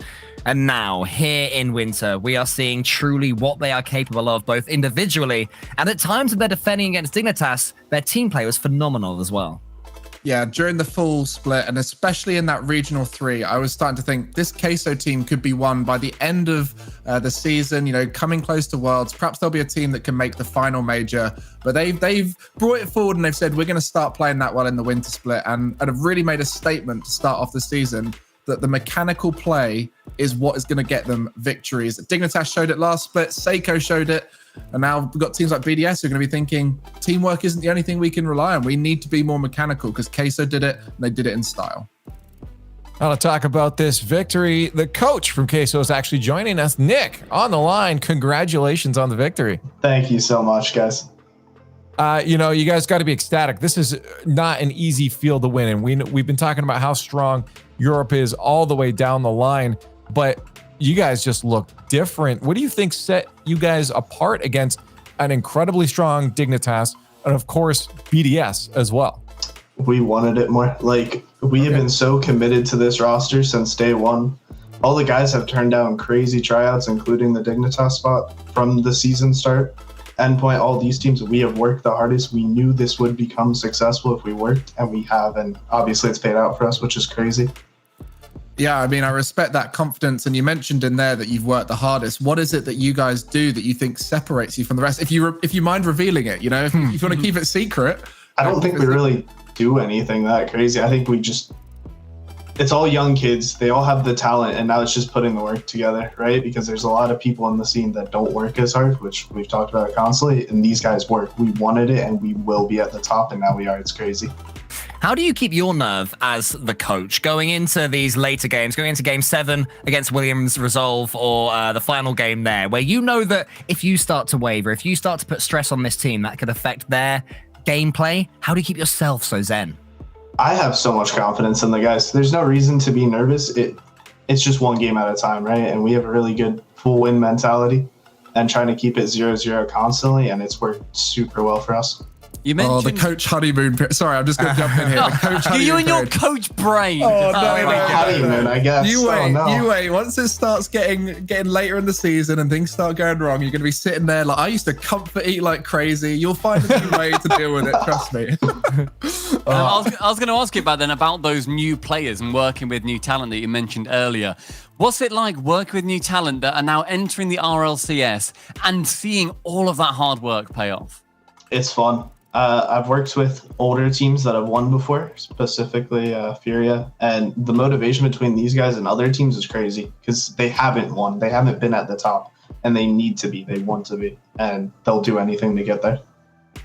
Well, I'm gonna give you. I always give someone the stage at this point. You can speak for the team. Anything else you want to say to the world? You guys won, so the stage is yours.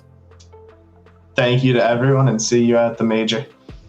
I love that. Yes, I love that. I really want to see Queso there. Really. So do we. The full win mentality can't just be the players. It's got to be the coach as well. And that's what backs him up. So congratulations, Nick. Say it to the team for us too. And we're looking forward to seeing you keep winning. Thank you so much, guys.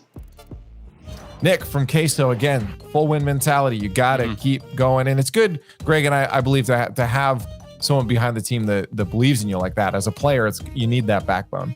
Yeah, I mean, just listening to him speak, I felt relaxed. So I'm sure he helps keep them in check and makes them feel comfortable and everything. He seems like a really switched on guy, and it's so important. People look at coaches and they go, what does a coach do? And, every coach has their own style. But at the end of the day, having someone there who's just looking out for the team and almost being like an older brother to the players, that's so key because he'll make sure they get what they need. He'll make sure they feel the way they need to feel in that tournament and make them confident in themselves. And it's really good to see that from Nick there. Well, let's take a look at the journey of these teams. Took through the bracket. Cole, do we give it to the guy that got it right? Do we let him talk? I recognize this bracket. I recognize that. Oh, that I'm going to say, is this the... I was going to compliment you. Hush, Stumpy Goblin. Do you know what? No, we don't give them any credit. Clearly, a man that annoying does not deserve any credit ever. You have just stripped yourself of Predicty Godlin status, Stumpy. No, you know I was going to haven't. lavish you. No, Predicty Godlin. You are Predicty Godlin, as is Johnny Boy. He's Predicty Johnlin, I guess.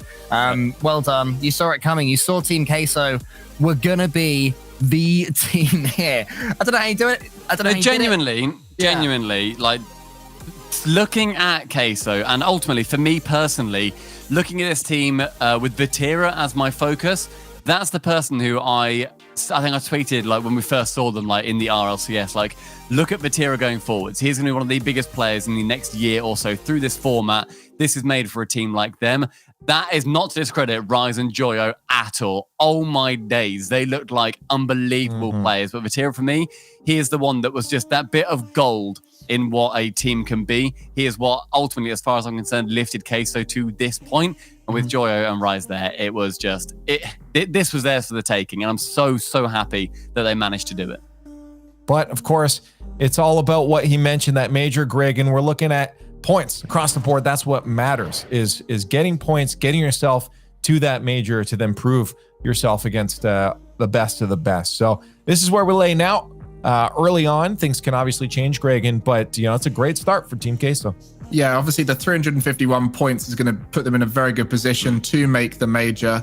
I think you got to look down and notice some of the other teams that have had some important points gains throughout this event. I think Williams Resolve, really important for them to start being in with an auto qualification spot for regionals rather than having to go through the closed qualifier. And then Team Singularity even coming in, making top 8 now means they don't have to go through the open qualifier. So it's not just those teams making it to the major. Everyone wants points all the way through the season to get to Worlds. But making major, I think Queso now have put a really firm stamp on that 4 and 5 spot, which we were unsure of after Team BDS, Endpoint, and Dignitas. Now it's just up to that 5th spot. Who's going to be competing for that? And can Endpoint, BDS, and Dignitas hold that major qualification? It's an amazing story for so many reasons as well. Team Queso being the first team to ever, in NA or EU, win an RLCS X or RLCS 21-22 event from open qualifiers. That's amazing. Like, everything about their story just makes it even more impressive. And the fact that their coach just had such calmness, it's one thing to say going into an event, yeah, we're definitely going to do it. It's another thing to still have that sense of coolness when you're in a game 6 about to win the tournament against Dignitas, who have been so good. Game 5. Everything just worked out for them, but they had to hold their nerve every single step of the way. Well, it was a journey for them for sure, but it's a lot more of those to go forward. We are coming now to a close of the Apollo Open, the first regional here for the European region of the winter split. So I want to get some thoughts. I want to close this off as we get ready for more Rocket League throughout the months. Let's start down at the other end here with Stumpy. We'll go to Cole and finish off with Greg. I said it a little bit earlier on, but this is not a pop-off event for Queso. They can keep this up. This momentum can keep running so long as they don't become complacent, as we have seen other teams do that have been in similar positions. They are still very unique. They are still very young. It's on Nick to keep going with that mindset, keep them comfortable, keep them running in this confident style, but don't let them get complacent. I expect to see Queso getting these top 4 finishes. I fully expect to see them at the major. And man, if this is what Europe looks like, then North America, you gotta pull your socks up. I think what I've learned in this event in particular is that whoever is the talent manager at Team Queso absolutely deserves a pay rise. Going from Atomic Dementor and VK Salem, those guys just completely go above and beyond expectations, reaching the EU Championships for RLCSX. They lose them, and then to find 3 more players who, while not unheard of, certainly weren't considered to be tournament winners going into this, but somebody there has got a massive eye for talent. So congratulations to you and to the team. Yeah, I think talking about the top 4 teams at this event, they've done an amazing job, and we hope to see them back in that top 4 contention in future events. But really, it's the story of the underperformers. Which of those teams that fell out early in the tournament can come back and do well in Regional 2 and Regional 3 and go on to get that spot at the major? I think we're looking at Luminosity Gaming, who had a pretty rough run because they had to face an underperforming Dignitas, who stepped up in the playoffs. And then we've got teams like Semper, Vitality, and all these other teams that we expect to see in top 4s. They now need to prove it and come back. I always find funny is that people are always asking us to stop talking and start the game. And now when it comes to the end, you all want us to keep talking, but I refuse. It's over. The Apollo Open is done. Make sure you hit the follow button, hit the subscribe buttons. You don't want to miss anything Rocket League because it ain't stopping. We're going to keep going. We got a lot more coming your way. On behalf of everyone here, we're done with the Apollo Open, and thank you for watching.